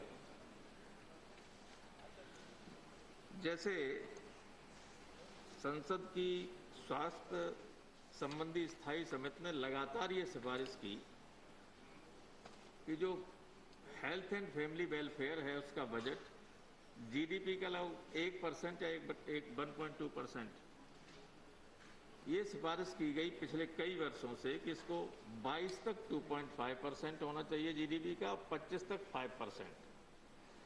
अगर ये पैसा होता तो इंफ्रास्ट्रक्चर हमारा तैयार हो गया होता। आखिर ऑक्सीजन के हम लोग क्यों मरे? क्योंकि ऑक्सीजन के प्लांट लगाने के लिए व्यवस्था सही नहीं थी, थोड़े थे, ज्यादा होते तो कोई दिक्कत नहीं थी, तो कम से कम आदमी वेंटिलेटर के लिए, ऑक्सीजन के लिए, या जो कुछ बेड्स को बढ़ाया जा सकता था अगर पैसा होता, उसमें इन्वेस्टमेंट हो जाता और इतने बड़े पैमाने पर नुकसान नहीं होता। दूसरे ये कि जो वैक्सीनेशन के लिए 35,000 करोड़ की व्यवस्था की गई थी, पता नहीं उसका किस तरीके से खर्चा हुआ है, लेकिन वैक्सीनेशन की जो प्राइसिंग पॉलिसी थी उसको जब सुप्रीम कोर्ट ने हस्तक्षेप किया तो कुछ रैशनलाइज करने की कोशिश की गई। कहीं न कहीं गलतियां हुई या ठीक तरीके से समझा नहीं गया, एक्सपर्ट्स लोगों ने बताया नहीं गया, के द्वारा बताया नहीं गया, इसलिए दिक्कतें आई सामने। एक दिक्कत बहुत बड़ी ये है, एक तो गरीबी बहुत है हमारे देश, लेकिन जो गवर्नमेंट हेल्थ एक्सपेंडिचर है वो करंट हेल्थ एक्सपेंडिचर का केवल 22%, 27.1%, जबकि मरीज की जेब से जो आउट ऑफ पॉकेट एक्सपेंडिचर हो रहा है वो लगभग 63% है। और ऐसी आशंका है कि इस कोविड के दौरान लोगों को जब निजी अस्पतालों में जाना पड़ा या जेब से खर्च करना पड़ा तो करोड़ों लोग गरीबी की रेखा के नीचे चले गए। तो जब तक गवर्नमेंट हेल्थ एक्सपेंडिचर नहीं बढ़ेगा, आम जनता को सरकार की मदद से इलाज में मदद नहीं मिलेगी, तब तक बड़े पैमाने पर लोगों को सहायता नहीं दी जा सकती।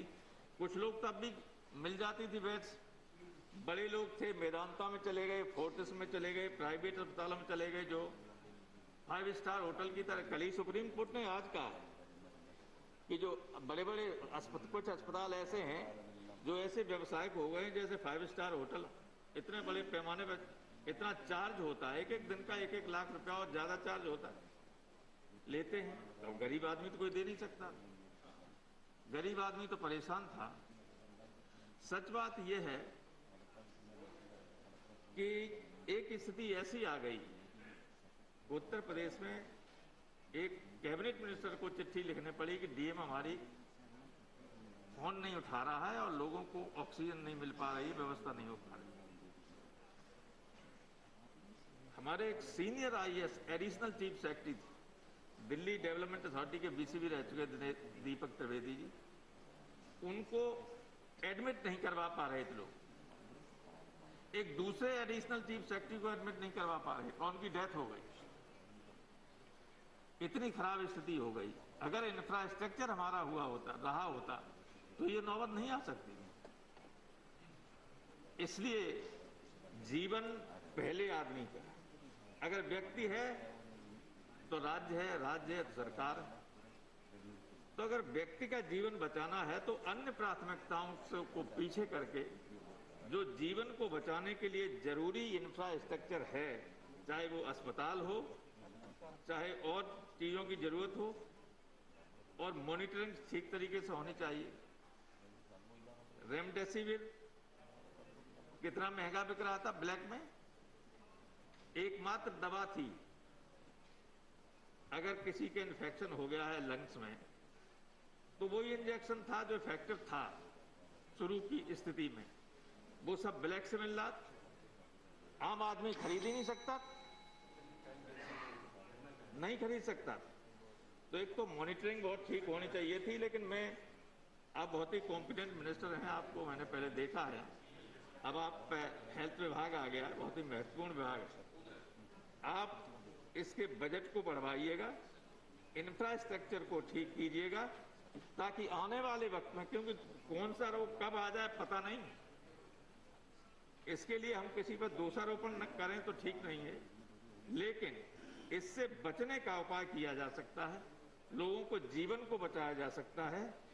अगर सही माने में प्राथमिकताओं का चयन सही तरीके से हो और लोगों के जीवन को बचाने को अगर सबसे ज्यादा प्राथमिकता दी जाएगी और आप इसके लिए बजट बढ़वा लेंगे। मैंने बार बार कहा, बजट आने से पहले निर्मला जी से कहा था कि हेल्थ को बढ़ा देना, कब पता नहीं क्या कब विपत्ति आ जाए, और आ गई विपत्ति, आगे भी आ सकती।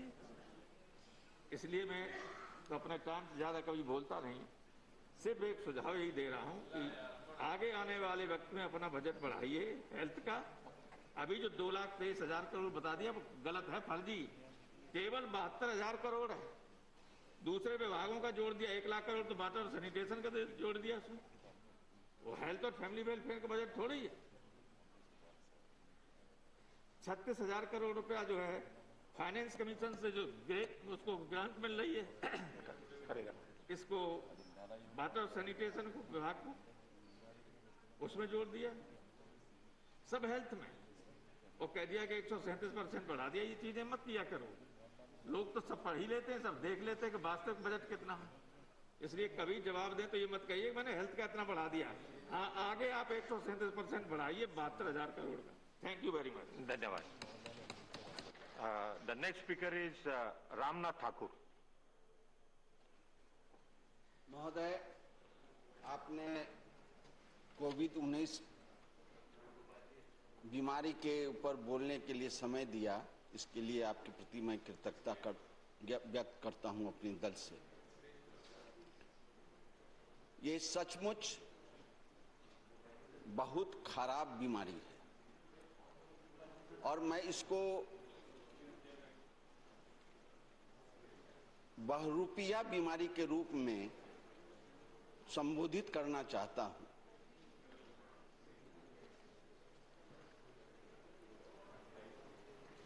असमान परिस्थिति में समान मापदंड के आधार पर मूल्यांकन नहीं किया जा सकता है। मेरे नेता बिहार के मुख्यमंत्री जी ने प्रति मरीज 5300 रुपये खर्च किए। सिर्फ खर्च ही नहीं किया, उन्होंने वो जागृत किया अफसरों को, जन को, जन युद्ध के रूप में उन्होंने इस बीमारी को लिया और पूरे बिहार में एक बिहार की तरफ से संदेश दिया कि जागरूक बनो। जागरूक बनने के पर ही इस बीमारी की लड़ाई ली जा सकी और बिहार इससे आम जन जो बीमार पड़े थे वो सफलीभूत हुए।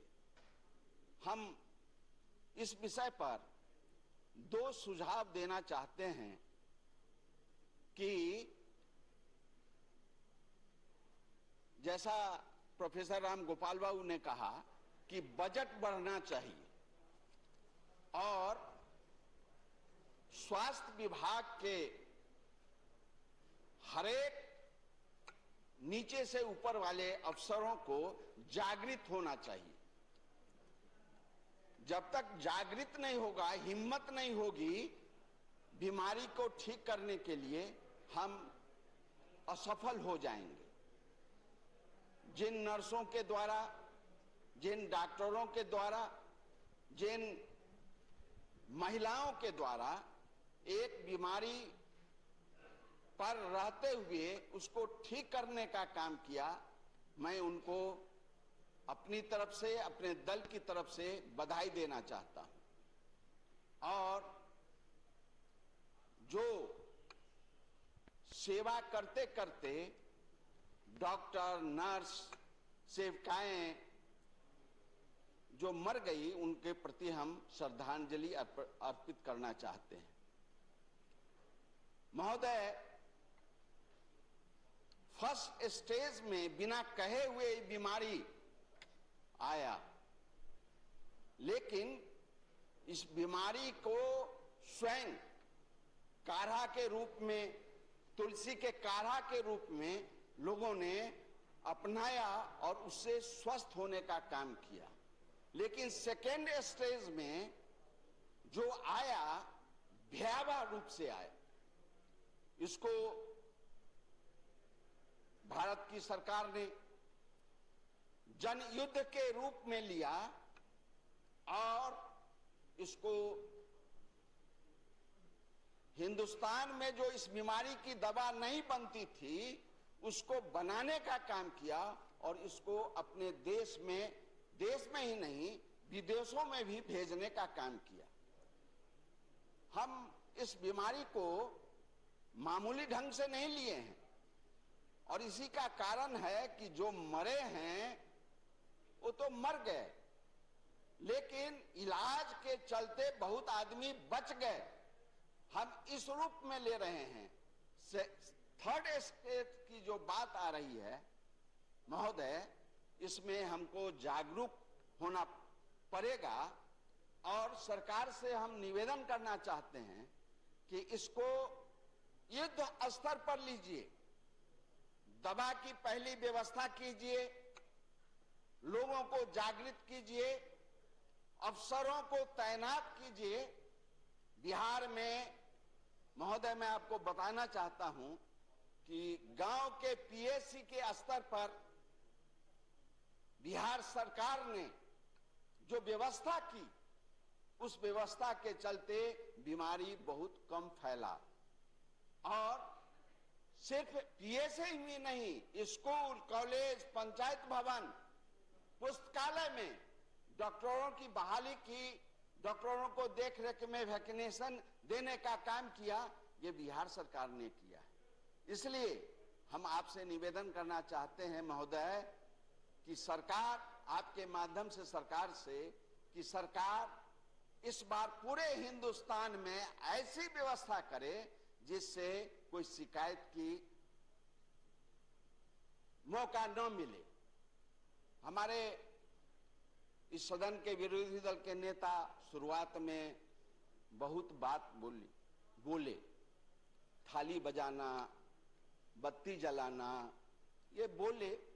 और उन्होंने यह भी कहा कि मेरा 50 वर्षों का संसदीय जीवन है, ठीक है, लेकिन आप को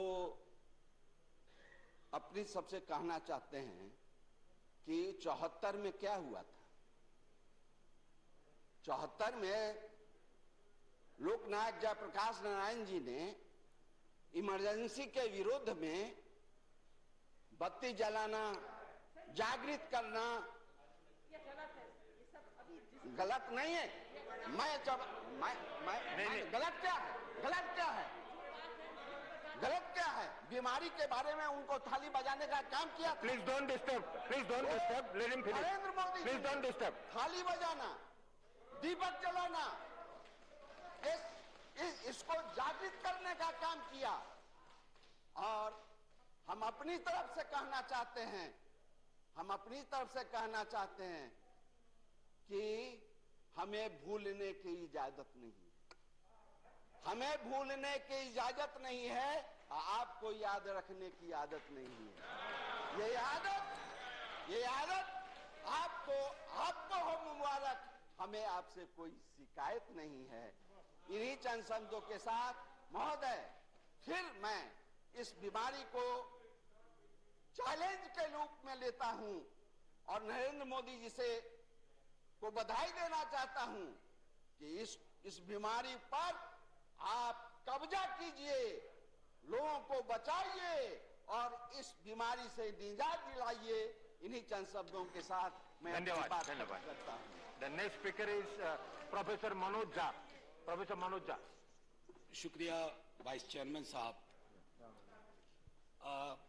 कोई भाषण की शक्ल में नहीं है, एक शोक संतप्त गणतंत्र के एक अदना नागरिक समझिए या एक जनप्रतिनिधि समझिए, उसकी ओर से कुछ बातें कही जा रही हैं।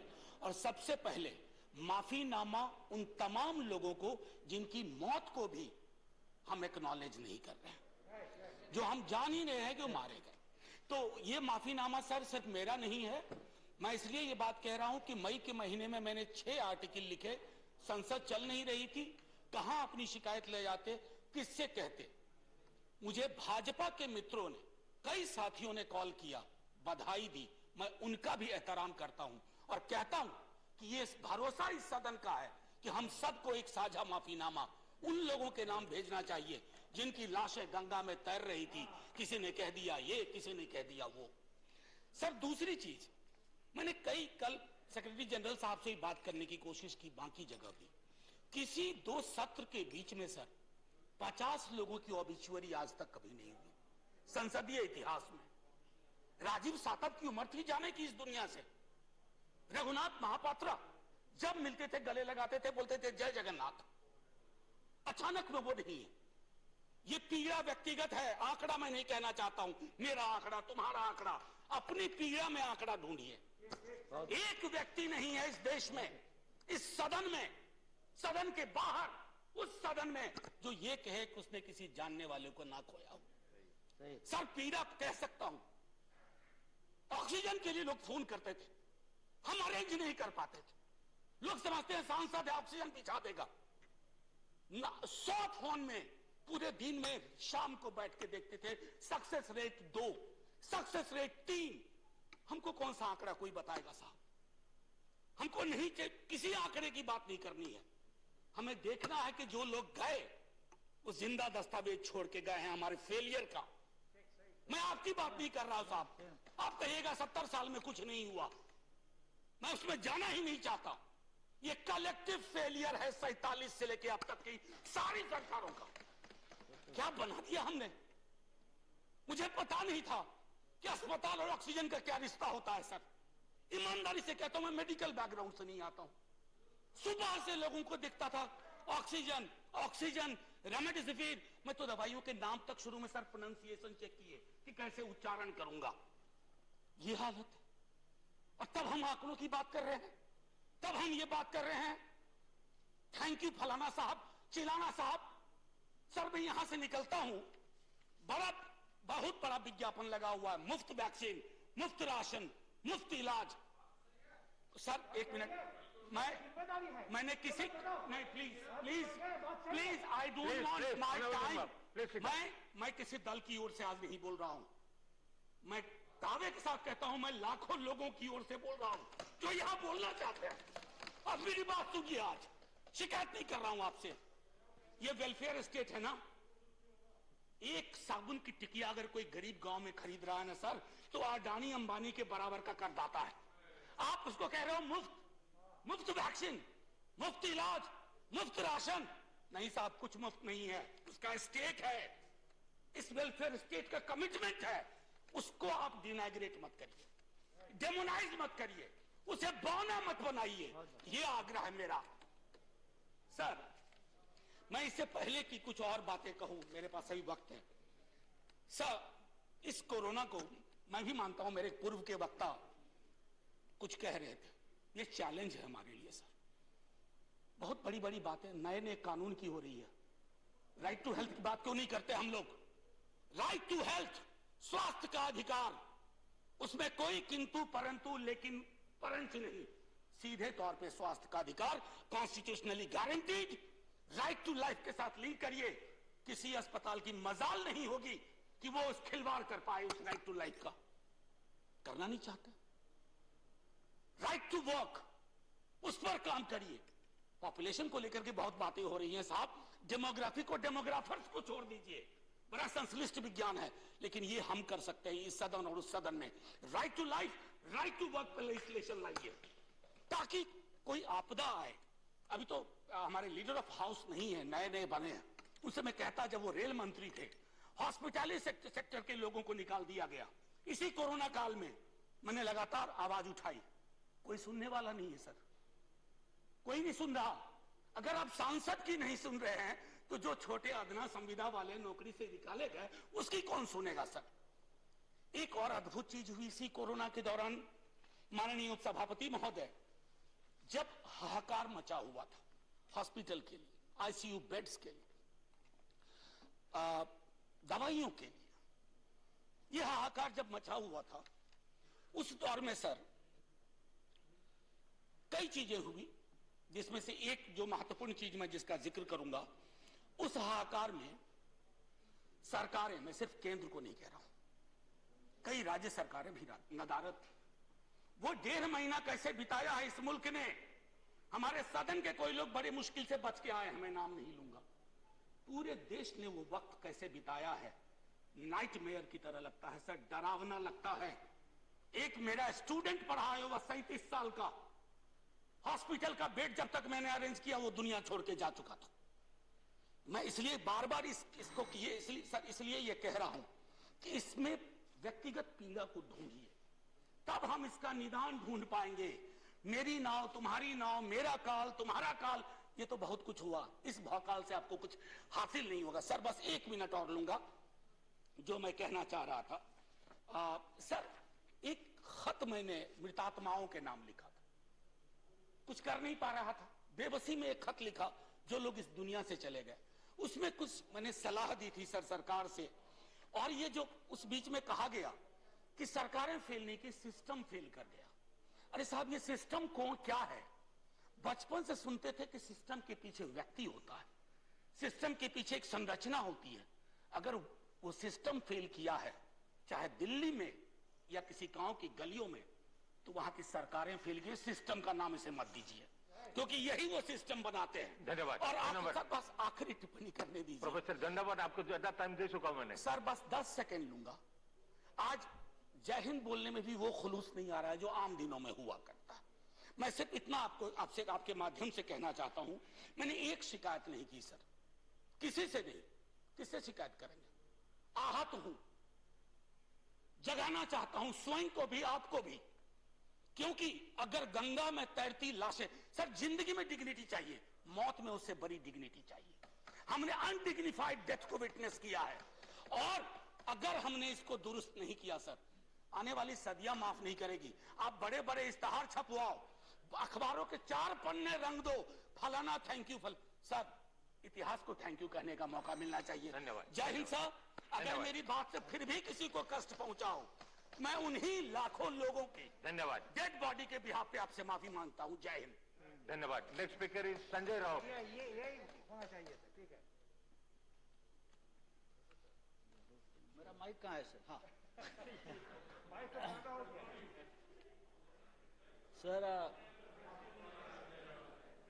सर, हम बहुत ही भयानक दौर से आजकल गुजर रहे हैं। जैसे मनोज झा ने कहा, सभी वक्ताओं ने बात कही, रामनाथ ठाकुर जी नहीं है, तालियां बजाओ थालियां बजाओ, फिर गालियां भी खानी पड़ती है। देखिए, हम विज्ञानवाद में जी रहे हैं। प्रधानमंत्री जी ने कहा था महाभारत का युद्ध 18 दिन चला और जीत गए। हमें 21 दिन चाहिए कोरोना का युद्ध जीतने के लिए।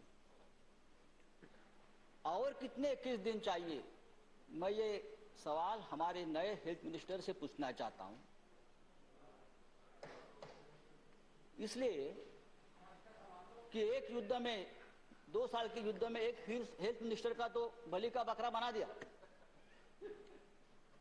अब हम आपसे उम्मीद करते हैं, ये कोई राजनीति का विषय नहीं है, ये कोई श्रेयवाद की लड़ाई नहीं है, ये कोई जुमलेबाजी का विषय नहीं है, ये एक राष्ट्रीय आपत्ति है।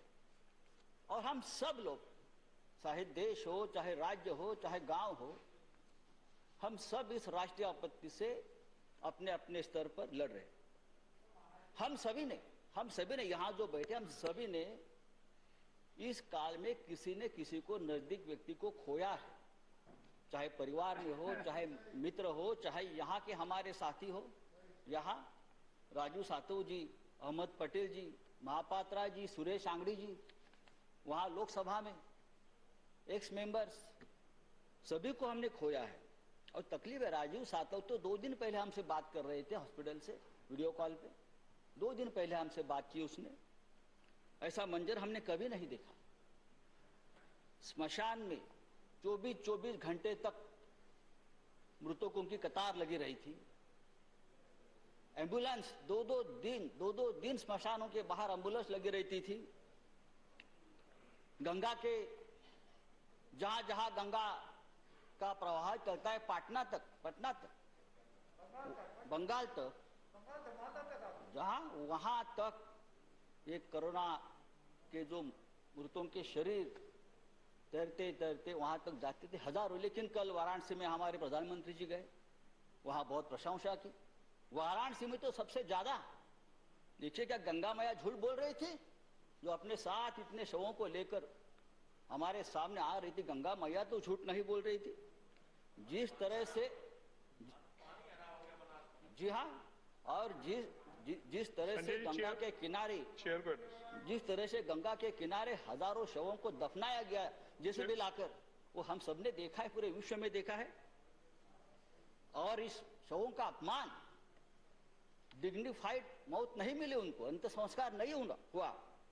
इंडियन पिनल कोड 297 जहां लिखा है कि शवों का अपमान नहीं होना चाहिए, वो गैर कानूनी है और अपराध दंड है। लेकिन हमने हजारों शवों को इस तरह से फिर एक बार मारा है, कुचला है और अपराध किया है। ये किसकी जिम्मेदारी है? मैं किसी एक व्यक्ति को, एक सरकार को दोष नहीं देता हूं। बात सिस्टम की है और सिस्टम के पीछे जो व्यक्ति है उनके बारे में है। लेकिन सरकार से हमारा सवाल है कि आप आंकड़ा क्यों छुपा रहे हो? कितने लोग हमसे बिछड़ गए, आप बताइए, सही आंकड़ा बताइए। जो रिपोर्ट्स है वो सरकारी आंकड़े से ज्यादा है, सही बताए। देश में देखिए, महाराष्ट्र और राज्य के पास छोड़ दीजिए, चेयर को एड्रेस कीजिए। हाँ चेयर, देखिए आप उनको बताइए। नहीं प्लीज आप एड्रेस कीजिए। आज भी लॉकडाउन चल रहा है सर। लॉकडाउन का अपना एक दर्द है, लेकिन सिर्फ लॉकडाउन यही एकमात्र उपाय या मात्रा नहीं है। बात अगर हम वैक्सीनेशन की करते हैं तो पूरे, अरे महाराष्ट्र तो करेगा, महाराष्ट्र तो सबसे ज्यादा है। सुप्रीम कोर्ट ने कहा है महाराष्ट्र मॉडल पूरे देश में लगाइए। आप लगाएंगे? ये सुप्रीम कोर्ट का आदेश है कि मुंबई मॉडल को आप इस्तेमाल करिए। ये मद्रास हाई कोर्ट का आदेश है कि मुंबई मॉडल को आप ऑक्सीजन के डिस्ट्रीब्यूशन और कोविड सेंटर के बारे में जो कहा है आप पढ़ लीजिए सुप्रीम कोर्ट का ऑर्डर। आप क्या मुझे बता रहे हो महाराष्ट्र? आप आकर देखिए महाराष्ट्र की सरकार क्या कर रही है, आप आकर देखिए एक बार। संजय जी आप समाप्त कीजिए। संजय जी आप समाप्त, संजय जी इंडिया समाप्त कीजिए आप। नहीं कुछ नहीं, योर टाइम इज ओवर। क्या? Your time is over. अरे अभी तो मैंने शुरू भी नहीं किया है। Your time is over. नहीं मेरा टाइम कितना है आप बताइए। 5 मिनट्स। तो 5 मिनट नहीं हो गया? नहीं हो गया, 5 मिनट नहीं हुआ। यू स्टार्टेड ऑन, आपका टाइम 3 पर। तो सर, तो लॉकडाउन चल रहा है, लॉकडाउन चलता रहेगा, लेकिन मास वैक्सीनेशन नहीं इससे चलेगा। हमारे देश में अब तक कितने वैक्सीनेशन हम कर चुके हैं। 125 करोड़ का देश है, कितने परसेंट हम वैक्सीन अब तक कर चुके हैं। आज भी देखिए पूरे देश में चाहे महाराष्ट्र के कुछ शहर हो, चाहे बिहार हो, चाहे उत्तर प्रदेश हो, वैक्सीनेशन की शॉर्टेज है। और आज भी वैक्सीनेशन सेंटर पर लोग दंगा कर रहे हैं वैक्सीनेशन के लिए। Next speaker. नहीं। और हमने 6 करोड़ वैक्सीन विदेश में भेज दी। हमने 9,000 मेट्रिक टन ऑक्सीजन विदेश में भेज दिया है। नहीं, अब समाप्त करिए प्लीज। इससे हमारी हेल्थ केयर की मेरी पोल खोल प्लीज समाप्त कीजिए आप Sanjay ji. Next speaker is आप ये हम तीसरी लहर अशोक सिद्धार्थ। अभी हम तीसरी लहर की बात श्री अशोक सिद्धार्थ जी। संजय जी प्लीज प्लीज आगे अभी हम तीसरी लहर की बात करते हैं। तो तीसरी लहर की से नेक्स्ट स्पीकर इज हमारी तैयारी क्या है? अशोक सिद्धार्थ। हमने अस्पतालों में कितने कोरोना बेड बढ़ाए हैं, हमने कितने डॉक्टर नर्स बढ़ाए हैं, ऑक्सीजन के कितने कितने वेंटिलेटर खरीदे हैं, एम्बुलेंस कितने लाए हैं और दवाओं का क्या इंतजाम किया है, ये आपको बताना पड़ेगा। इसलिए अशोक सिद्धार्थ जी हैं। अशोक आप स्टार्ट कीजिए प्लीज आप स्टार्ट कीजिए। नहीं I will call next speaker otherwise. Please आप बोलिए प्लीज। सर हाउस ऑर्डर कराइए सर। आप बोलिए प्लीज, नहीं तो I will call next speaker. आवाज प्लीज आप बोलिए। कैसे सर बोल सकते हैं? सर हाउस ऑर्डर में कराइए ना। 1 मिनट जा चुका है आपका।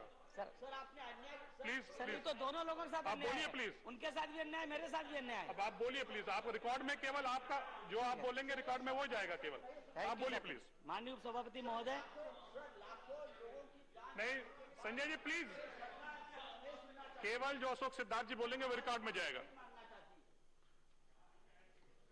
धन्यवाद सर। अब ये टाइम सेट कर दीजिए सर।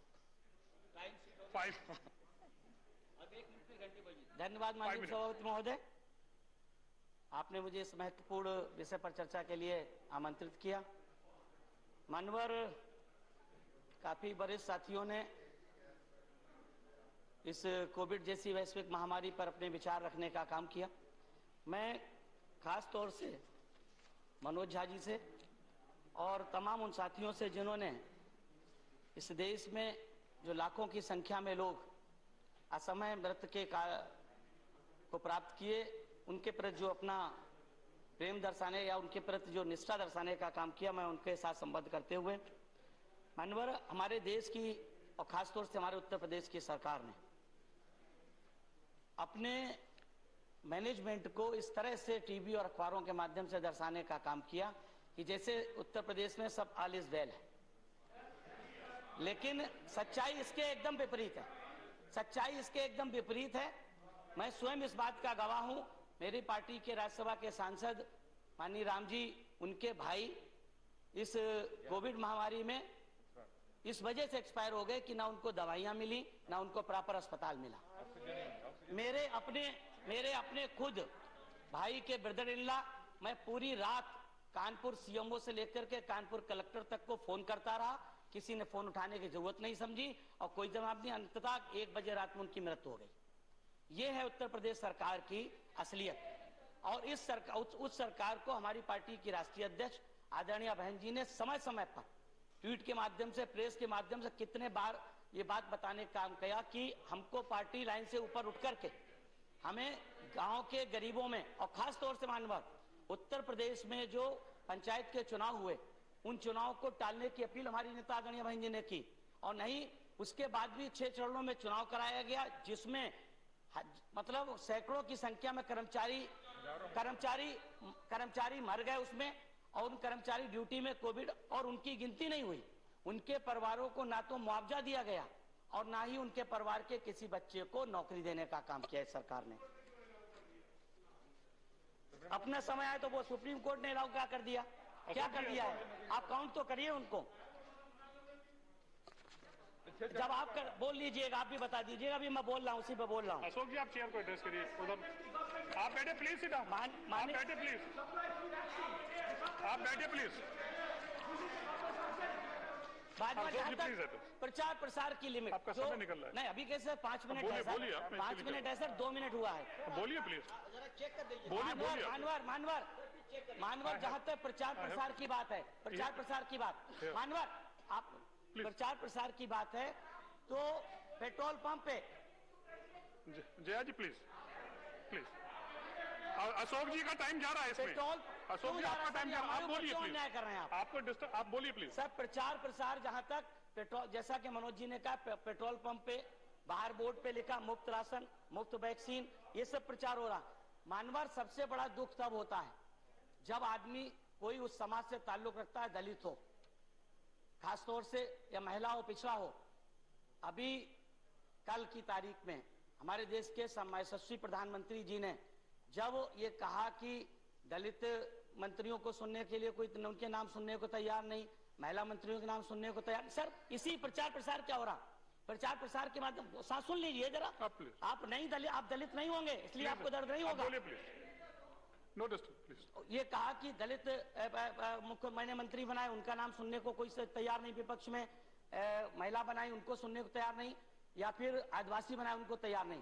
मैं ये जानना चाहता हूं कि दलित क्या, सुनिए सुनिए पूरा सुन लीजिए, दलित, आदिवासी और पिछड़े, जब ये अखबार में निकलता है कि किसी दलित के घर में किसी नेता ने खाना खाया, तो उस दलित जो दलित समाज से ताल्लुक रखता है उससे पूछिए उसे कितनी पीड़ा होती है कि 73 साल के बाद भी आज दलित के घर में खाना खाना आज भी सुर्खियां बनती हैं। क्यों? उनका क्या उसमें उनका राष्ट्रीय संविधान में अधिकार नहीं है मंत्री बनने का? अगर उनको मंत्री बनाया जा रहा, कोई इसमें एहसान नहीं है। तो इसलिए प्रचार प्रसार में ये सरकार चाहे उत्तर प्रदेश की सरकार हो चाहे केंद्र की सरकार हो, प्रचार प्रसार में व्यस्त रहती है। जहां तक कि मैं कहता हूं कि हमारे जो पूर्व के स्वास्थ्य मंत्री जी थे, उन्होंने कहा कि नाइट कर्फ्यू और ये लॉकडाउन जो लगाया गया था, जो वीकेंड लॉकडाउन, वो कारगर नहीं है। हमारे माननीय प्रधानमंत्री जी कहते हैं कि लॉकडाउन से लोगों को प्रेरणा मिलेगी, और हमारे स्वास्थ्य मंत्री जी कहते हैं, ये 27 मार्च टाइम्स ऑफ इंडिया की हेड न्यूज थी। तो सरकार ही कंफ्यूज है, स्वास्थ्य मंत्री जी और प्रधानमंत्री जी आपस में कंफ्यूज हैं। तो मैं सिर्फ ये कहना चाहता हूं अपनी सरकार, सर एक मिनट को, कि कोविड-19 के कारण लगभग 30,000 से ज्यादा बच्चे अनाथ हुए हैं। ऐसे बच्चे जो अनाथ हुए हैं उनको केंद्र और प्रदेश की सरकारें चिन्हित करें, उनके लिए शिक्षा, स्वास्थ्य, खान पान, सुन लीजिए भाई, धन्यवाद प्लीज, कहाँ चिन्हित है, उनको चिन्हित करके प्लीज शिक्षा, उनके लिए शिक्षा, अरे डॉक्टर साहब सुन लीजिए, शिक्षा, स्वास्थ्य और खान पान की व्यवस्था सरकारों को करनी चाहिए। नेक्स्ट स्पीकर इज मिस्टर धन्यवाद, जय Bharat. Thank you sir. COVID-19 has taken up pandemic proposition. India with a large population of more than 130 crores. We all know, sir, it is very difficult Thiru JK. Vasan அவர்கள், this kind of a new virus. India இப்படிப்பட்ட ஒரு புதிய வைரஸை எதிர்கொள்வதற்கு has vaccinated 40 crores தயாராக இருக்கிறது, which is a matter of satisfaction for all of us. But since, sir, we all know we have lost lot of lives, valuable lives. நாம் Many are still in the hospital. பலரை The second way இந்த கொரோனாவில் இழந்திருக்கிறோம், இதை நாம் அனைவரும் அறிந்திருக்கிறோம். இன்னும் பல பேர் மருத்துவமனைகளில் இருக்கிறார்கள். is going to affect the country. இரண்டாவது அலையில் அதிக அளவில் மக்கள் பாதிக்கப்பட்டார்கள். மூன்றாவது அலையை நாம் எதிர்கொண்டிருக்கிறோம். No doubt it has given a cost. பொருளாதார நிலை மந்த நிலையை அடைந்திருக்கிறது. நாம் இந்த பொருளாதாரத்தை மீட்டெடுப்பதற்கு ஒரு நீண்ட பயணத்தை எதிர்கொள்ள வேண்டியிருக்கும். மாநில அரசாங்கமும் மத்திய அரசாங்கமும் ஒன்றிணைந்து நாட்டினுடைய முன்னேற்றத்திற்கு பாடுபட வேண்டும். எந்த அரசியல் காழ்ப்புணர்ச்சியும் இல்லாமல் அவர்கள் இணைந்து செயல்பட வேண்டும்.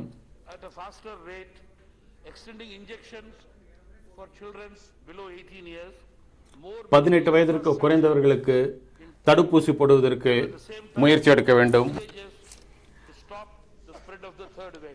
கிராமங்களில் மூன்றாவது அலையை தடுப்பதற்கான முயற்சிகள் எடுக்கப்பட வேண்டும்.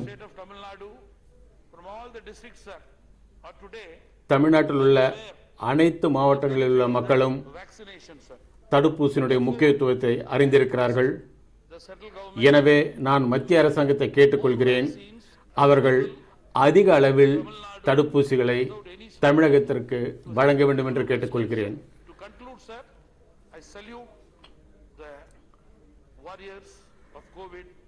who were with the people, who are with the people. Thank you, sir. முன்களப் பணியாளர்கள் அனைவருக்கும் நான் என்னுடைய வாழ்த்துக்களை தெரிவித்துக் கொள்கிறேன். Thiru K Ravindrakumar.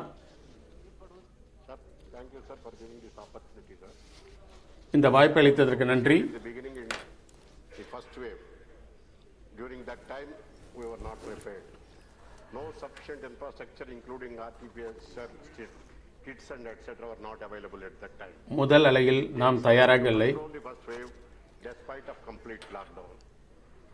The government. முதல் அலையை எதிர்கொள்வதற்கு நாம் மிகவும் Private hospitals were not completely barred for. கஷ்டப்பட்டோம். அதற்கு காரணம் அப்பொழுது மூடு அடைப்பு ஏற்பட்டிருந்தது. Fall back on the government hospitals despite of lack of infrastructure. A lot of inconvenience has been faced by the public. It caused a lot of casualties. However, we got over that stage. Now we have seen the second stage. During the course of second stage also, the government has not prepared respect to state and central governments also. Due to lack of supply of oxygen and providing oxygen units, etc., were not taken care of. It is completely a human failure. About, as far as I come from state of Andhra Pradesh, for example, in Rajya Hospital, Tirupati is a government hospital, more than 31 deaths are taken place in a single day due to lack of oxygen. But it is underreported government, it is only 11 deaths. And subsequently, 23 postmortems were done by the government due to COVID treatment. It is underreported. It is totally miserable failure of the local state government. That was also has to be monitored by the central government. On the contrary, the government suppressed the deaths as if that there was no negligence on their part. There were several incidents in the state of AP due to the negligent attitude of the government in not taking care. The Honorable Chief Minister has described it is nothing but you can take paracetamol and etc. Simply they ignored it. No compensation has been paid to the deceased families till now. None are attended. There were several similar unreported incidents in the state of AP. The centre also has to monitor it. The other states, respective state governments allocated funds under financial package, like Maharashtra, 54,776, and Tamil Nadu, 4,153, Kerala, 22,000, Odisha, 2,200, Karnataka, 1,250 crores. But there was no such package in the state of Andhra Pradesh. The central government has to monitor and guide and instruct the state government to create a separate financial package for the COVID patients and the deceased families. Now the third wave might have set in India. To provide all the infrastructures, we have to create at least to avoid casualties like second wave. There is coronavirus tests have to be increased. Corona vaccine has to be increased. According to the corona test in July 2021, 44 crores have been undertaken. Wherever there is a crossover from increasing the trend of a decreasing trend in daily deaths and vice versa, the daily death load, DDL, fluctuates widely. The total climb at 4,08,764 with 724 fatalities. The ministry tested more than 70% of deaths were due to carbohydrates.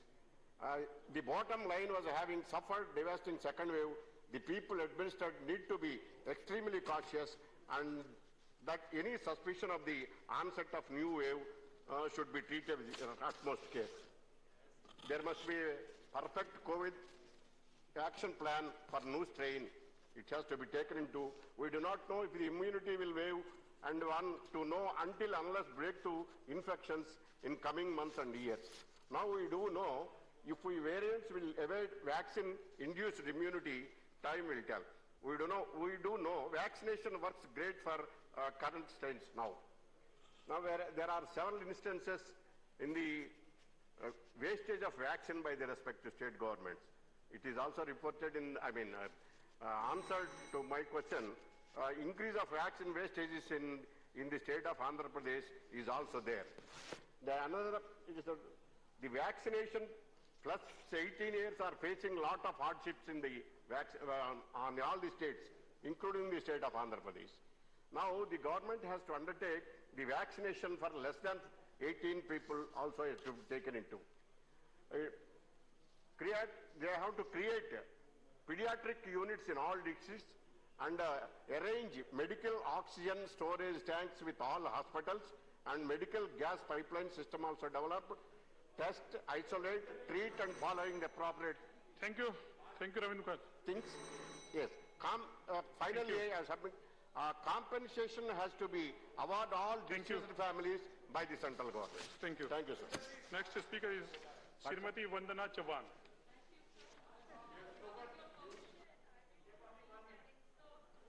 From a news portal, BBC News, which my mic is not on. Hello. This one is okay. That's fine. So with your permission, I wish to read an excerpt from a news portal which aptly explains and reminds us of the horrific situation in our country not long back, just 3 months back. And the excerpt dated 20th April reads thus: "She kept waiting and gasping, but it was too late by the time help arrived. She was taken to the hospital room on 16th April after her oxygen saturation levels dropped. Her CT scan showed that she had developed severe pneumonia, but without the COVID report, the hospital refused to admit her. She spent 36 hours in the emergency room on oxygen support. The staff there told her family they were running out of oxygen and she needed to be moved to a bigger hospital. But there was no ambulance or any promise of a bed. The desperate family took her in a car to a hospital where the bed had become available. She had no oxygen support in the car. She died minutes before she could be admitted in the hospital. Her son says his mother would have had a chance of survival if treatment had been given to her on time." This is not just one story, sir. Hundreds and thousands of cases in which we all have experienced have had similar experiences. And therefore, we don't really have to search for gaps. And why have we taken so long to search for the gaps? The government, in fact, should have sat much earlier to make sure that if there were such gaps, they were filled in and solutions were taken out. So not just this one, but heartbreaking stories such as these were heard and witnessed from all across India. People lying on the ground outside hospitals waiting for admission, many eventually not making it. Videos of people stealing oxygen cylinders for their relatives, heart-wrenching ground reports of scarcity of place and wood to cremate COVID patients. As somebody has already said, bodies disposed in rivers found floating, children orphaned due to death of both parents, non-availability or shortage of important medicines like remdesivir, oxygen, ventilators, beds, exorbitant bills, and the list can go on. All this spelled doom and horror in the minds of every Indian, with a fear, would it be my turn next? So I do not wish to indulge in a blame game. As my honorable leader of the party, Mr. Sharad Pawar, always believes in constructive discussions. But I would certainly like to raise some points which I feel are pertinent, need serious introspection, and make sure there are no repeats in future. Apart from the legendary low allocation for public health systems, inadequate infrastructure, inadequate manpower, due to paucity of time, sir, I would like to only point out one question that I would like clarification from the government. And that is, why were the warnings regarding the second wave expressed by the experts not heeded too seriously? And this I ask especially in the context of Maharashtra, sir. We learned that INSACOG, I don't know whether I'm pronouncing it properly, but the Indian SARS-CoV-2 Genomics Consortium, which was formed by the Ministry of Health and Family Welfare to track the progress of COVID variants, had given a finding early March that the B.1.167 variant detected in October 2020 had been found as high as 20% samples of Maharashtra. Further, sir, on March 10th, INSACOG shared its findings with NCDC and then further with the Ministry of Health and Family Welfare, conveying that B.1.617 variant was of high concern. On March 24th, the Ministry of Health and Family Welfare announced the variant spread, but played down on the concern. Had the seriousness been conveyed to the government of Maharashtra, I'm sure the government would have taken advanced precautionary steps much ahead of when they did it. The lockdowns would have happened 15 days earlier, but the non-communication of the high concern, warning of the experts, has cost Maharashtra dearly. And this, sir, is absolutely inexcusable. The biggest lesson, sir, I want to tell the ministry is that there should in future be better communication. Next, sir, we are all concerned about the third wave. And especially it is being said that the children are going to be most affected in the third wave. As it appears, part of responsible social behavior, vaccines are now the only saviors to arrest the third wave. So for this, I would like to make some submissions, 5 submissions. One is the population is to be swiftly vaccinated. Unfortunately, the vaccines to the states are being given in proportion with the population, rightly so. But there are some states, especially like Maharashtra, which is suffering. There are morbidities, there are mortalities, and therefore these also need to be benchmarked while earmarking the vaccination. Secondly, sir, children, the vaccination for children also has to be taken care of. And if at all, amongst the 18 to 44 age group, the parents who have young children at home should be taken up with topmost priority for the vaccination. There are many points, but one point I would like to make, sir, because I can see you seeing at the time. Most of all, the disparity in the access of vaccine on gender basis, on urban and rural divide, marginalized people like the transgender, sex workers, scheduled caste, scheduled tribe, and minority committees are not able to get access to the technology, and therefore something needs to be done in that direction. Only one point regarding Maharashtra, because it has been worst affected. As far as Maharashtra is concerned, sir, until 18th of July, the total eligible population who was vaccinated with the first dose is 31.75%. Around 9.5%, just this, sir, has received the second dose. State has the capacity to vaccinate over 10 lakh people per day. However, we are not getting that kind of vaccination, and therefore, through you, sir, I would like to make an appeal that we need these kind of vaccinations to save Maharashtra. Thank you, sir. Thank you very much. Sardar Balwinder Singh Bunda. Honorable Chairman साहब, time बहुत short है. मैं ये कहना चाहता हूँ कि ये जो महामारी है, ये देश की नहीं दुनिया की हमारे देखने में सबसे बड़ी महामारी है. मैं इसको समझता हूँ कि इसने साइंस को भी फेल कर दिया. अभी तक दुनिया में कोई इसका परमानेंट इलाज नहीं आ सका. इसलिए बजाय इसके कि हम मडस्लाइंग में पड़े कि ये नहीं हुआ, उसके जाने के बजाय आगे की सोचे. फर्स्ट वेव आई, सेकंड वेव आई, कितना हुआ सेकंड वेव में? आप हिंदुस्तान के टीवी, विदेशों के तो छोड़ दो, हिंदुस्तान के टीवी देख लेना कि किस तरह शमशान घाटे में लाशें पई थी, बारी नहीं आ रही थी, कहीं बेड नहीं मिल रहा था हॉस्पिटल में, कहीं मेडिसिन नहीं मिल रही थी. कुछ लोग तो इस बीमारी से घर बार खत्म हो गए, लेकिन दुख से कहना पड़ता है कि अमीर और अमीर हो गए. मेडिसिन ब्लैक मार्केट में, इंजेक्शन ब्लैक मार्केट में, बेड ब्लैक मार्केट में. मैं हैरान हूं कि इस देश में क्या लोगों को हुआ है कि बजाय दुख के उनको और उसके खून को चूसा गया. जी, मैं किसी को ब्लेम नहीं कर रहा. जो देश की व्यवस्था है मैं उसके बारे में बोल रहा हूँ. अगर किसी को शक है, कहीं भी जाके हमारे साथ गाँव में जाके उसका पता कर ले कि ये हुआ कि ना हुआ. दूसरा, ये जो हम कह रहे हैं कि 4 लाख डेथें हुई है, इतनी हुई है, मैं इतनी कहना चाहता हूँ कि मुझे नहीं पता कौन गांव में रहता है, कौन शहर में रहता है. मैं तो गांव में रहता हूँ. इस हालात में गांव में स्पेशली गए कि वहाँ बच जाएंगे, लेकिन जब वहाँ के हालात देखे कि गांव में भी लाशों की लाइनें लग रही हैं, लोग जा रहे हैं, बहुत घबराए हैं. कहीं किसी का नोट्स नहीं. मुझे पता है, मैंने हमारा जिला देखा कि कोई गाँव का जो है कहीं नोट्स भी नहीं है. इसलिए मैं सरकार को यही कहना चाहता हूँ कि सेकेंड वेव भी चली गई, परमात्मा करे थर्ड वेव ना आए.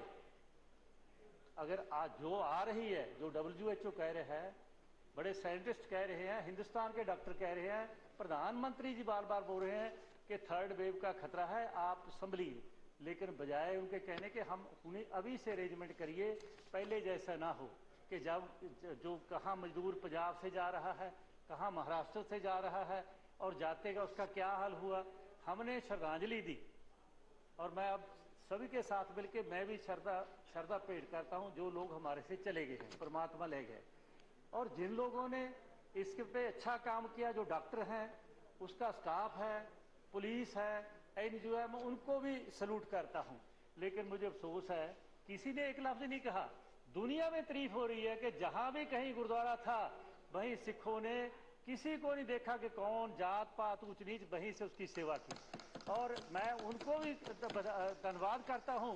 मैं नाम नहीं लेना चाहता जिन लोगों ने जो सेवा दे के फंड प्रोवाइड किए हमें, लेकिन 900 क्विंटल रोज का आटा हमारे गुरुद्वारों में पक रहा था और 150 क्विंटल दाल देड़ी, 200 क्विंटल सब्जी डेली, जो हमारे लोग सेवा कर रहे थे। लेकिन गुरु की शिक्षा के साथ के बुराई के साथ लड़ते हैं, भलाई का काम करते हैं। किसी ने नहीं घबराया, किसी ने अगो नहीं जवाब दिया कि मैं सेवा नहीं करूंगा। लोग इसके बावजूद कि पंजाब का किसान बॉर्डर पे बैठा है, तकलीफ में है, लेकिन इसके बावजूद वो सेवा में लगे रहे और दुनिया में, कहीं हिंदुस्तान में नहीं दुनिया में सेवा की। अरबपति लोग छुप गए और पैसा कमाने वाले पैसे कमाना लग गए। लेकिन जो गुरु के सिख थे, जो गुरुओं की शिक्षा सी कि बुराई के खिलाफ लड़ना है, भलाई का काम करना है, चाहे सारा परिवार भी मारना क्यों ना पा जाए, वो सिखों ने काम किया। लेकिन अफसोस है किसी ने नहीं कहा कि ये काम अच्छा हुआ, एक लफ्ज भी नहीं किसी ने बोला अभी तक। तो मैं ये कहना चाहता हूँ, मैं इसमें जाना नहीं चाहता, मैं सिर्फ बताना चाहता हूँ कि ये सब लोग ऐसे काम करें, सभी धर्मों के लोग ऐसे काम करेगा। और अमीर थोड़ा सा पैसा इधर काटते शायद ये प्रॉब्लम ना आती। अब जो तीसरी वेव आ रही है उसके लिए मैं सरकार को कहना चाहता हूँ कि ये बात बातों से नहीं चलेगी। कोई कानून के रास्ते में है उसको खत्म कर दो, हम साथ हैं। लेकिन दुनिया में जो भी अच्छे से अच्छी मेडिसिन मिलती है तुरंत बुलाओ, ताकि उस मेडिसिन को लेके, इंजेक्शन को लेके, ताकि आने वाले समय में 2 महीने में, इस साल के एंड ना वेट करें, 2-3 महीने में हर एक गांव में एक इंसान को, देश में, शहर में, गांव में एक को इंजेक्शन मिले, ताकि उनको सही इंजेक्शन मिल जाए तो इस बीमारी से थोड़ा फायदा हो। नहीं तो कोई मेरा ख्याल है इसका बचाव नहीं।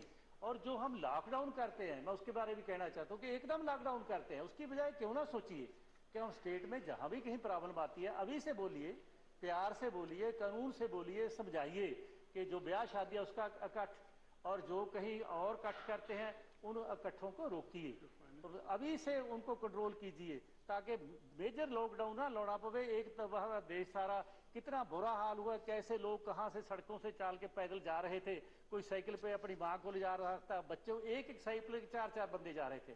और बीमारी का क्या रहा था, मैं एक एग्जाम्पल 1 सेकंड में देना चाहूँ। मेरा गाँव है हरियाणा पंजाब की बॉर्डर पे है, मेरी कंस्टिट्यूंसी भी MLA की वहीं थी जहां से मैं लड़ता रहा। वहां एक गांव था मेरा, सर से जो हरियाणा का हॉस्पिटल, उसमें मरीज चला गया। एक इंजेक्शन के लिए उन्हें मुझे बोला कि ये इंजेक्शन चाहिए, जो रोज के 6 लगने थे। मैंने हरियाणा के मिनिस्टर को बोला, उन्हें कहा कि भाई साहब मैं भी अरेंजमेंट करता हूँ। उन्होंने पहले एक रोहा था उनका हेडक्वार्टर, वहां बोला नहीं मिला, फिर कहते अंबाले है, नहीं मिला। उस इंसान को 6 इंजेक्शन रोज के, जो 1000 रुपए का इंजेक्शन था, 10,000 रुपए लाने पड़े। फिर नेक्स्ट हो गया कि फंगस हो गया, फिर उसको मेरा ख्याल है 30 लाख के करीब उसका जो है उस पर खर्चा आ गया, ब्लैक मार्केट का पैसा लगा, लेकिन बेचारा फिर चला गया। ऐसे हालात लोगों में, जो एक मैं मिसाल है तो सभी को इन मिसालों का पता है। इसलिए मैं सरकार को कहना चाहता हूँ कि हम सब साथ हैं, एक दूसरे को ब्लेम नहीं करना चाहिए। Thank you. और हमें कोशिश करनी चाहिए कि जो नेक्स्ट वेव आ रही है उसको कैसे कंटेन करना है, देश के लोगों की कैसे जान बचानी है। वैसे तो परमात्मा है, क्योंकि परमात्मा ने साबित करके दुनिया कभी क्या हमारे सबके देखने में कभी एक दफा लॉकडाउन नहीं हुई, दुनिया लॉकडाउन होगी। ये कृष्मा नहीं परमात्मा, थैंक यू मंडल जी, ये कृष्मा है। इसलिए इस कृष्मे को ऐसे कुदरत का कृष्मा है, लेकिन कुदरत नहीं हम लोग बनाए हैं। हम जतन करें कि उसका मुकाबला करके उसको ठीक करें। परमात्मा पास भी दुआ करें, मैं तो उनके पास भी दुआ करता हूँ। धन्यवाद मंडल जी, वो सर्वशक्तिमान है। अगर ना होता तो साइंस कहाँ तक पहुंच गई, साइंस अब तक। धन्यवाद मंडल जी, प्लीज समाप्त। इसलिए मैं अपनी बात कह के समाप्त करता हूँ। धन्यवाद। Supplementary demand for grants 21-22 doctor Bhagwat Karad टुले।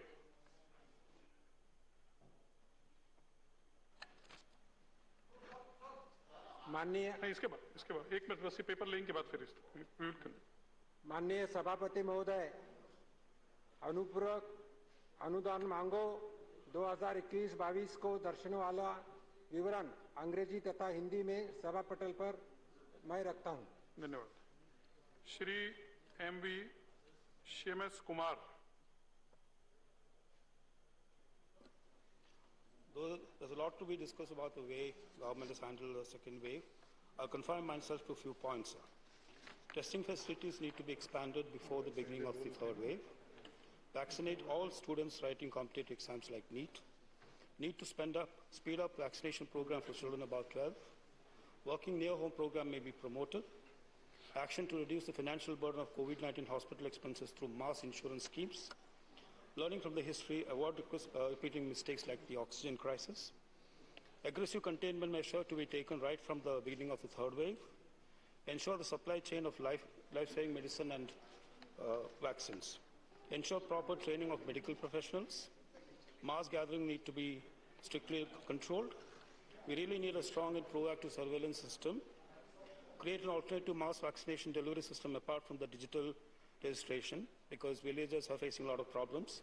Direct registration and vaccination through ASHA workers, health workers, local ward members. Speed of vaccination of sick and old age persons at their respective homes. Reading the lesson learned in the past in this pandemic, it is necessary to develop a strong system to manage pandemic in the future, right from the beginning. And I also salute all the frontline workers for a brave work. Thank you. Thank you. Shri Sanjay Singh ji. Shri Sanjay Singh ji. नहीं, आपने तो अभी आपने मैंने लिख के दिया sir. नहीं, आप तो नहीं थे। Sanjay Singh Shri same party. चलिए। Same party. Shri Sushil Kumar Gupta ji. Thank you sir. धन्यवाद सभापति महोदय। सबसे पहले मैं अपने देश के डॉक्टरों को, हेल्थ केयर वर्कर्स को सैल्यूट करना चाहता हूं, जिन्होंने अपनी जान पे खेल के इस कोविड के दौरान देश की सेवा की। कोविड-19 पूरे देश के अंदर ऐसा कोई व्यक्ति नहीं बचा जिसका कोई नजदीकी, कोई मित्र, कोई रिश्तेदार इस दुनिया से ना चल बसा हो। सरकारी मैनेजमेंट की कमी की वजह से पूरे देश में ऑक्सीजन और दवाइयों की मारामारी को लेके एक शहर से दूसरे शहर, एक राज्य से दूसरे राज्य मरीज घूमते रहे, परंतु जान बचाने का साधन नहीं मिला। लोग सड़कों पर रहे। मैं दिल्ली के मुख्यमंत्री अरविंद केजरीवाल जी को बधाई देता हूं, जिन्होंने कोविड के दौरान होम आइसोलेशन का मॉडल निकाला और लोगों का कहा कि इस बीमारी का इलाज घर पे रह के भी हो सकता है। मैं उनको बधाई देता हूं, जिन्होंने देश के अंदर पहला प्लाज्मा बैंक अरविंद केजरीवाल जी ने दिल्ली के अंदर बनाया, ताकि कोविड के मरीजों का बेहतर इलाज हो सके।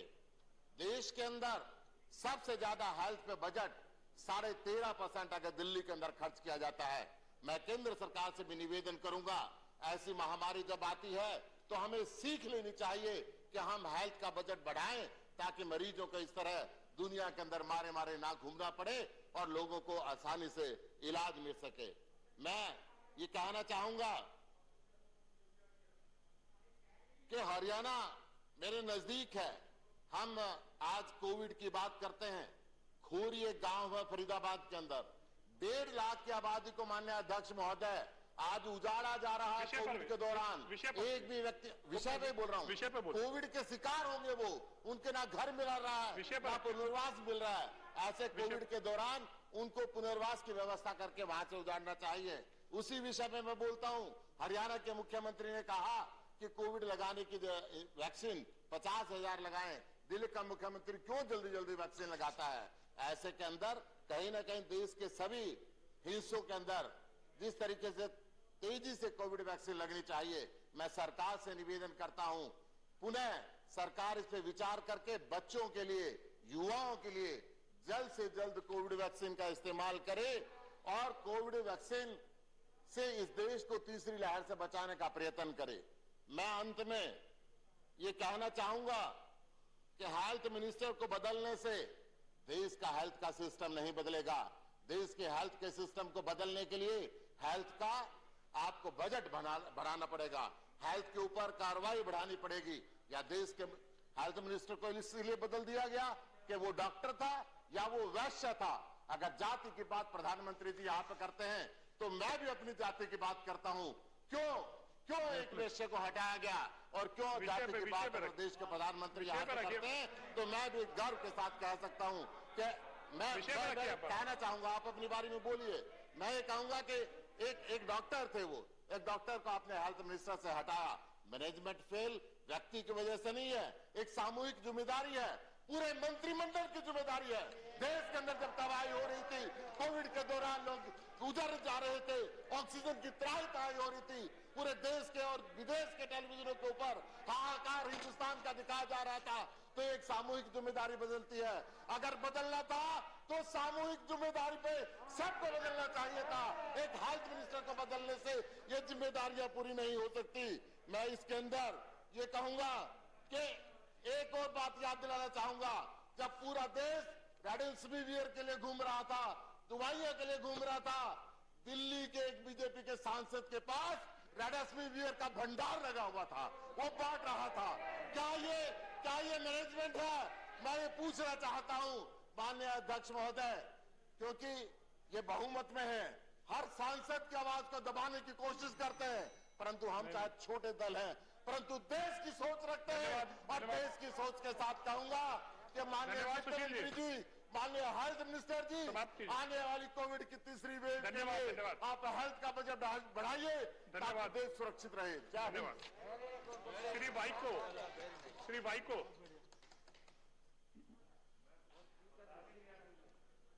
तो आपका तो हो चुका, गुप्ता जी ने अनुमति दी, डेप्यूटी चेयरमैन साहब ने अनुमति दी, गुप्ता जी। श्री भाई को திரு வைகோ.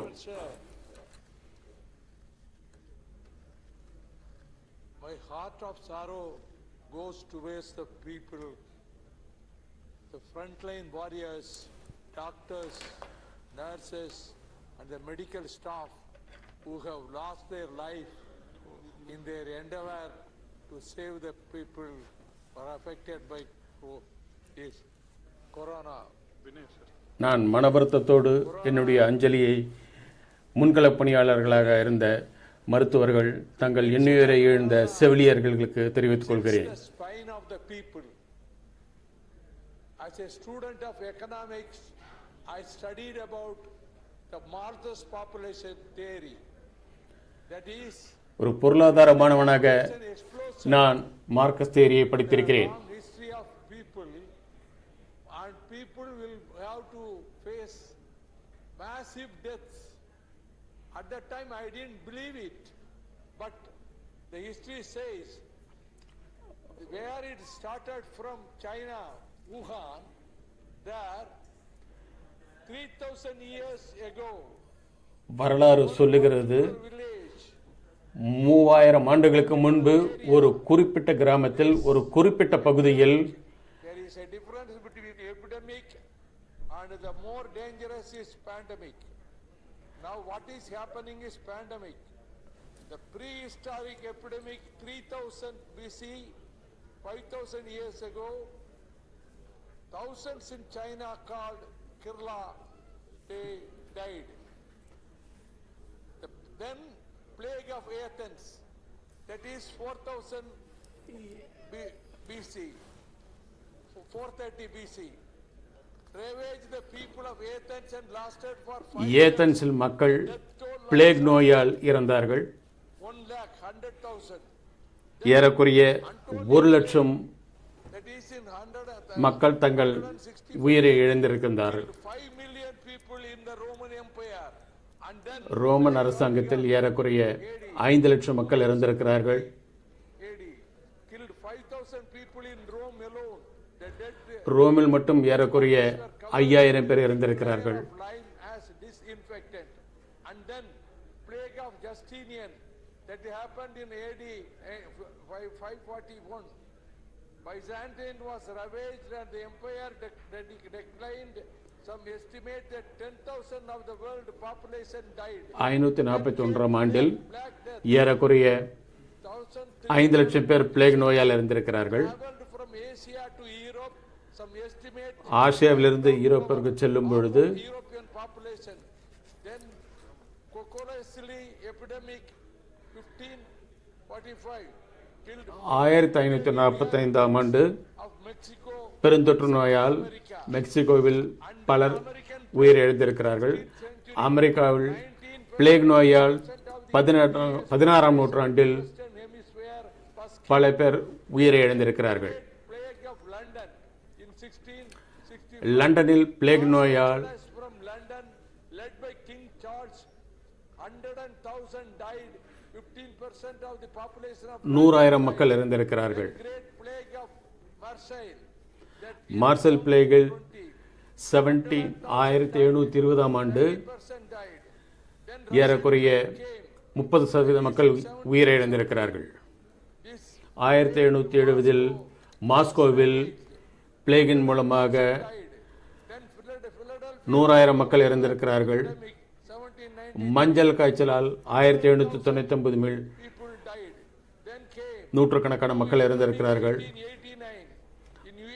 1889 அமெரிக்காவில் லட்சக்கணக்கான மக்கள் இறந்திருக்கிறார்கள். ஸ்பானிஷ் ஃப்ளூ 1970இல் 500 மில்லியன் மக்கள் இறந்திருக்கிறார்கள். Asian flu then came. That roots in China, 1957. 1 million people died. 1 million மக்கள் இறந்திருக்கிறார்கள். Then came AIDS. அதற்கடுத்து எய்ட்ஸ் மூலமாக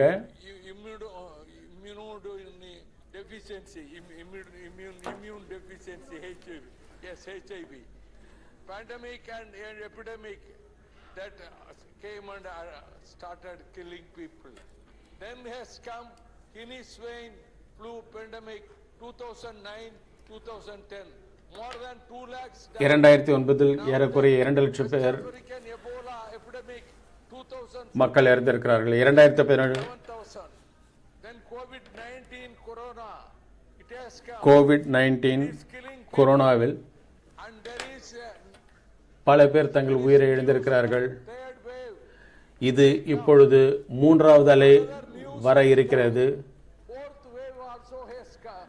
There is a possibility of coming. 4வது அலை வருவதற்கான வாய்ப்பும் இருக்கிறது என்றிருக்கிறார்கள். நான் ஏன் இப்படிப்பட்ட ஒரு வருடக்கணக்கான குறிப்புகளை கொடுத்தேன் என்றால், இப்படிப்பட்ட தொற்று நோய்களை எப்படி நாம் எதிர்கொள்ள வேண்டும், எவ்வளவு ஜாக்கிரதையாக இருக்க வேண்டும் என்பதை தெரிவிப்பதற்காகத்தான் இந்த விவரங்களை நான் உங்களுக்கு அளித்திருக்கிறேன்.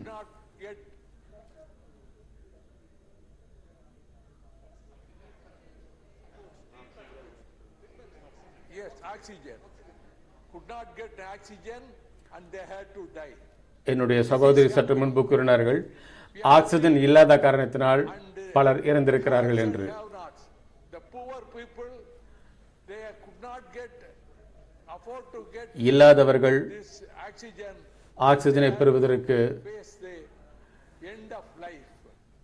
And as I வழி இல்லாமல் my friend Siva, தங்கள் உயிரை இழந்திருக்கிறார்கள். தமிழ்நாட்டில் சிவா கூறியது போல் செங்கல்பட்டிலும் ஊட்டியிலும் தடுப்பூசி உற்பத்தி செய்வதற்கான முயற்சிகளை எடுக்க வேண்டும். மத்திய அரசாங்கம் அந்த கம்பெனிகளுக்கு உதவி புரிய வேண்டும்.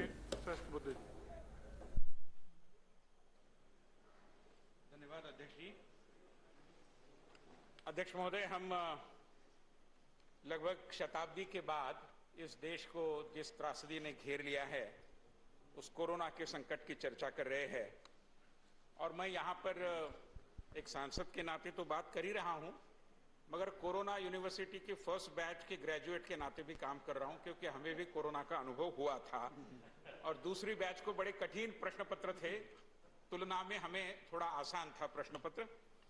मगर मैं सुन रहा था सभी मान्यवर सदस्यों के भाषणों को, और इक्का दुक्का अपवाद अगर छोड़े तो सभी ने हमारे स्वास्थ्य कर्मियों, डॉक्टरों, नर्सों, पुलिस और हमारे स्वच्छता कर्मियों के प्रति अपना सम्मान प्रकट करते हुए, कृतज्ञता व्यक्त करते हुए अपने भाषण को या तो प्रारंभ किया या भाषण की समाप्ति के समय उनके प्रति आभार व्यक्त किया।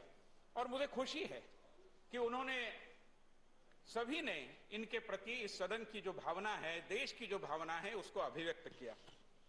मगर मैं समझ नहीं पाता था कि इसी तरीके का एक सिंबॉलिज्म, इसी तरीके की एक प्रतीकात्मकता का एक स्वर आलापते हुए माननीय प्रधानमंत्री जी ने प्रथम चरण में, जब ये कोरोना की त्रासदी का पहला कहर हमने देखा था, तब थाली नाद या तालियां बजाते हुए या दीप जलाते हुए हमारे इन्हीं स्वास्थ्य कर्मियों के प्रति कृतज्ञता का इजहार करने का, उसको अभिव्यक्त करने का एक अपील लोगों को किया।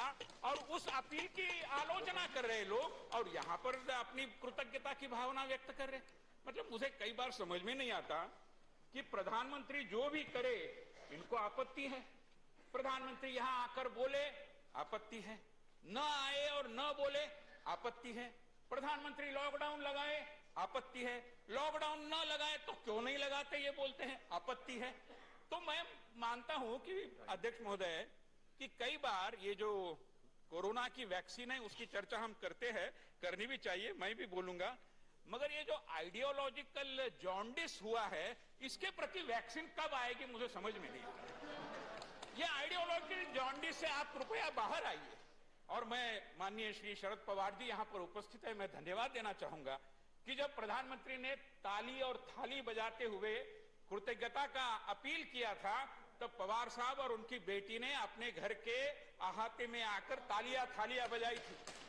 आज पवार साहब यहाँ पर ससम्मान बैठे हैं, आगे में हमारे खड़गे साहब है, पीछे संजय राउत थे, अभी संजय राउत नहीं है, पता नहीं वो कब जाएंगे, मगर जो भी है तो इनके बीच में रहते हुए भी पवार साहब ने एक समझदारी और सूझबूझ का परिचय दिया और प्रधानमंत्री की अपील को माना। मैं धन्यवाद देना चाहूंगा क्योंकि जनता ने माना, पूरे देश ने माना, हर किसी नागरिक ने माना, हर भारतीय ने माना कि हमने इस कृतज्ञता को अभिव्यक्त करना चाहिए।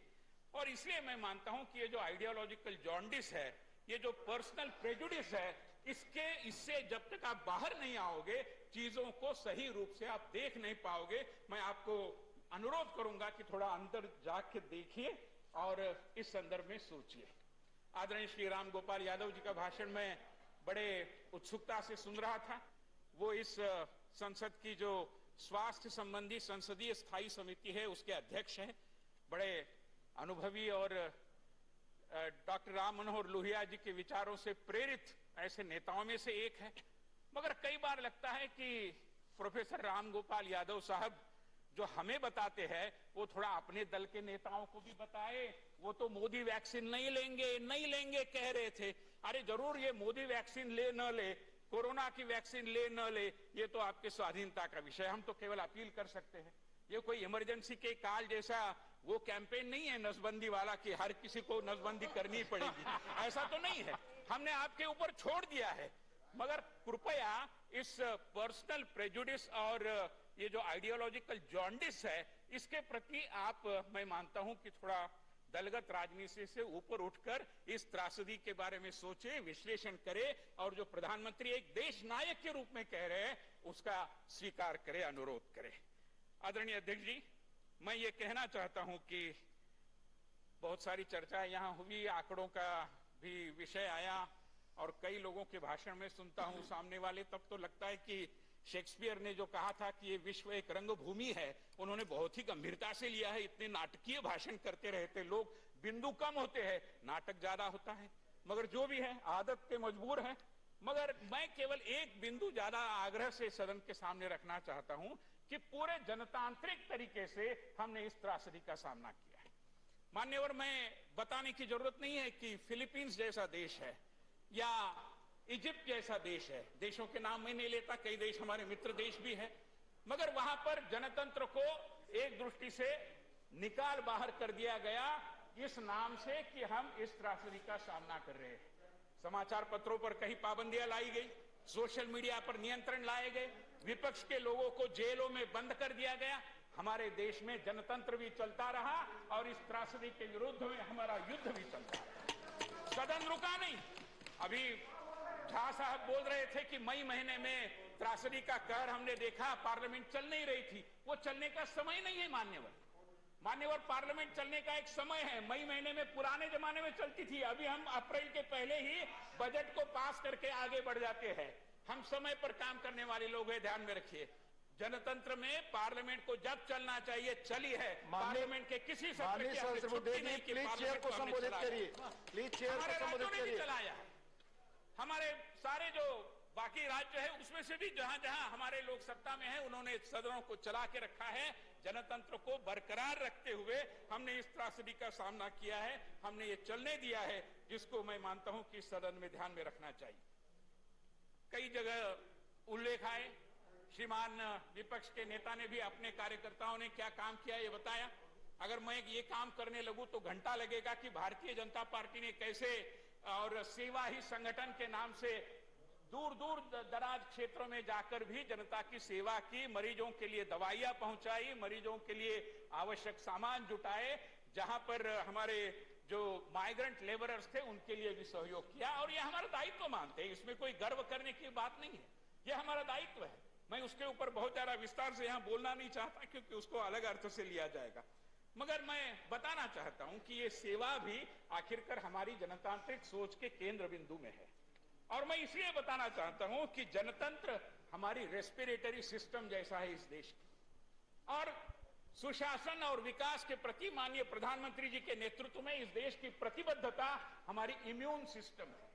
और जब सदन चलता है, जब चर्चा होती है, जब जनतांत्रिक संस्थाओं का निर्बंध रूप से काम करना और चलता रहता है, तब मानता हूं कि ये एक इस सिस्टम के लिए वैक्सीनेशन होता है, जिसका भी हम स्वीकार करते हैं। और हर कोई नागरिक हम मानते हैं कि कोरोना के खिलाफ की इस लड़ाई में हमारा वॉरियर है, और उस पे कंधे से कंधा मिलाकर देश के नायक और हम सब कोरोना की त्रासदी का सामना कर रहे हैं। माननीय, और मैं चंद मिनटों में समाप्त करूंगा, मगर कुछ बातों को कहना बहुत जरूरी है, और आप भी ये सुनकर बताएंगे कि आपने कहा अच्छा किया और समय लिया, तो कोई आपत्ति नहीं। क्योंकि समय की सीमा है, इसे हमें कंक्लूड करना है 5 बजे तक। इतना ही कह रहा हूं कि एक और हम प्रधानमंत्री रिलीफ फंड के द्वारा बहुत सारी सामग्री पहुंचा रहे थे, और ये प्रधानमंत्री रिलीफ फंड क्या है?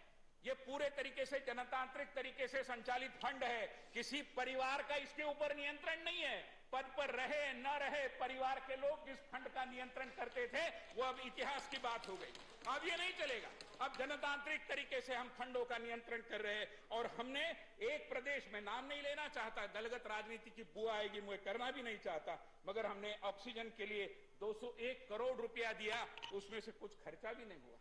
कई जगह हमने वेंटिलेटर मशीन दिए, स्टोर रूम में अभी भी पड़े हैं, ऐसे सीएजी के रिपोर्ट कह रहे हैं। तो मैं मानता हूं, मैं प्रदेश का नाम नहीं लेना चाहता, लोगों को पीड़ा होगी, उनकी पीड़ा में मैं और बढ़ोतरी नहीं माननीय सहस्त्रबुद्धे जी कंक्लूड करें, प्लीज कंक्लूड करें, कंक्लूड करें। वैक्सीनेशन की चर्चा हो रही है, तब मैं आपको ये कहना चाहता हूं सदन के माध्यम से पूरे தயவுசெய்து நிறைவு செய்யுங்கள்.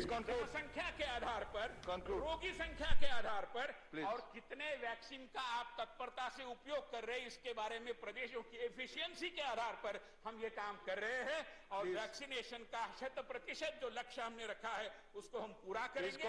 विकेंद्रीकरण और फेडरलिज्म, ये हमारे मार्गदर्शक रहे हैं। धन्यवाद। मिलाकर मैं गीता के अध्याय से समापन करूंगा, और गीता के अध्याय में जैसे कहा है कि करणम च पृथक विदम विविधश्च पृथक चेष्टा दैव चैवात्र पंचम। धन्यवाद। अंतिम बात है, एक जमाना था कि डेस्टिनी और डायनेस्टी में ही। धन्यवाद माननीय सहस्त्रबुद्धे जी, मैं दूसरे स्पीकर को बुलाऊंगा। बन गई। मैं मानता हूं कि देश अब अपने पुरुषार्थ का परिचय देते हुए कोरोना की त्रासदी का एकजुट होकर मुकाबला कर रहा है। आइए पूरे जनता जनार्दन का अभिवादन करें। धन्यवाद। Honourable Shri Vinay Vishwam ji, honourable Vinay Vishwam ji, please. Thank you, sir. Sir, my good friend from the BJP, who just spoke here, was very vocal and enthusiastic in elaborating that the Prime Minister was a great success. And he was very adamant to say that the PM relief fund was properly used for vaccinations, for oxygen and for everything. I may very humbly ask him to explain what happened to the PM CARES funds. Where has that fund gone? How much money you got? How much money you spend on the vaccination policies? Kindly explain. I request the Minister, who is also a very able young man, to tell us in the House of the Parliament that what has happened to the PM CARES funds. Sir, according to him, Vinayji, everything is fantastic in this country. Success, success and success. But still, in this country, 5 lakh people died. I bow my head before them. In this country, crores and crores of people lost their jobs. In this country, the cities, the villages, all have broken. And this is the country. This is the reality. Don't accuse us saying about ideological jaundice. Don't accuse us. If that jaundice is there, I may tell you, you are the victims. Please. You are the victims. I can tell you, just to read what the RSS chief, Sar Sanchalak ji, Mohan Bhagawat ji told. He told in a very important speech about failures. Who fails? The system fails. The government fails. Then he called society fails. I request you, see the fact, open your eyes and come to the Parliament with a real face and let us unite in this fight to overcome these failures. Don't try to whitewash it. My humble request.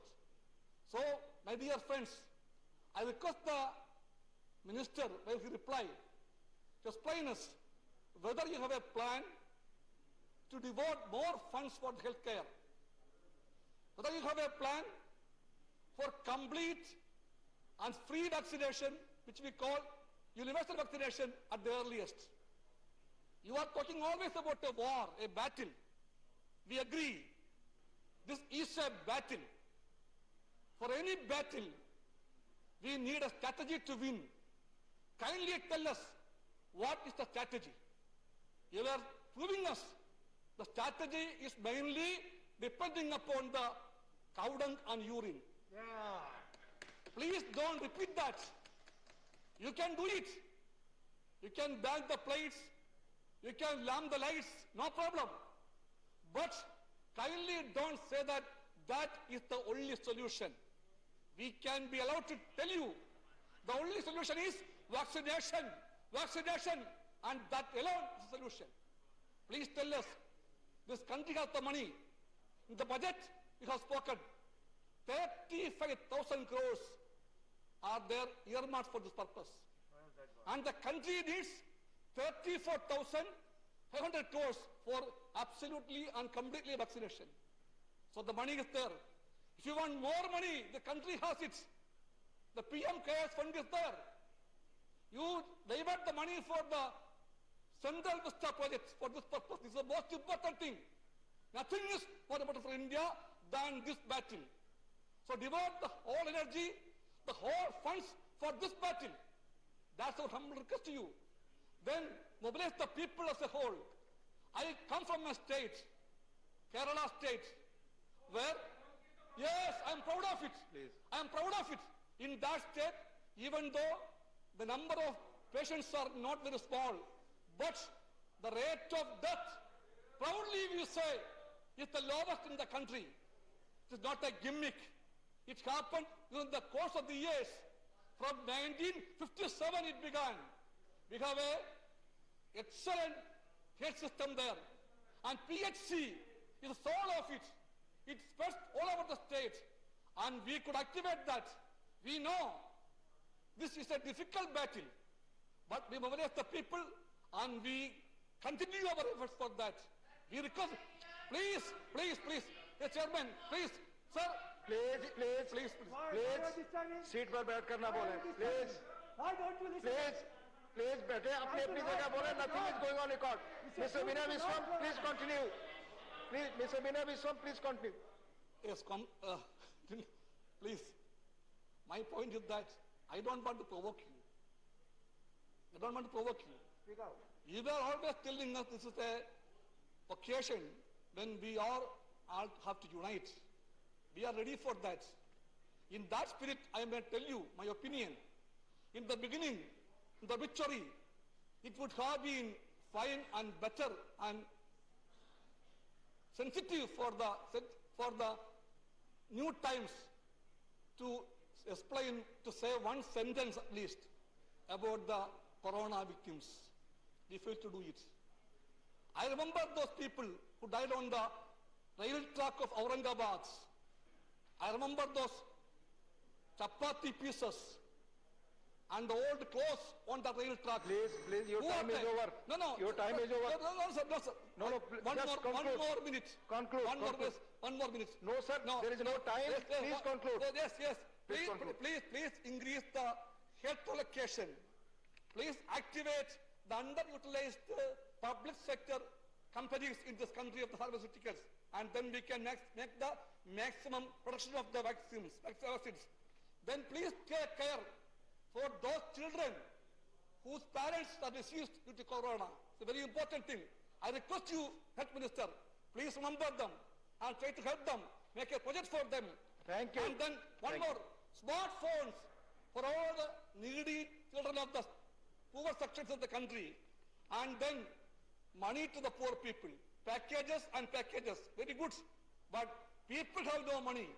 Give them money to survive. Thank you. Thank you, Vinay Sir. My answers are this, please. Thank you. I thank you very much. Thank you. Dr. Anil Jain.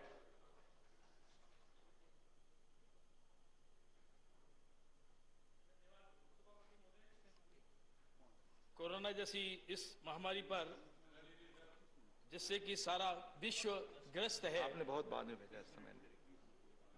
हमने इस पर जिस प्रकार का management किया है, इस पर तमाम तरह की टिप्पणियां अभी हमने सुनने को मिली हैं।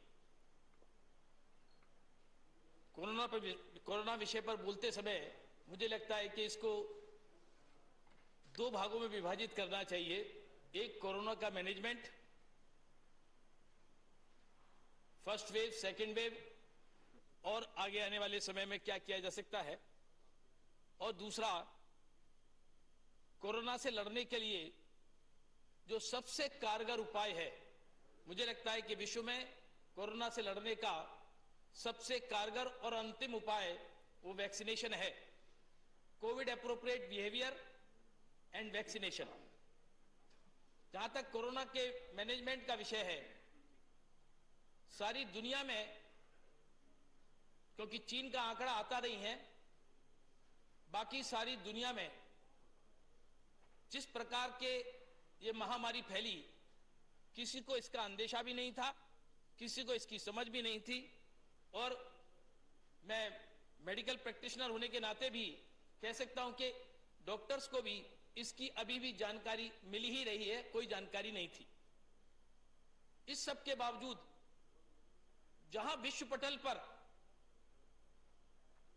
भारत का हेल्थ स्ट्रक्चर, इंफ्रास्ट्रक्चर जिस प्रकार का था, हम सब जानते हैं।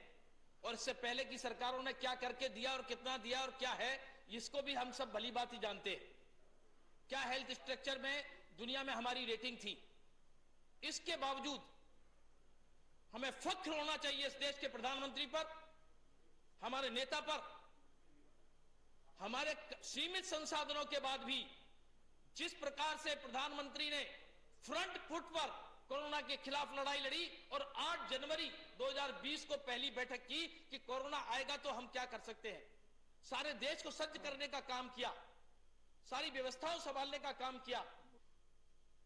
12 मार्च को जब WHO ने पेंडेमिक घोषित किया, 15 मार्च को एडवाइजरी देश में जारी हो गई थी।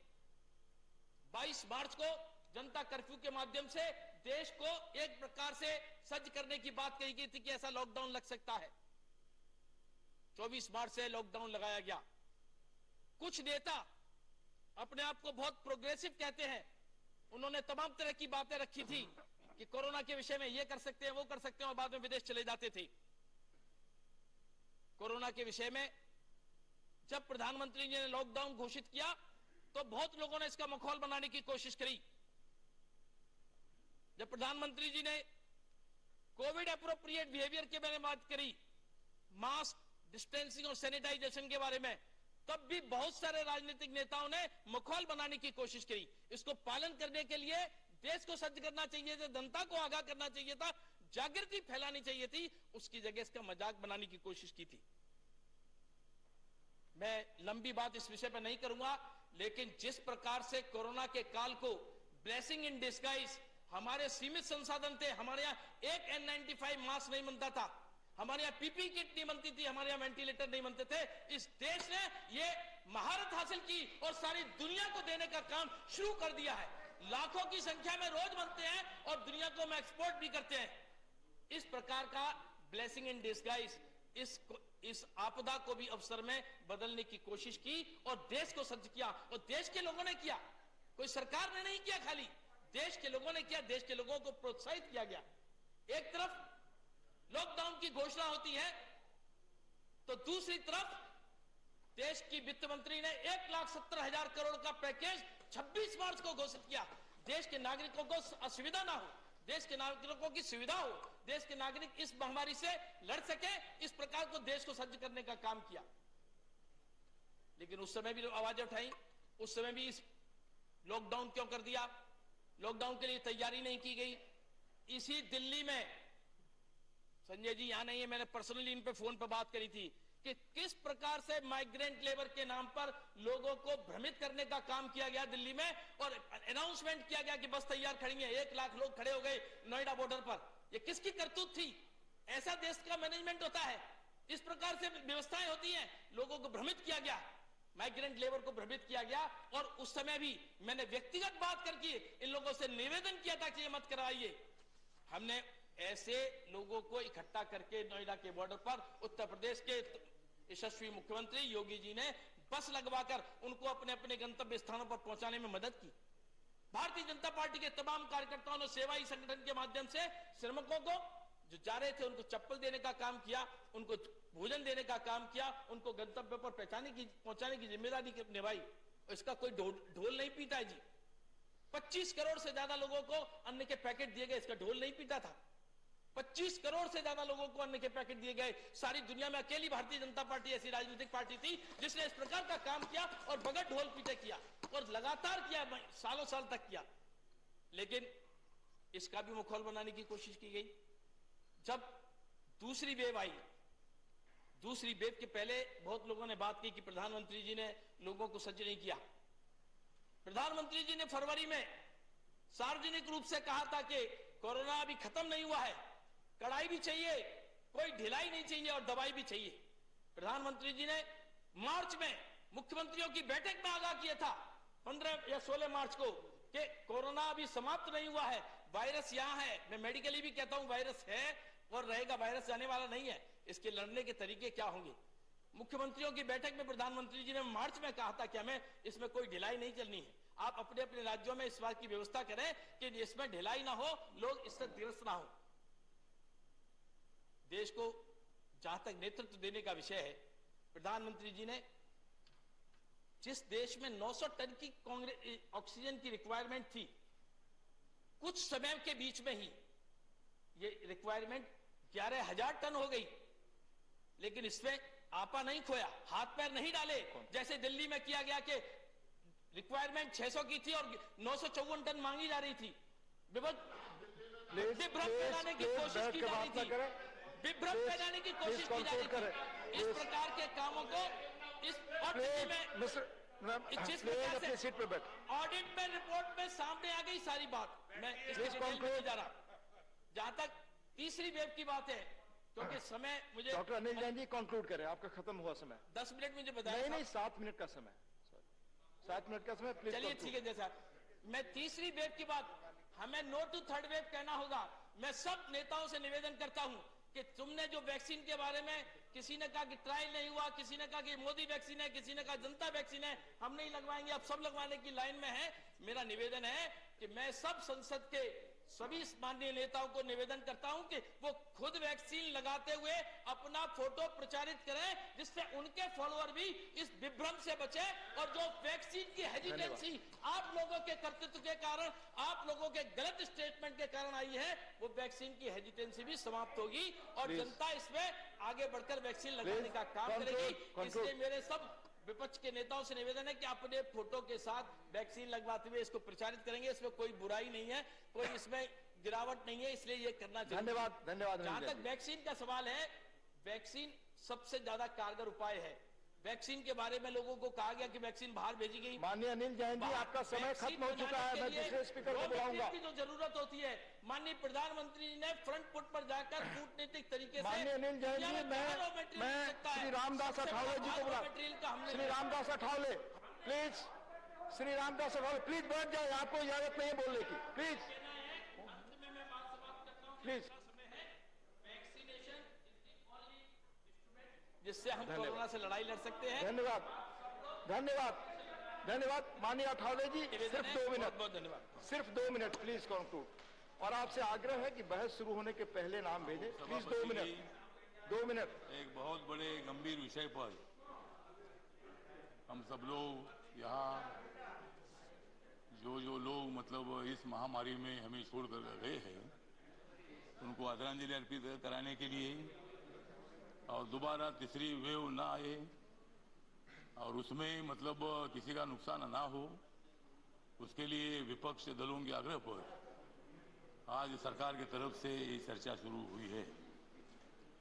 तो मैं बताना चाहता हूं कि कोरोना की आ गई है महामारी, कोरोना की आ गई है महामारी, जाग गई है दुनिया की जनता सारी, परेशान रही गांव-गांव की नारी, परेशान रही गांव-गांव की नारी, मेरे ऊपर भी आ गई थी एडमिट होने की बारी।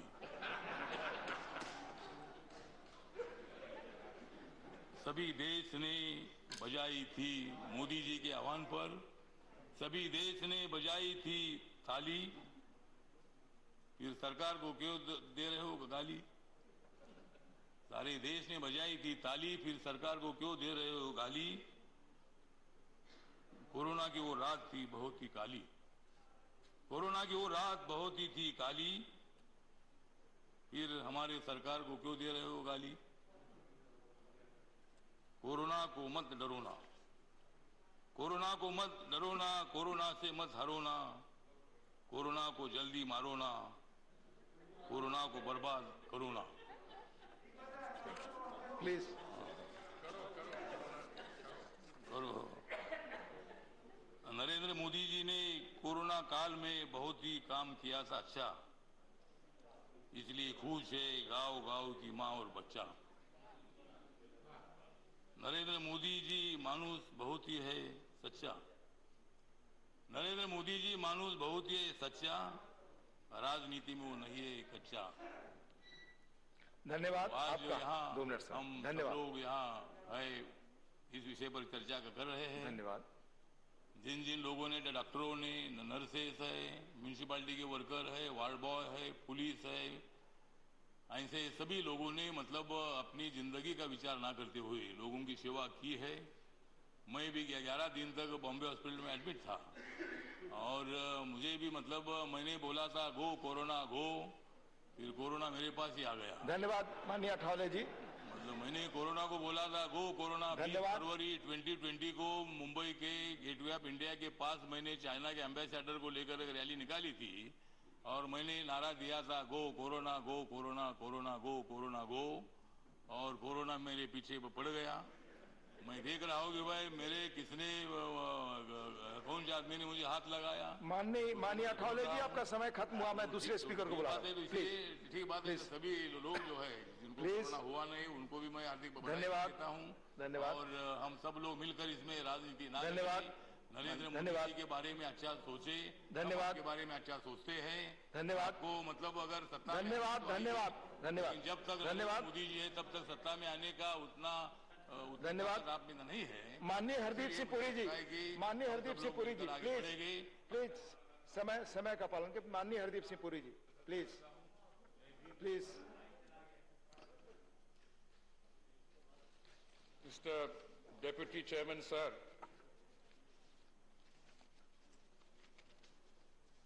uninformed comment, I believe, and I submit to you, sir, is bad enough. But when an attempt is made to deliberately produce a false narrative, I submit, sir, that is an even more serious matter. Sir, even one death of any Indian citizen on account of any cause, whether it is COVID related or non-COVID related, is a serious matter and is a matter of regret. But as the saying goes in the English language, I have for many years been trying to find out who the author of this comment or quote is. It is popularly ascribed to Mark Twain, and it says, "A lie travels around the globe while the truth is still putting on its shoes." Listening to my friends, honorable members from across party lines, I got the impression that the one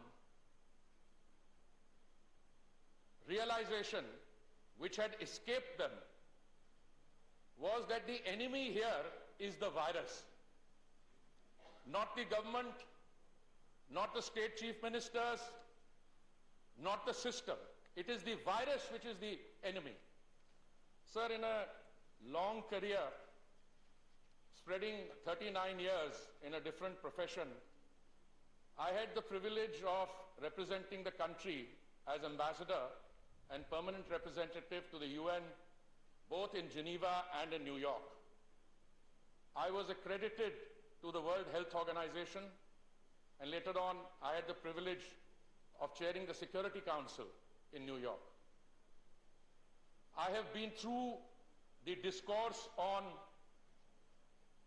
H1N1, or what is called swine flu. I have studied Ebola, SARS, which was mentioned here today. SARS has a fatality rate, sir, of over 17%, which is way higher than the fatality rate of COVID-19. And our friend and my old colleague, I don't think he's here, no, he's here, Thiru Vaikoji, was giving us a long history through the ages, yes, how can I miss you, of how many people died in a plague, etc. He ultimately came to the Spanish flu. Why am I referring back to this? For the simple reason, sir, that if there is any experience that anyone in the medical profession has had in the last several decades, it does not add up to our experience of COVID-19. Because the last time we had disruption, death and destruction at this scale was during the Spanish flu in 1918. But I respectfully submit to my dear friend Vaikoji that the number of people who died in the Spanish flu was not 500 million, I think it was closer than 50 million. Why am I coming back to this issue? For the simple reason that today this discourse in this house, which is taken seriously by the country, will be played over and over again, and the false narratives that have appeared here will be scrutinized and fact-checked. My distinguished colleague from Kerala, two of them spoke. Shri Elmaram Karim said from January 2020 till the lockdown, the government didn't take any action. I don't know where he gets his facts from. As Civil Aviation Minister, I was the first to stop flights from coming from China. Others followed. We went into a total lockdown on 25th March 2020.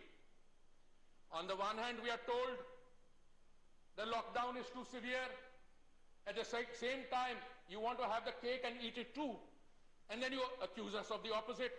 Please look at the actions which were taken by the Honorable Prime Minister and this government.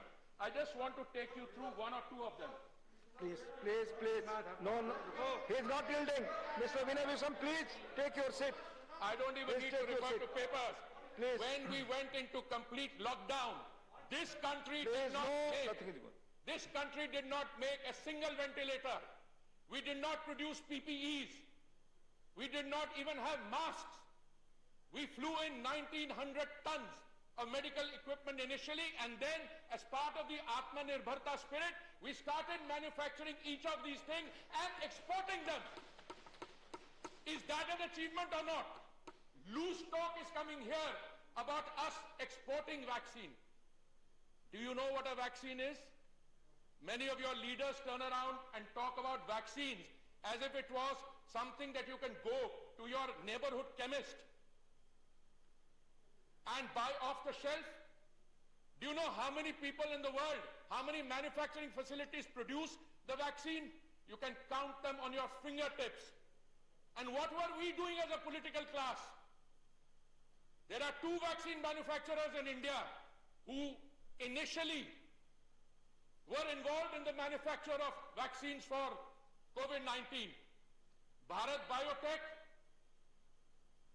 a domestic manufacturer, and when the government, my colleague, the Honorable Health Minister Mansukh Bhai and his predecessor, when we were sitting in the GOM, what were we facing? That there was a repeated chorus coming from the Congress party and other parts of the political system. Why are you giving accelerated permission to Bharat Biotech? अभी तो इनके clinical trials नहीं हुआ, अभी तो ये नहीं हुआ, अभी तो वो नहीं हुआ. Who was fueling vaccine hesitancy? अभी मेरे एक साथी ने कहा कि आपने तो उसको बीजेपी वैक्सीन बोला, और मैंने कहा during press interaction, मुझे तो बहुत गर्व है कि आप बीजेपी को क्रेडिट देना चाहते हैं for what our scientists and medical professionals have done. Be my guest. The second vaccine manufacturer, Serum Institute, which is producing the Oxford Zeneca vaccine. This was research, AstraZeneca, research done at Oxford University by scientists, medical professionals, developed by AstraZeneca, pharmaceutical company, and Serum Institute was one of the manufacturing facilities, the only one in India, which produced it under license. Now, do you know that we are also part of international agreements? Do you know that we also have obligations under those instruments? And then when domestic manufacture takes place, we are obliged, apart from what my colleague said, we are part of a global system. Supply chains, inputs come from outside the country. And to make politics out of this, ये राजनीतिक रोटियां सेकने का अवसर है. Let me tell you what we did. We produced an ecosystem which today we are one of the leading manufacturers.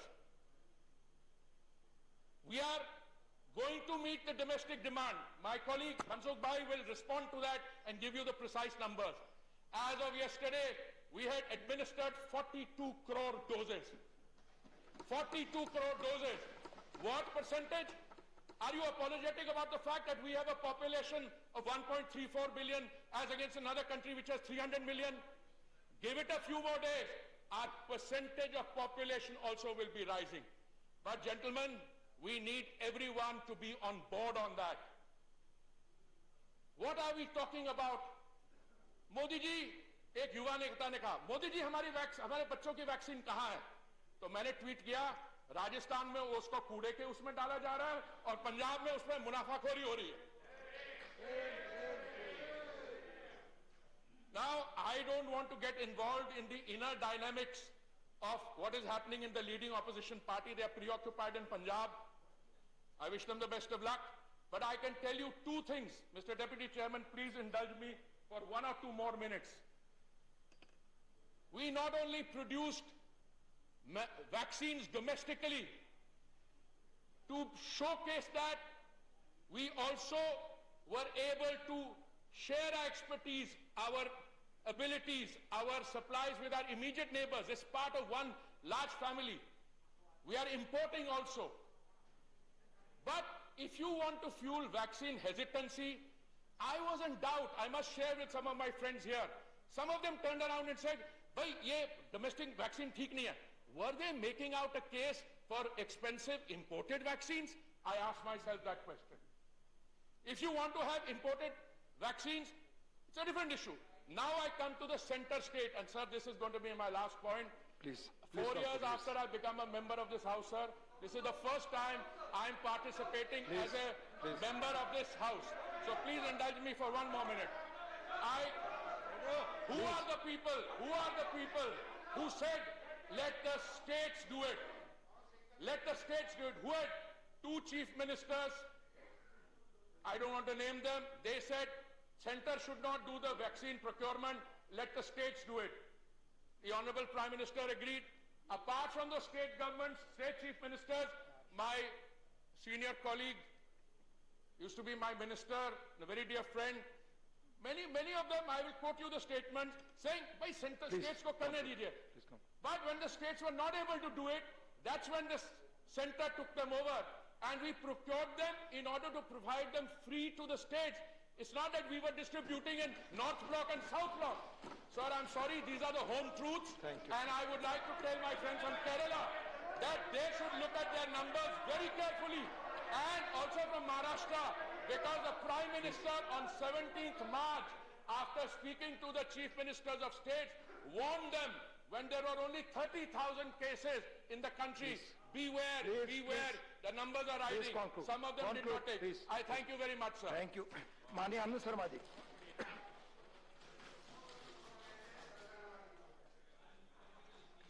Honorable Deputy Chairman, sir, this is a discussion which the country has been looking forward to and waiting for. After the painful experiences of this country, our people, the sufferings that tens of millions of Indians have faced, it's true that a pandemic is always global. A pandemic is not local. We all understand that. And we also understand how important the steps that have been taken.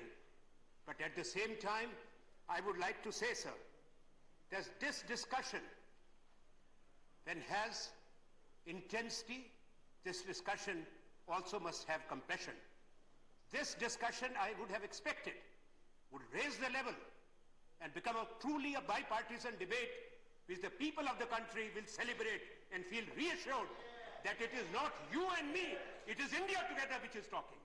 Unfortunately, I didn't see that. I am a senior member of this house. I've been around for long. I've been in the government and I've been in the opposition. Therefore, I would like to answer that when we have such debates, we must honestly look at the facts. We must not quarrel over numbers. We must not get into hair splitting that I did this and you did that. We are very proud as a nation of our scientists, of our doctors, of our paramedics. All Indians are.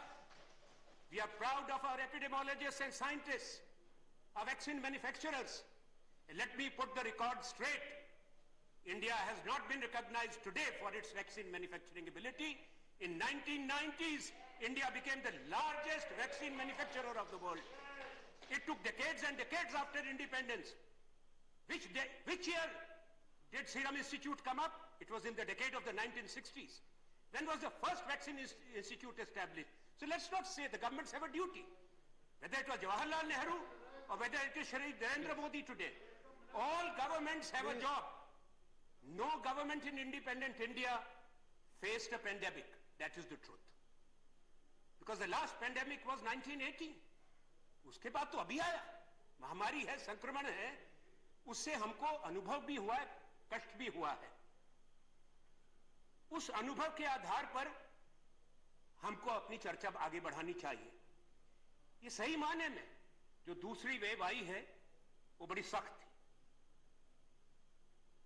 मैं ये नहीं कहूंगा अप्रत्याशित थी. ये आग की तरह फैली, महानगरों में नहीं कस्बों में भी गांव-गांव चली गई. वो दृश्य हमने देखे, हृदय विदारक थे. उसे हम इनकार नहीं कर सकते। जिनके घरों में मौत हुई है, जिनके परिजन चले गए, जो उनको अंतिम विदाई नहीं दे सके, जहां शमशान घाटों में जगह नहीं मिली, कब्रिस्तानों में जगह नहीं थी, पूरा देश जानता है। ये किसी को दोषारोपण की बात नहीं है, ये त्रासदी थी और विश्व के दूसरे हिस्सों में भी आई। और आज भी तीसरी वेव चल रही है अफ्रीका के अंदर, यूरोप के अंदर, और हम घबराए हुए हैं देश के रूप में कि हमारे यहां भी आएगी। मेरा मंत्री महोदय आपसे निवेदन है यहां पे कि कभी हमारे यहां कहा जाता है अक्टूबर में आएगी, कभी कहा जाता है कि अगस्त आखिर में आएगी। कृपा करके जो भी एजेंसीज हैं उनको कह दीजिए कि एक आवाज में भारत की सरकार की तरफ से चेतावनी आए, देश को सजग करें कि कब का अनुमान है। कोई नहीं कह सकता निश्चित तरीके से कितनी गंभीर होगी, कितने लोग इससे संक्रमण से प्रभावित होंगे, ये कोई नहीं बता सकता।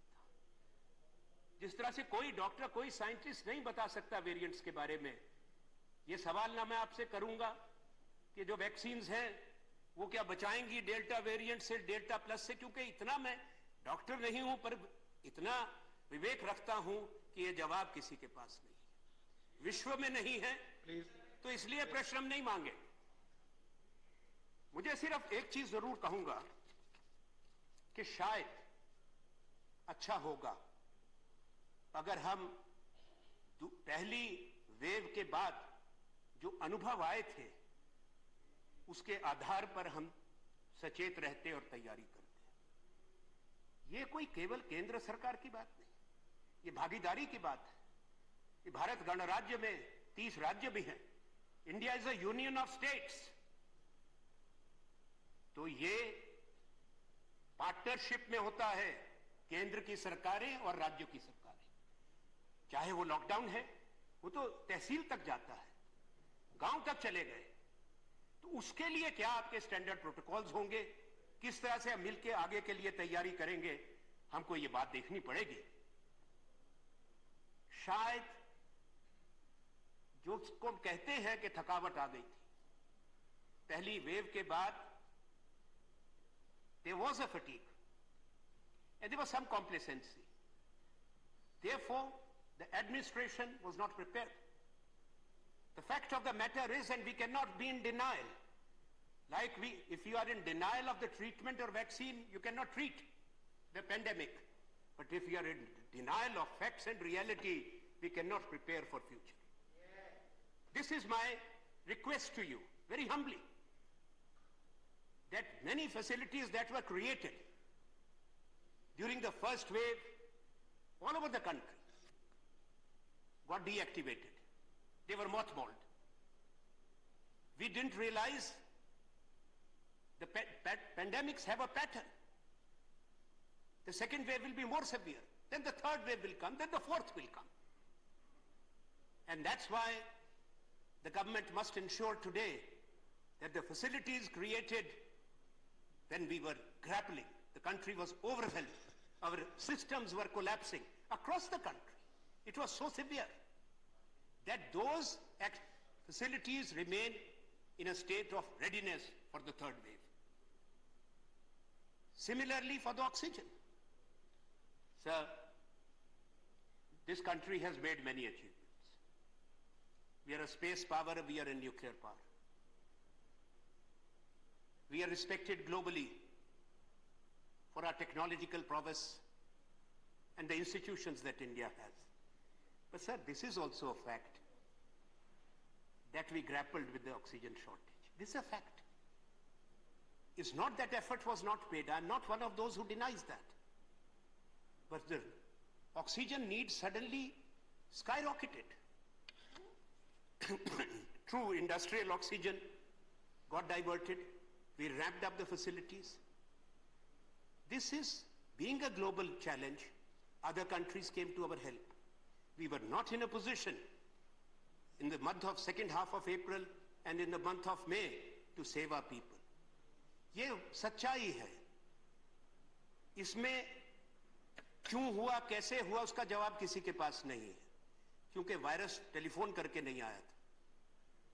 पर सच्चाई ये है कि भारत की राजधानी के बड़े बड़े अस्पतालों के अंदर मरीज भी मरे, डॉक्टर भी मरे, चाहे वो गंगाराम था, चाहे बत्रा अस्पताल थे। हमारे मित्र यहां पे कई डॉक्टर बैठे, कई विद्वान बैठे।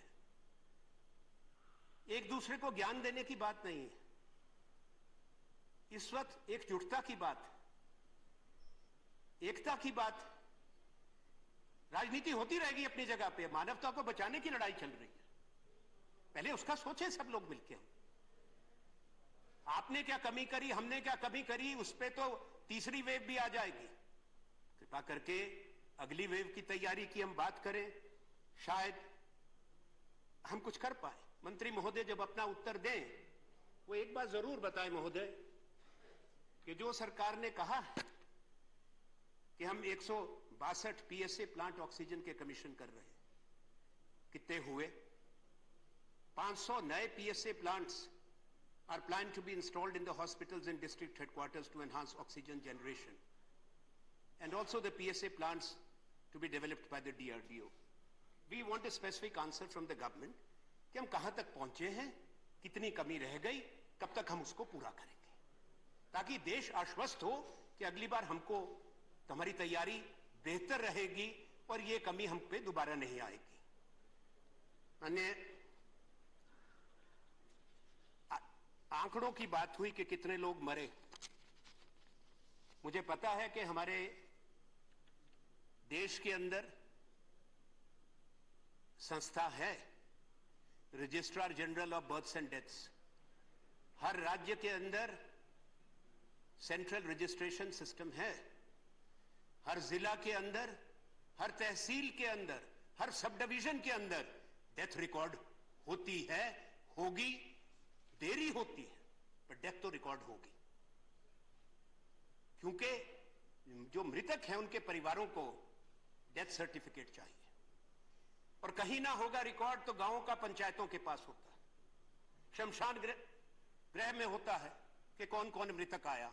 तो मुझे सरकार से एक बात कहनी है, एक्सेस डेथ्स बहुत रिपोर्ट हुई है, सब जगह लोग अस्पताल नहीं जा पाए, सब जगह पे लोग टेस्ट नहीं करा पाए।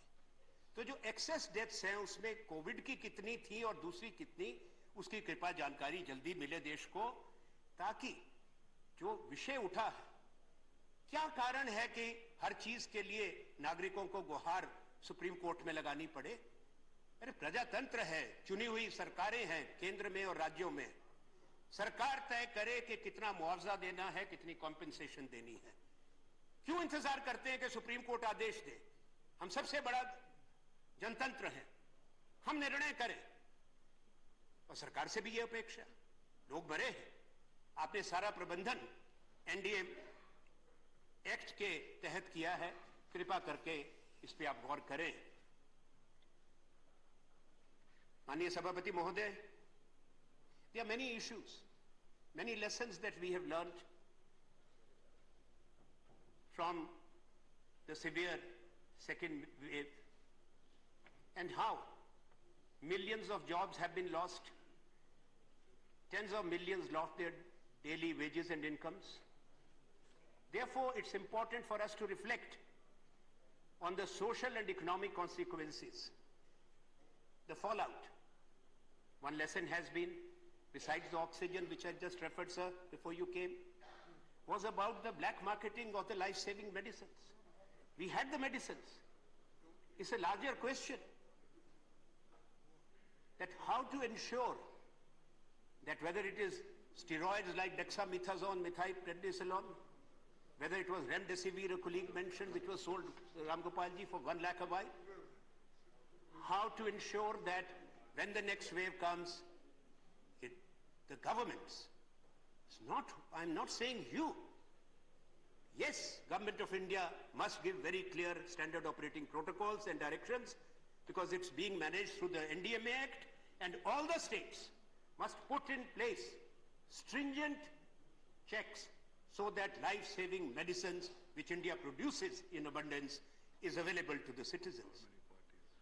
So one thing which is not being discussed about our children, about our poor, their education. This pandemic has resulted in mental health issues. emotional issues, especially amongst the poor, amongst the women who manage the households, and children. Is there any estimation, sir, which we must have an audit? How many children have fallen out of the education mainstream? How many children who could not attend the virtual classes? We may easily say that we have a notepad or we have other computer instruments, but the internet access, sir, in rural India is only 15%. In urban India, it may be 42%, but in the national capital of Delhi, 7 lakh school children did not have any internet access. Now, sir, smartphones, 75% to 80% children in rural India do not have any access. Sir, hundreds have committed suicides. There have been heart-rending stories. Government should create a special fund for such children. Government should also create adequate provision for orphan children, जो बच्चे अनाथ हो गए, जिनके माँ बाप दोनों चले गए. ये करना चाहिए. सर, इस बच्चों से जुड़ी बात है मिड डे मील स्कीम की. स्कूल बंद हैं. जो गरीबों के बच्चे मिड डे मील स्कीम के लिए आते थे, वो तो ना खाना मिलता है ना स्कूल में आते हैं. कितने लोग चाइल्ड लेबर में चले गए. ये जरूरी है कि जिन बच्चों को मिलता था मिड डे मील स्कीम का बेनिफिट, उनके यहां पे ड्राई राशन हर राज्य में, हर जिला में, हर तहसील में पहुंचाए जाएं. देखिए, मैं आपसे बात नहीं कर रहा हूं, सभापति. कोई जवाब दे रहे, बैठ के जवाब देना नहीं और जवाब देने का अवसर भी मिला नहीं आपको. Please sir, this is not the way. The other matter is pertaining to the migrant labor and workers. We have about, in India, the total number of migrant people is 43% of the population. More than 10 crore migrant labor and workers are there. In the second wave also, 3.5 crore had to go back. Second wave. So I'll say that second wave, in one way, the trains were running. We didn't have the same scenes as the first wave. But the national database of the migrant labor, so that they have access to rations anywhere in the country, is yet to be created. I hope, though, that work is accelerated so that the sooner we have it, the better social protection we give to our poor. So when I refer to, I'm not going to go into details that what is the GDP percentage and all that is lost, and it won't go. This House will have a discussion on the economy. But sir, there have been 3 packages that the government has given. These are stimulus packages. Total, what the government claims, is 17.1 lakh crore, or 8.7% of India's GDP. So the fact is that the actual fiscal impact or outgo is 2.7 lakh crores. That is 1.4% of the GDP. The rest are credit measures, fiscal measures. अच्छी नीयत से किए हुए हो सकते हैं. अब जिस तरह से रेडी वाला है, खोंचे वाला है, जिसका कारोबार बंद हो गया लॉकडाउन में, और हमारे देश में नहीं, दुनिया में 1/3 रेस्टोरेंट्स वगैरह सब बंद हो गए. अब उनको कर्जा लेने के लिए कहो, रेडी वाले को, खोंचे वाले को, कहां देगा कर्जा, कैसे देगा गारंटी? बड़ा मुश्किल काम है अगर सरकार भी गारंटी देती है. और उसी तरह की तकलीफ आ रही है जिस तरह हम टूरिस्ट गाइड को देते हैं. अब टूरिज्म बंद है. अभी हरदीप पुरी जी ने कहा कि सारी फ्लाइट्स हमने सबसे पहले काम किया था. जब ना टूरिस्ट आएगा, ना पर्यटक आएगा, ना पर्यटक स्थल खुलेंगे, ना टूरिस्ट गाइड किसी को दिखाने के लिए जाएगा, तो वो कर्जा लेके कहां जाएगा? कौन सा कर्जा किस काम के लिए? कृपा करके इस पे पुनर्विचार करें. एक डायरेक्ट कैश ट्रांसफर. भारत के पास 600 बिलियन फॉरेन एक्सचेंज रिजर्व है. 10 बिलियन अपने देश के लोगों को दे दो. 10 बिलियन तो दे दो. 7 लाख करोड़ से ऊपर बन जाता है, 7.5 लाख करोड़. ये मेरा आपसे आग्रह है भारत की सरकार से. इस पे आप गौर करें, लोगों के हाथ में पैसा दें. ये बहस का विषय नहीं है वैक्सीनेशन. कई सदस्यों ने कहा कि vaccine vaccine vaccine. Yes, and no, and I am not going to get into there other details also. There can be 2 perspectives. The fact of the matter is that there was a delay in placing firm orders. There was a delay. Other countries, whether it's America, whether it is UK, Germany, they placed firm orders by May last year. We have placed first firm orders only in the month of January this year, and second firm orders last week, which is of 14,500 crores, where we will get 66 crore vaccines. So these are the government of India releases the numbers every day. So these are not Anand Sharma's numbers, government of India statement. I'm repeating what the government says. And let me assure, because a friend gestured, if I give you a number, with all humility, I'll say that cannot be challenged, because that is your government's number. That's not my number. The fact of the matter also is, nobody denies the fact that we are a country with 140 crore population. Therefore, we have to prepare for that. China is 150 crore plus. They have to prepare for that. You can't expect Greece or Turkey to have the same vaccination as Bharatgand Rajya. ठीक है, हमारे यहाँ पे अभी 40 करोड़ का आप आंकड़ा कहते हैं, बिल्कुल ठीक, मैं भी सहमत हूं उससे, पर उसमें से फर्स्ट डोज वाले 32.5 करोड़ है, और सेकेंड डोज जिनको दोनों डोज मिल चुकी है वो लगभग 9 करोड़ पे हम पहुंच गए। पर जहां तक बड़े देशों की सूची है, अभी हम 9% के आसपास भी नहीं पहुंच पाए हैं। जो ये आंकड़े हैं हर देश के, अब हम ये नहीं कहेंगे कि भाई किस हमारा सबसे आगे पहुंच गया नंबर। प्रश्न ये है कि अभी हमको बहुत काम करना है। उसके लिए क्या रूपरेखा होगी, किसी तरह की कोताही ना हो। सर, मैं खत्म करता हूं। उसके लिए दोबारा वो अनुभव ना हो। ये तो नहीं है कि तकलीफ नहीं आएगी, ये नहीं है कि अस्पतालों में लोग नहीं जाएंगे, ये नहीं कि लोगों के परिजन नहीं चले जाएंगे, पर हम तैयारी में रहें थर्ड वेव की। मैं इसलिए कह रहा हूं sir, before I conclude, that only last night I was speaking to one of the key persons who is connected with the management, and I was taken aback. I'm not going to take the name, I cannot. And I was told कि अगर third wave आई, तो हमने कहा आपने ये कैसे कह दिया कि अगर सब जगह आ रही, आपको तो तैयारी रखनी चाहिए, हमको चेताना चाहिए कि आप किसी तरह की ढिलाई मत करिए, तैयारी रखिए, कोविड की एप्रोप्रिएट प्रोटोकॉल जो सारे हैं उनको फॉलो करें। सर, हमारा अपना व्यक्तिगत अनुभव है, वैक्सीन बचाती है, पर ये इन्फेक्शन ना हो ऐसा तो नहीं होता। मेरा अपना अनुभव है, despite being fully vaccinated, I had a breakthrough infection. I was in hospital. As Shastra Buddha ji was saying, he was fortunate. That was the first wave. Maybe some of us were less fortunate. We had the Delta, and therefore it was a challenge. We do not wish a situation in this country, sir. Before I conclude, to submit before this August House, make a fresh beginning. All of us need to think. Question is of our people. Question is of our children. Question is of India's economy. Question is of humanity. How do we fight this battle?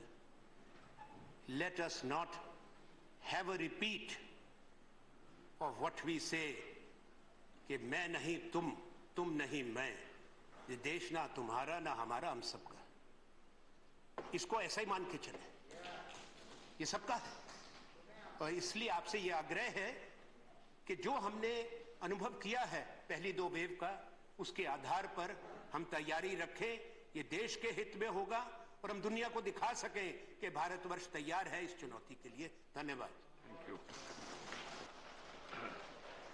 Thank you, Anand ji. Honorable members, 26 people from 21 political parties have participated in this debate. And the minister is going to respond to the debate. இந்த விவாதத்தில் ஏறக்குறைய 26 உறுப்பினர்கள் கலந்து கொண்டார்கள். 21 கட்சியைச் சேர்ந்த 26 உறுப்பினர்களுடைய வாத விவாதங்களையும் அவர்களுடைய கலந்துரையாடல்களையும் கேட்டோம். இதற்கு இப்பொழுது அமைச்சர் பதிலளிக்க இருக்கிறார். MPs or ministers or the government or the system or the so-called experts, they must try to give confidence to the people while giving suggestions and also cautioning government and also people. Confidence has to be given to the people because there is a talk of third wave. உங்களுடைய ஆலோசனைகளை தரும் பொழுது தயவு செய்து மக்களுக்கு நம்பிக்கை அளிக்கக்கூடிய ஆலோசனைகளாக தெரிவியுங்கள். Very constructive sessions. Some have pointed out the shortcomings. Nothing wrong in that. But I appeal to all members, this side and that side, don't indulge in running commentary, making comment, sitting and commenting. If you could not control yourself, you can go out to lobby. தயவு செய்து அமைச்சர் ஆலோசனைகளை வழங்கும் பொழுது நீங்கள் எந்த விமர்சனமும் செய்ய வேண்டாம் என்று நான் கேட்டுக்கொள்கிறேன். தயவு செய்து நடுவில் எந்த விமர்சனத்தையும் நீங்கள் கூறாதீர்கள்.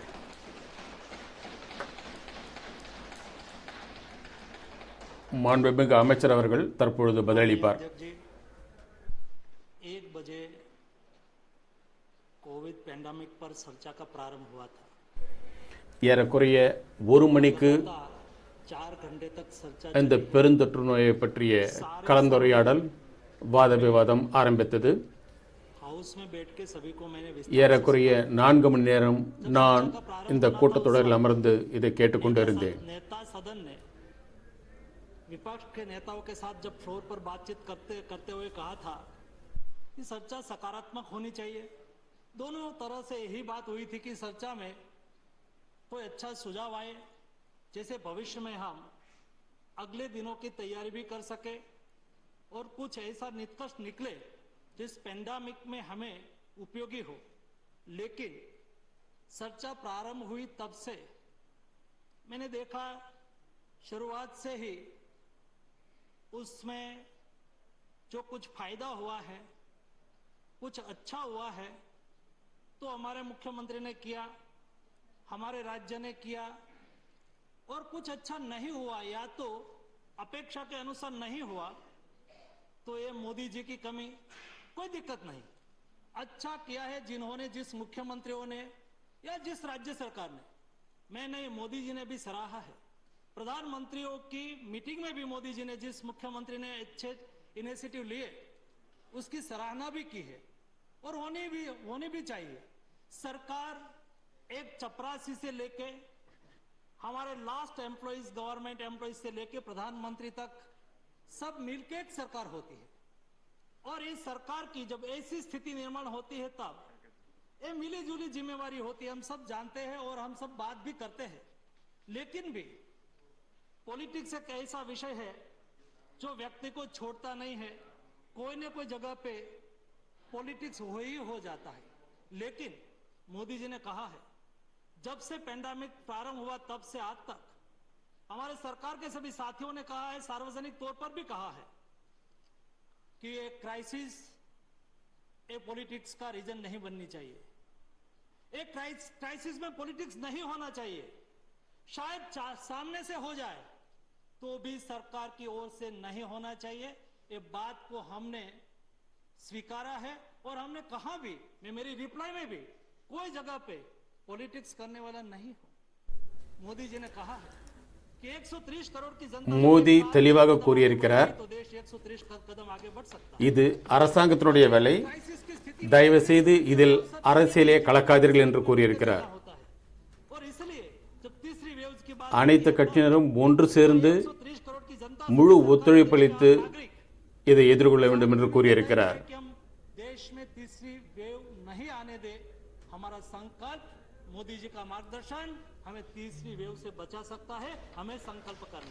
நம்முடைய உறுதிமொழி இப்படித்தான் இருக்க வேண்டும். எக்காரணத்தை முன்னிட்டும் 3வது அலையை வரவிடக்கூடாது.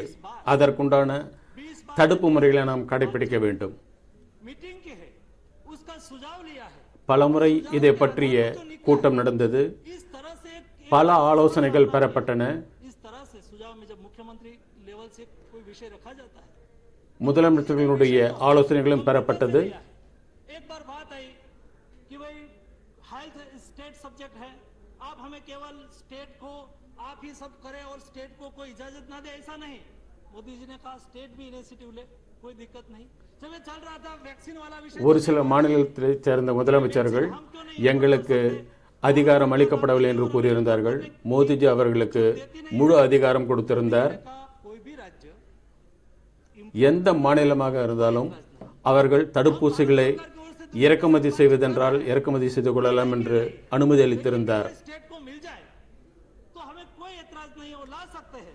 அவர்கள் முயற்சி செய்து தடுப்பூசிகளை இறக்குமதி செய்வதில் எங்களுக்கு எந்த விதமான ஆட்சேபனையும் இல்லை என்றும் அவர் கூறியிருந்தார். कोई कंपनी यहाँ एक्सपोर्ट करने के लिए इंडिया को देने के लिए आगे नहीं आई. ஆனால் எந்த மருந்து கம்பெனிகளும் இந்தியாவிற்கு மாநிலங்களுக்கு தருவதற்கு தயாராக இல்லை. पर प्रधानमंत्री जब स्टेट पर छोड़िए, स्टेट अपनी आवश्यकता के अनुसार स्टेट अपनी ओर से भी लॉकडाउन लगाएंगे. मोदी जी ने कहा कोई दिक्कत नहीं, स्टेट மாநிலங்கள் सरकार होती है, वो भी அங்குள்ள அமைச்சர்கள் மற்றும் அங்குள்ள சூழ்நிலைகளை பொறுத்து முடிவெடுத்து அவர்கள் முழு அடைப்பை நடத்திக் கொள்ளலாம் என்றும் கூறியிருந்தார். अपनी अपनी ओर से प्रयास किया और मोदी அனைத்து மாநிலங்களும் இதற்கான முயற்சிகளை செய்தன. आज जहां पहुंचा है यहाँ இன்று நாடு கொரோனாவில் எந்த நிலை அடைந்திருக்கிறதோ அதற்கு மோடி முழு அதிகாரமும் அவர்களுக்கு அளித்திருந்தார். कि मैंने ये सब कुछ कर दिया है. मोदी जी ने हमेशा कहा है कि देश को बनाने के लिए हम सब लोगों को மோடி ஒருபொழுதும் அவ்வாறு கூறவில்லை, அனைத்தையும் நான் தான் செய்தேன் என்று. जो पैंडेमिक की सिचुएशन से स्थिति है ஒவ்வொரு மாநிலத்திற்கும் முழு அதிகாரத்தை அவர் அளித்திருந்தார். काम करे और उसके लिए क्या क्या भारत सरकार ने किया. आप लोगों ने जो यहाँ அனைவரும் ஒன்று சேர்ந்து எப்படி இதில் செயல்பட வேண்டும் என்று सम्मानीय सदस्यों இந்திய அரசாங்கத்தின் மூலமாக அவர் ஒவ்வொரு மாநிலத்திற்கும் அறிவுறுத்தியிருந்தார். ये बात आई, एक ये भी बात आई कि आप मृत्यु आंक क्यों छुपा रहे हो. आप में से ஒரு சிலர் இதை கூட கேட்டுக் கொண்டிருக்கிறார்கள், நீங்கள் ஏன் முழு அறிக்கையை அளிக்கவில்லை, இறந்தவர்களுடைய புள்ளி விவரங்களை ஏன் சரியாக கொடுக்கவில்லை என்றும் கேட்டுக்கொண்டிருந்தார்கள். थाली ताली की भी बात आ गई, बच्चों के लिए आगे की क्या व्यवस्था है वो भी बात आ गई और குழந்தைகளை பற்றி என்ன முடிவெடுத்தீர்கள் என்றும் கேட்டிருக்கிறார்கள். இப்படி பல விஷயங்களை பற்றி அவர்கள் கேட்டிருக்கிறார்கள். जिन्होंने उसमें से कई अच्छे सुझाव भी आए. இந்த விஷயங்களை பற்றி பலர் தங்களுடைய மேலான ஆலோசனைகளையும் வழங்கியிருக்கிறார்கள். ऐसा बाहर भी पॉलिटिक्स करते रहे, लेकिन मैं बिंदु ஒரு சிலர் இங்கும் அரசியல் செய்து கொண்டிருக்கிறார்கள், வெளியிலும் அரசியல் செய்து கொண்டிருக்கிறார்கள். देश में पहला केस जब दर्ज हुआ था 13 जनवरी 2020 के நாட்டில் முதலாக ஜனவரி 13, 2020 முதல் நோயாளியை கண்டுபிடித்தார்கள். அப்பொழுதே நாம் அனைவருக்கும் அறிவுறுத்தியிருந்தோம், எச்சரிக்கை விடுத்திருந்தோம்.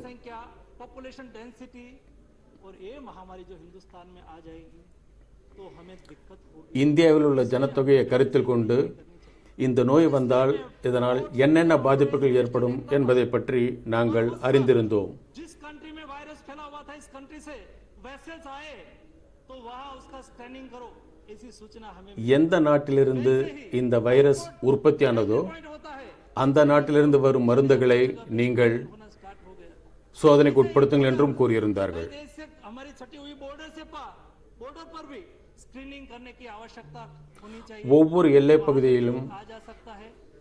சோதனை செய்ய வேண்டும் என்றும் கூறியிருந்தார்கள். में दुनिया में हिंदुस्तान में पहला केस दर्ज हुआ तब से शुरू की गई थी, बार-बार एडवाइजरी निकाली गई थी.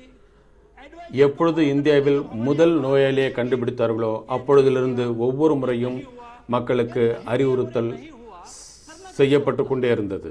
देश क्या होता है, जैसा आनंद शर्मा जी ने बताया कि 30 स्टेट बन के एक राष्ट्र बनता है तब जाके देश बनता है. ये हमारी फेडरल डेमोक्रेसी में हमारी भारत सरकार क्या है, ये स्टेट सब्जेक्ट है, सेंट्रल सब्जेक्ट है, उसमें मैं नहीं जाना चाहता हूं, लेकिन स्टेट की कोई भी योजना का इंप्लीमेंटेशन होता है कहां और किसके लिए होता है? देश की जनता के लिए होता है। देश की 100 करोड़ மாநிலத்தில் ஏதாவது முயற்சிகள் எடுத்தாலும் அந்த முயற்சிகள் யாருக்காக எடுக்கப்படுகிறது? மாநிலத்தில் உள்ள மக்களினுடைய நன்மைக்காக எடுக்கப்படுகிறது. इसलिए कहां कौन सी स्टेट में कौन सी गवर्नमेंट है वो विषय नहीं होता है और इसलिए எந்த மாநிலத்தில் எந்த கட்சி ஆட்சி செய்கிறது என்பதை பற்றிய கருத்து கிடையாது. इंप्लीमेंटेशन जब स्टेट को करना होता है, हमने कभी नहीं कहा திட்டங்கள் சரியாக அமல் செய்யப்படுகிறதா அமல்படுத்தப்படுகிறதா என்பதை பற்றி தான் நாங்கள் கருத்தில் கொண்டோம். நான் ஆரம்பத்திலேயே கூறினேன், நான் அரசியல் செய்ய விரும்பவில்லை. 10 लाख वैक्सीन पड़ा है, मेरे पास यहाँ आंकड़ा है, स्टेट का नाम देके नहीं बोलना चाहता. என்னிடம் சரியான புள்ளி விவரங்கள் இருக்கிறது. நான் எந்த மாநிலத்தை பற்றியும் குறிப்பாக கூற விரும்பவில்லை. वैक्सीनेशन स्पीड से करो, वैक्सीनेशन स्पीड आपके यहाँ स्टेट में है, उसकी कोई व्यवस्था होगी, उन्होंने थोड़ा स्टॉक रख के करना हुआ, ऐसा सोचा होगा, हमें कोई दिक्कत नहीं है, लेकिन उससे हम राजनीति नहीं करना चाहते हैं. व्यवस्था सुदृढ़ हो और कोरोना क्राइसिस के सामने हम अच्छी तरह से लड़ सके.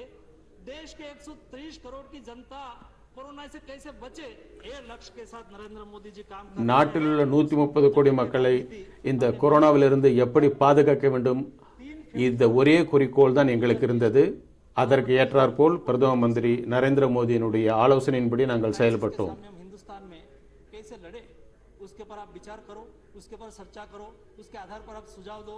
ये सुझाव तुरंत ही इम्प्लीमेंटेशन कैसे हो, इम्प्लीमेंट कैसे हो, இதை எப்படி செயல்படுத்த வேண்டும், இதற்குண்டான ஆலோசனைகள் என்ன, இதை எப்படி நாம் அமல்படுத்த வேண்டும், இதை பற்றி தான் பலமுறை கூட்டங்கள் நடைபெற்றன, ஆலோசனைகள் பெறப்பட்டன,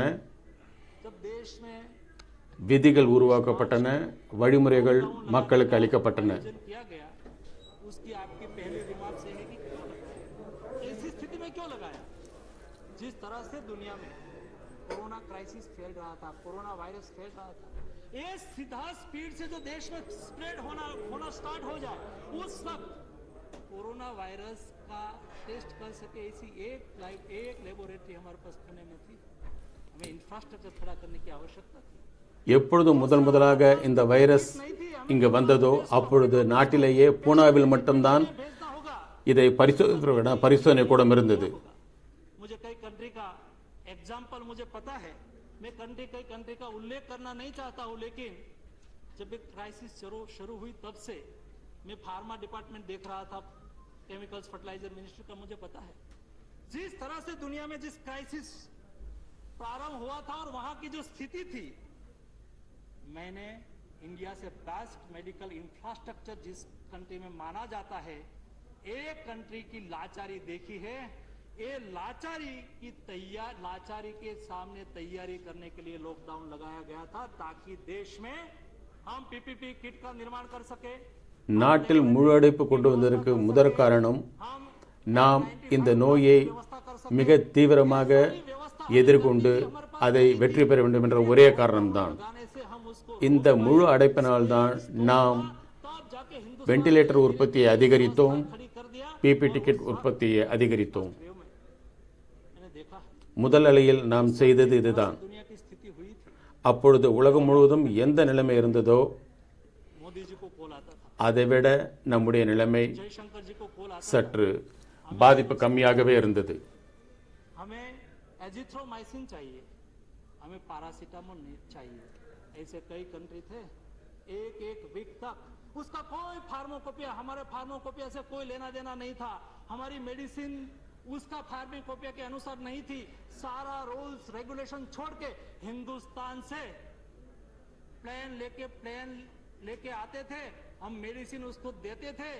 इस स्थिति में हमने 123 कंट्री को मेडिसिन ஏறக்குறைய 130 வெளிநாடுகளுக்கு நாம் நம்முடைய மருந்துகளை அளித்திருந்தோம். குறிப்பாக பாராசிட்டமால், எரித்ரோமைசின் போன்ற மருந்துகளை நாம் அவர்களுக்கு அளித்திருந்தோம். அவர்கள் அனைவரும் இந்திய பிரதம மந்திரிக்கு தங்களுடைய நன்றியை தொலைபேசி மூலமாகவும் செல்பேசி மூலமாகவும் தெரிவித்திருந்தார்கள்.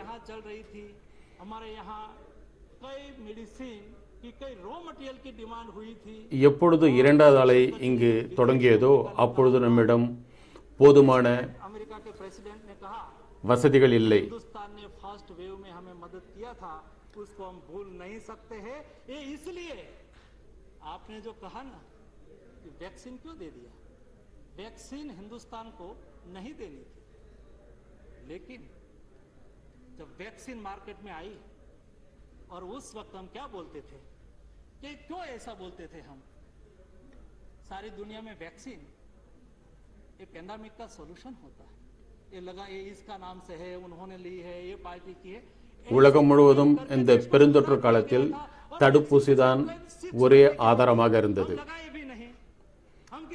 தடுப்பூசியினுடைய தேவைதான் மிக முக்கியமாக கருதப்பட்டது. हमने यहाँ वैक्सीन मैत्री के माध्यम से टीका हमारे पड़ोसी देश को दिया था और हमें ये भी याद रखना होगा நாம் நம்முடைய அண்டை நாடுகளுக்கும் நம்முடைய தடுப்பூசிகளை அளித்திருந்தோம். जब हमारे घर में प्रवेश करते हैं तो हमारे प्रवेश द्वार पर लिखा होता है शुभ लाभ। हम लाभ की भी बात करते हैं, हम दूसरे के कल्याण की शुभ की भी बात करते हैं। हमारा भला होना चाहिए लेकिन दूसरे का भी भला होना चाहिए, ये भाव जागरूक करने वाले நாமும் நன்றாக இருக்க வேண்டும், மற்றவர்களும் நன்றாக இருக்க வேண்டும் என்று முடிவு செய்திருந்தோம். இந்த பெருந்தொற்று காலத்தில் அவர்களுக்கு தேவையான தடுப்பூசிகளையும் நாம் அளித்திருந்தோம். 130 करोड़ की जनता लॉकडाउन लगा हुआ हो, आपने देखा होगा डेवलप्ड कंट्री में छोटा पॉपुलेशन है, इसी कंट्री में जब लॉकडाउन लगा था तो एजिटेशन हुआ था, रोड सड़क पर வளர்ந்த நாடுகளில் எப்பொழுது முழு அடைப்பு அறிவித்தார்களோ அப்பொழுது அங்கு போராட்டங்கள் நடைபெற்றன. दुनिया में भूतकाल में भी महामारी आई, ஆனால் இங்கு அப்படிப்பட்ட போராட்டங்கள் எதுவும் இல்லை. तब दुनिया में महामारी से मरे उससे ज्यादा लोग भूखमरे से मरे थे।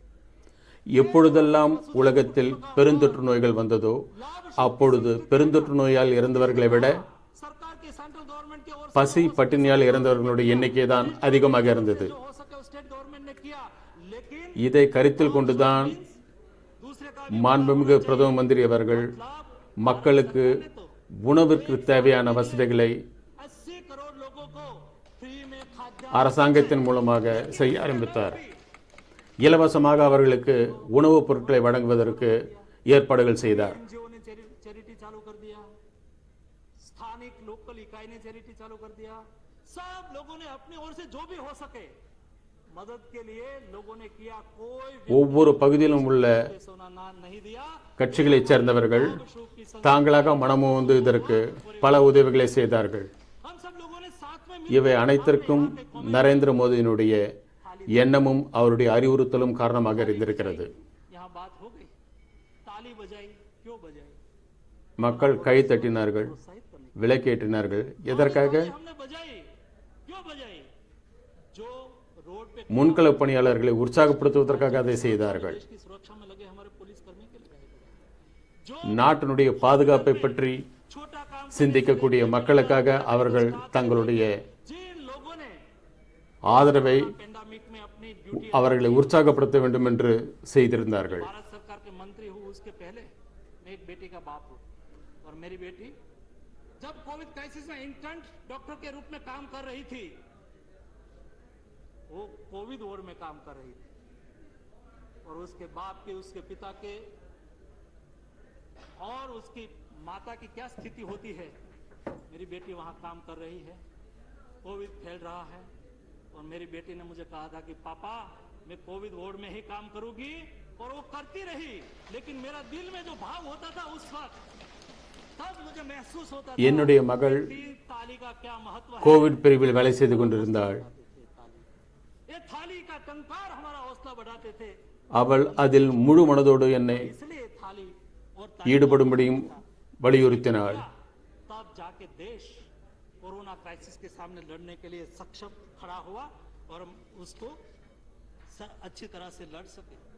दूसरा, जब यहाँ बात हुई मृत्यु रिकॉर्ड क्यों छुपाते हैं मृत्यु, यहाँ आनंद शर्मा जी ने कहा रजिस्ट्री है, नेशनल रजिस्ट्री। இங்கு ஆனந்த சர்மா கூறினார், இறந்தவர்களின் புள்ளி விவரங்களை ஏன் முழுமையாக தரமாட்டேன் என்கிறீர்கள், ஏன் அதை மறைக்கிறீர்கள் என்று கேட்டிருந்தார். हमें टेस्टिंग करना है, करिए, मृत्यु रजिस्टर करिए, छुपाने का कोई कारण ही नहीं है, बताना चाहिए। लेकिन आप किसके पर ब्लेम कर रहे हैं? இறந்தவர்களின் புள்ளிவிவரங்களை நாங்கள் மறைப்பதற்கு ஒருபொழுதும் விரும்பியதில்லை. रजिस्ट्रेशन कौन करता है? நீங்கள் ஏன் இப்படி எங்கள் மீது ஒரு குற்றச்சாட்டை வைக்கிறீர்கள் என்று புரியவில்லை. आंकड़ा तय कौन करता है? स्टेट करता है, उसको ही रजिस्ट्रेशन करना होता है, उसको डालना होता है। यहाँ तो किसी ने मना नहीं किया है। मोदी जी ने तो कहा कि कोई बैकलॉग है तो भी डाल दीजिए, क्यों छुपाए? और छुपाने का कारण भी क्यों है? उसके लिए कोई स्टेट से कम आंकड़ा आया तो कोई उसके लिए उसकी रिस्पॉन्सिबिलिटी फिक्स हो गई, ऐसा तो नहीं है। ये जिम्मेवारी का विषय है। लेकिन भी मैंने देखा कि यहाँ कई सम्मानीय सदस्यों ने कहा कि भारत सरकार आंकड़ा छुपा रही है। भारत सरकार जो स्टेट गवर्नमेंट आंकड़ा भेजती है उसको कंपाइल ஒவ்வொரு மாநிலமும் எந்த புள்ளி விவரங்களை கொடுக்கிறதோ அந்த புள்ளி விவரங்களை மத்திய அரசாங்கம் எந்த வடிவத்தில் அவர்கள் கொடுத்தார்களோ அதே வடிவத்தில் தான் அளித்திருக்கிறோம். ना ही यहाँ से किसी को कहा गया है कि कोविड के पेशेंट को कम बताइए, नहीं। நாங்கள் ஒருபொழுதும் கோவிடால் பாதிக்கப்பட்டவர்களுடைய எண்ணிக்கையை குறைத்து கூறுங்கள் என்று எந்த மாநில அரசாங்கத்திடமும் அறிவுறுத்தவில்லை. அவர்கள் எந்த அறிக்கையை கொடுத்தார்களோ எந்த புள்ளி விவரங்களை கொடுத்தார்களோ அதை தான் நாங்கள் அளித்திருந்தோம். इसलिए मुझे लगता है कि ऐसे विषय उठाने से हमें कोई ज्यादा फायदा नहीं होता है।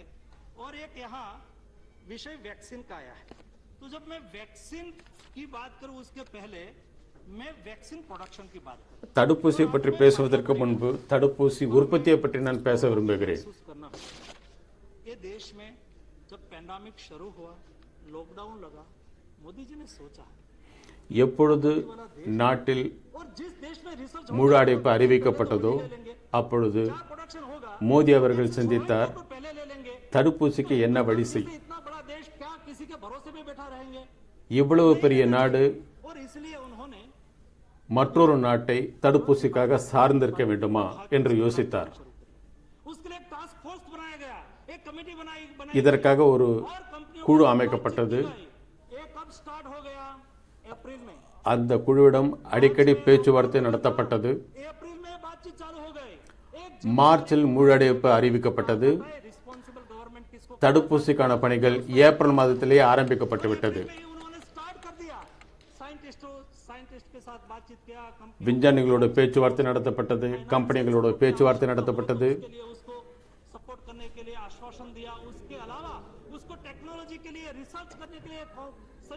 ஆராய்ச்சி செய்வதற்கும் தொழில்நுட்ப ரீதியான வசதிகளுக்கும் பலமுறை கூட்டம் நடத்தப்பட்டது. இந்தியாவில் பாரத் பயோடெக், சீரம் கம்பெனிகள் ஆராய்ச்சி மூலமாக தடுப்பூசி மார்க்கெட்டிற்கு வந்துவிட்டது.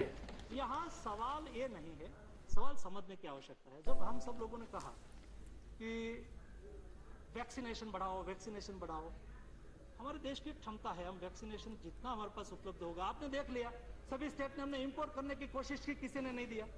நீங்கள் அனைவரும் பார்த்திருக்கிறீர்கள், தடுப்பூசியை அதிகரிக்க வேண்டும் என்று. தடுப்பூசி உற்பத்தியை அதிகரித்தால்தான் தடுப்பூசியை அதிகமாக அளிக்க முடியும்.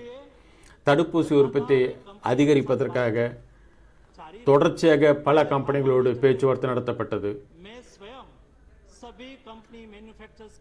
நான் பல கம்பெனி உற்பத்தியாளர்களையும் சந்தித்து பேசினேன். வெளியிலிருந்து கொண்டு வர வேண்டும் என்றாலும் அதற்குண்டான முயற்சிகள் எடுக்கப்பட்டது. வெளியுறவுத்துறை அமைச்சகத்தின் மூலமாகவும் பேச்சுவார்த்தை நடத்தப்பட்டது. நம்முடைய தடுப்பூசி முயற்சி எந்த விதத்திலும் தடைபடவில்லை. वैक्सीन मैन्युफैक्चर्स करने वाली कंपनी, वैक्सीन में रिसर्च करने वाली कंपनी की स्वयं मुलाकात ली, क्योंकि साइंटिस्ट लोगों का மாண்புமிகு பிரதம மந்திரி उसको कुछ कहना है, சுய முயற்சியால் केवल टेलीफोन से बात नहीं किया, தடுப்பூசி स्वयं जाके आए। उसके बाद मैं बार-बार उसका फॉलो अप लेता உற்பத்தி செய்யும் கம்பெனிகளோடு பேச்சுவார்த்தை நடத்தினார். அந்த கம்பெனிகளை சென்று दुनिया की वैक्सीन तो பார்த்தார். $12 की होगी, $12 की होगी, ये $2 वाली है। और जैसा इंडिया में प्रोडक्शन रैंप अप होगा और हिंदुस्तान में एक्सेस होगा ना वैक्सीन, तब वही वैक्सीन बिकने वाली है, क्योंकि दुनिया के लिए वो सस्ती होने இந்தியாவில் எந்த தடுப்பூசி தயாரிக்கப்படுகிறதோ அந்த தயாரிப்பு மிகவும் குறைந்த விலையில் தயாரிக்கப்படும். இதன் மூலம் நாம் ஏற்றுமதி செய்யலாம் என்று முடிவு செய்யப்பட்டது. 11 से 12 लाख डोज मंथली मिलना चालू हो गया. தினமும் 11 से 12 करोड़ डोज हमें मंथली मिलना चालू. ஒரு மாதத்திற்கு 11 கோடியிலிருந்து 12 கோடி வரை தடுப்பூசிகள் உற்பத்தி செய்யப்படும் என்று முடிவு செய்யப்பட்டது. 11 करोड़ दे रहे हैं. कंटिन्यू से 11 से 12 करोड़ के बीच में हमें देते रहेंगे. वैसा ही भारत बायोटेक उसका मैन्युफैक्चरिंग धीरे धीरे बढ़ रहा है. विश्व के सबसे பாரத் பயோடெக்கில் மெல்ல மெல்ல அதனுடைய உற்பத்தி திறன் அதிகரித்தது. अगले महीने में यहाँ मैं कई बार बात ये भी सुनता हूँ, भारत सरकार ने प्रेडिक्शन दिया था लेकिन அதனுடைய உற்பத்தியும் ஒவ்வொரு மாதமும் அதிகரித்துக் கொண்டே இருந்தது. का प्रोडक्शन तो इतना होगा ही नहीं. एक बेच फेल हो गई. ये बायोलॉजिकल व्यवस्था है, वैक्सीन की व्यवस्था है. फेल हो गई तो उसका प्रोग्राम जिस महीने में उसको मुझे देना था 3 करोड़ वो नहीं दे पाए. हो सकता है वो अगले महीने में देंगे. इससे हमारा प्रोग्राम को इफेक्ट नहीं होने वाली है. लेकिन जिस तरह से भारत बायोटेक उसके साइंटिस्ट में जाके मिला, मुझे गौरव हुआ जिस तरह से वो मेहनत कर रहे हैं. वो देश की वैक्सीन की रिक्वायरमेंट को पूरी करने में बहुत बड़ा सहयोग करेगा. उसका प्रोडक्शन आज हमें जुलाई महीने में பாரத் பயோடெக்கில் अगस्त महीने में वो 3.5 करोड़ की रफ्तार 1.5 கோடி தடுப்பூசிகள் ஜூலை மாதம் கிடைக்கும். ஆகஸ்ட் மாதத்தில் 3 கோடி தடுப்பூசிகள் உற்பத்தி செய்யப்படும். सभी को बना प्रोडक्शन देने की मंजूरी दे देनी चाहिए. वैक्सीन प्रोडक्शन है वो सभी नहीं कर सकते हैं. मेडिसिन मैन्युफैक्चरर्स தடுப்பூசி உற்பத்தி அனைத்து கம்பெனிகளுக்கும் கொடுக்க வேண்டும் என்று கூறுகிறார்கள். மருந்து உற்பத்தி என்பது வேறு, தடுப்பூசி உற்பத்தி என்பது வேறு. इंफ्रास्ट्रक्चर रेडी हो तो भी प्रोडक्शन में आने में 1 साल लग जाती है. தடுப்பூசி தயாரிப்பதற்கான உள்கட்டமைப்பு வசதிகள் வேறு. इस टाइप का इंफ्रास्ट्रक्चर है. அந்த உள்கட்டமைப்புகள் இருக்கும் கம்பெனிக்கு தான் நாம் கொடுக்க முடியும். भारत बायोटेक के साथ बिठाया, हमने कहा कि आप उसको टेक्नोलॉजी ट्रांसफर करो, अब उसको मदद करो, ये देश की रिक्वायरमेंट है. भारत बायोटेक ने कहा कोई दिक्कत नहीं है और हमारे पीएसयू भी उसमें लग गए. इंडियन इम्यूनोलॉजी लिमिटेड, महाराष्ट्र के हफकिन, बिपकोल, गुजरात की हेस्टर, ये सभी कंपनी को आज टेक्नोलॉजी ट्रांसफर हो रही है. பாரத் பயோடெக் கம்பெனி தன்னுடைய தொழில்நுட்ப அறிவை மற்ற கம்பெனிகளுக்கு பகிர்ந்தளித்தது, மற்ற கம்பெனிகளோடு பகிர்ந்து கொண்டது. இதன் மூலமாக நம்முடைய தேவைகள் பூர்த்தி செய்யப்படும் நிலை ஏற்பட்டிருக்கிறது. यूरोपियन कंट्रीज है, डेवलप्ड कंट्रीज है, ऐसी कंट्री ने यहाँ जो वैक्सीन को अप्रूव किया हो और इमरजेंसी यूज ऑथराइजेशन दिया हो, उसको इंडिया में ट्रायल करने की आवश्यकता नहीं. वो वहां ट्रायल किया गया है, उसको हम ट्रायल मान लेंगे. ऐसा करके देश की रिक्वायरमेंट को पूरी करने के लिए हमने उसको रिलैक्सेशन दे दिया. வளர்ந்த நாடுகள் இந்தியாவினுடைய தடுப்பூசியை ஒருபொழுதும் சோதிக்கவில்லை. அவர்கள் இந்தியாவில் அதை சோதித்து விட்டார்கள் என்ற முடிவில் அதை வாங்க ஆரம்பித்திருந்தார்கள். शिल्पा मेडिकेयर, ये सभी कंपनी के साथ उसका हमने टाइप करवाया. ये आपकी ओर से यहाँ मैन्युफैक्चरिंग करेंगे और वो भी अपना प्रोडक्शन हिंदुस्तान में अभी उन्होंने देना शुरू किया है. अभी वहाँ से बल्क में लाते हैं, यहाँ फिनिश करते हैं और सप्लाई शुरू की है. उसका हमने 33 लाख डोज आज तक भारत को मिल गया है और अभी इंडिया में इंडिजीनियस उसका प्रोडक्शन स्टार्ट होगा तो ये भी हमें उपयोगी होगा. एक मुझे देश की गौरव की बात ये भी बतानी है. आज ये सदन के माध्यम से देश के कोटे कोटे साइंटिस्ट और युवा लोग इस सदन के बैच இன்று இந்த கூட்டத்தொடரின் மூலமாக நாட்டில் உள்ள அனைத்து விஞ்ஞானிகளுக்கும் நான் என்னுடைய வாழ்த்துக்களை தெரிவித்துக் கொள்கிறேன். டிஎன்ஏ வேக்சின் அவர்கள் முயற்சி செய்து கொண்டிருக்கிறார்கள். அதற்குண்டான ஆராய்ச்சி நடந்து கொண்டிருக்கிறது. हमारी एक्सपर्ट टीम उसको देख रही है, उसको स्क्रूटिनी कर रही है और ये मार्केट में आ जाएंगे तो हिंदुस्तान एक इकलौता कंट्री होगा जिस कंट्री के साइंटिस्टों ने डीएनए वैक्सीन बनाया हो. एक गौरव हिंदुस्तान को प्राप्त होना है. ये हमारे लिए बहुत बड़ी गौरव की बात है. டிஎன்ஏ தடுப்பூசியினுடைய கௌரவம் இந்தியாவிற்கு கிடைக்க வேண்டும். चाइल्ड्स का 3 फेज खत्म हो गया. बायोलॉजिकल इवेंट्स हमारी हैदराबाद की कंपनी है, उन्होंने वैक्सीन बनाया है, उसका 3rd ट्रायल चल रहा है. ஹைதராபாத் கம்பெனியில் தடுப்பூசி உருவாக்கப்பட்டிருக்கிறது. அதனுடைய மூன்றாவது பரிசோதனை இப்பொழுது நடந்து கொண்டிருக்கிறது. और 7.5 करोड़ डोज के साथ वो मार्केट में आएंगे. भारत सरकार ने उसको फाइनेंशियल सपोर्ट भी दिया है. क्या प्रोडक्शन இந்திய அரசாங்கம் அதற்கு நிதியுதவி அளித்திருக்கிறது. पैसा डोज हम जब आपसे खरीदेंगे तब हम उसको सरबर कर देंगे. तो ये 7.5 करोड़ डोज प्रति माह लेके अगले दिनों में मार्केट में आने वाले हैं. और भारत बायोटेक 7.5 கோடி தடுப்பூசிகள் नौसल वैक्सीन அடுத்த மாதத்திலிருந்து வரவிருக்கின்றன. नोज में 2 ड्रॉप डाला जाए, उसकी भी ट्रायल बहुत सफलता से चल रही है. हिंदुस्तान ने वैक्सीन நாசி துவாரம் வழியாக சொட்டு மருந்து செலுத்தும் பரிசோதனையும் நடந்து கொண்டிருக்கிறது. और अगले दिनों में हिंदुस्तान को इज्जत देने वाला काम होकर रहेंगे. उसके आधार पर हम कहते थे வரும் காலங்களில் இந்தியாவிற்கு மரியாதை அளிக்கக்கூடிய தினங்கள் வந்து கொண்டே இருக்கும். सवाल उठाने की कोई आवश्यकता नहीं है. இதை பற்றி करना है देश के साइंटिस्ट के पास. सवाल கேள்வி கேட்க வேண்டிய அவசியம் இல்லை. நம்முடைய விஞ்ஞானிகள் மீது நம்பிக்கை வையுங்கள். के सामने रिपोर्ट करता हूं.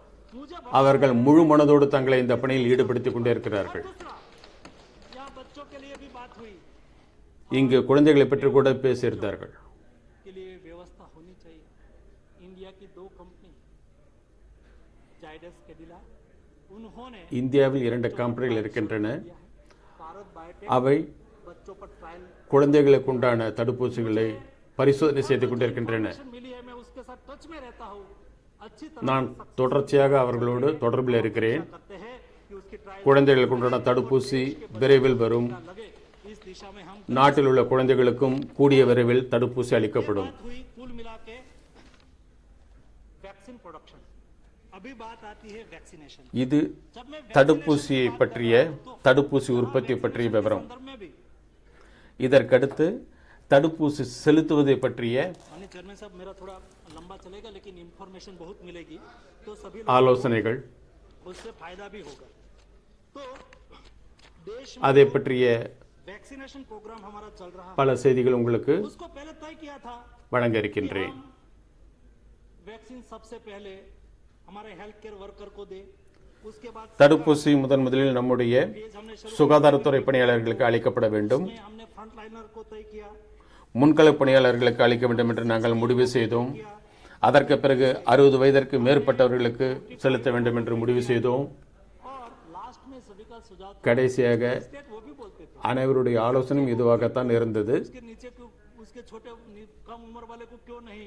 ये भी माननीय मुख्यमंत्री श्री की मीटिंग से ही निकला. குறைந்த வயதுள்ளவர்களுக்கு அளிப்பதை பற்றியும் ஆலோசிக்கப்பட்டது.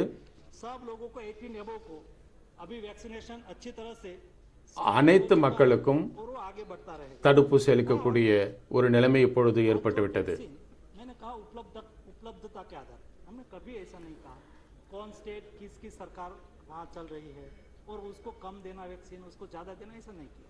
हमने वहाँ के पॉपुलेशन के प्रोरेटा के आधार पर ஒவ்வொரு பகுதியில் உள்ள ஜனத்தொகைக்கு ஏற்றாற்போல் हम उसको प्रेडिक्शन दे देते हैं कि आप தடுப்பூசிகள் வழங்கப்பட்டன. और आप उसको प्लान करिए. प्लान करना स्टेट की जिम्मेवारी बन जाती है. कितना उसको काउंटर खोलना है, हमने बोल दिया कि इतना मिलेंगे ஒவ்வொரு மாநிலமும் இதை பற்றி திட்டமிட வேண்டும். और ज्यादा काउंटर खोल दिया और एक काउंटर पर தடுப்பூசி வந்துவிட்டது. 200 डोज பல இடங்களில் அவர்கள் बोला लिया 400 को 600 தடுப்பூசி முகாம்களை அமைத்திருந்தார்கள். वैक्सीन नहीं है इसी में उठती है. मेरा आग्रह है कि वैक्सीन पर कृपया कोई राजनीति ना करें. हमारा मन बहुत ओपन है.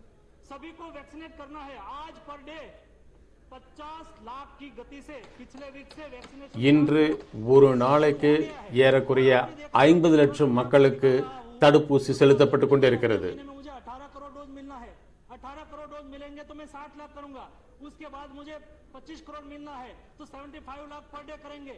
ऐसा जैसा जैसा डोज उपलब्ध होते जाएंगे ऐसा ऐसा वैक्सीनेशन प्रोग्राम आगे बढ़ता जाएगा. हमारी सब लोगों की जिम्मेवारी है कि हम साथ में मिलकर தடுப்பூசி அதிகமாக கிடைக்க தடுப்பூசி செலுத்துபவர்களுடைய எண்ணிக்கையும் அதிகரிக்கும். दुनिया में सबसे ज्यादा वैक्सीनेशन करने वाला देश बना.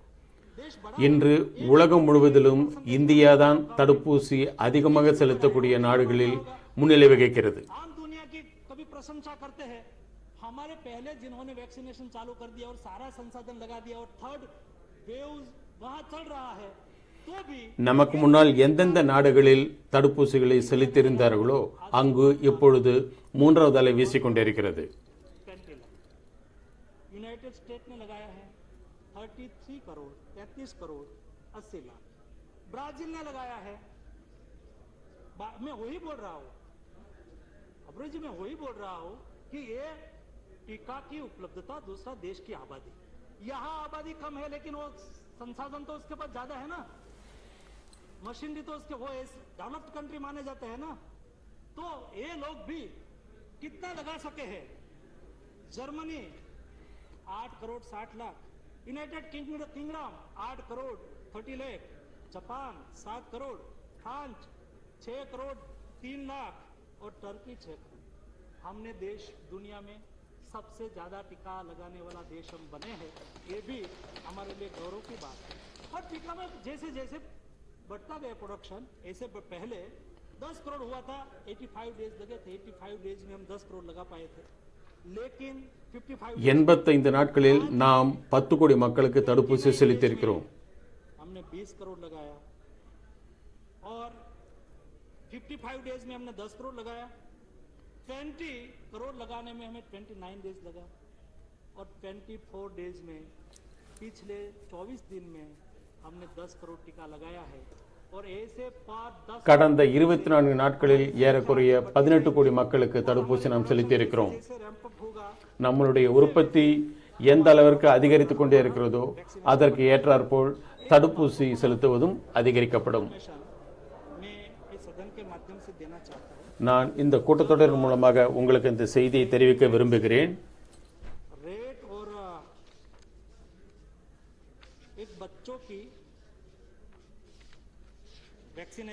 वैक्सीन का विषय आया है तो उसमें बच्चों को तीसरा एक ह्यूमर चलती है कि बच्चों में तीसरा वेव में उसको ज्यादा लगेगा, उसकी चिंता करनी ही चाहिए और हमने करके भी रखी.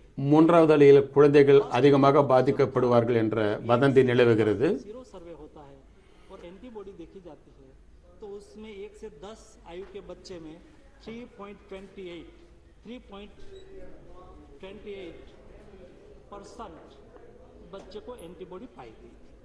सेकेंड वेव आई. सेकेंड वेव में भी जब हम पिकअप पर पहुंचे थे फर्स्ट वेव में तो तब 21.23% हमारा केस के सापेक्ष में बच्चों में थे.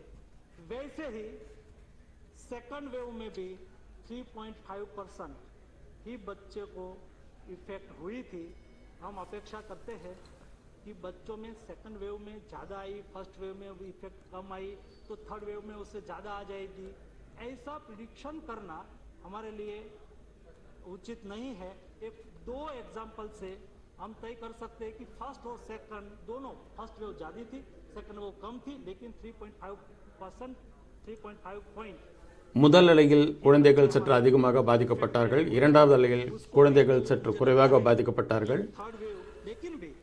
மூன்றாவது அலையில் அதிகமாக பாதிக்கப்படுவார்கள் என்ற வதந்தி நிலவுகிறது. ஆனால் அதை பற்றி நாம் வருத்தப்பட வேண்டியது அவசியமில்லை. जो मेडिसिन की यहाँ भी बात आई, मेडिसिन में हमारी क्या स्थिति थी मुझे पता है. आप सब नेता सदन की मीटिंग भी रखी है लेकिन उसके पूरा भी मुझे उसके पहले पूरा भी करना है. मेडिसिन के बारे में यहाँ कई विषय रखा गया था लेकिन रेमडेसिविर மருந்துகளை பற்றிய பல விஷயங்கள் இங்கே கூறப்பட்டன. ரெம்டெசிவிர், எரித்ரோமிசின் ये सब कोविड प्रोटोकॉल की मेडिसिन है. இவை முறையான மருந்துகள். इंजेक्शन की जो क्राइसिस हुई, कोई भी मेडिसिन की क्राइसिस ना हो, ये पर्सनल मैं देखता था इसलिए मुझे उसका डिटेल अनुभव है. उसका प्रोडक्शन कैसे बढ़ाना, ரெம்டெசிவிர் ஊசியை பற்றி स्टार्ट हुआ, அதனுடைய உற்பத்தியை எப்படி அதிகரிப்பது, सभी कंपनी को पूछा நாம் कि आपकी क्या பல கம்பெனிகளை கேட்டிருந்தோம். உங்களுடைய உற்பத்தி திறன் எவ்வளவு என்று கேட்டோம். प्रोडक्शन क्षमता पर डे 30,000 எங்களுடைய உற்பத்தி திறன் ஒரு நாளைக்கு 30,000 என்று கூறினார்கள். நான் அவர்களிடம் கேட்டேன், நீங்கள் இதை எந்த அளவிற்கு அதிகரிக்க முடியும் என்று கேட்டிருந்தேன். कि हाँ सरकार प्रोक्योर कर लेगी, आप प्रोडक्शन बढ़ाने की तैयारी करो। उन्होंने कहा कि एक बीडीसी करके एक उसमें रॉ मटेरियल आता है, वो गिलियड कंपनी देगी तो होगा। मैंने जयशंकर जी को कहा कि आप गिलियड कंपनी से बात करो, बीडीसी रॉ मटेरियल हमारी कंपनी को அந்த மருந்து தயாரிப்பதற்கான கனிமப் பொருள் வெளிநாட்டிலிருந்து வர வேண்டும் என்று கூறியிருந்தார்கள். அதை வாங்கி தருவதற்கு நாங்கள் தயாராக இருக்கிறோம் என்று கூறியிருந்தேன். और मुझे बताते हुए खुशी है 13 अप्रैल आई तब, उसके पहले जब मैंने प्रारंभ किया तब देश में केवल 20 प्लांट था जो रेमडेसिविर बनाता था। நான் இதை உங்களுக்கு கூறுவதற்கு கௌரவப்படுகிறேன். முதலில் ஏறக்குறைய 20 கம்பெனிகள் ரெம்டெசிவிர் தயாரித்தது. இப்பொழுது ஏறக்குறைய 65 கம்பெனிகள் ரெம்டெசிவிர் மருந்தை தயாரிக்கின்றன. இப்படிப்பட்ட முயற்சிகளை நாங்கள் நேர்மையாக எடுத்திருந்தோம் பிரதம மந்திரியினுடைய அறிவுறுத்தலின்படி. दूसरी घटना बनी जब ज्यादा हम रेमडेसिविर या तो स्टीरॉइड का हम यूज कर लेते हैं. ரெம்டெசிவிர் ஸ்டெராய்டை நாம் உபயோகப்படுத்தியிருக்கிறோம். பல நாட்கள் தொடர்ச்சியாக இந்த மருந்துகள் எடுத்துக்கிறோம். இதனால் மக்களுடைய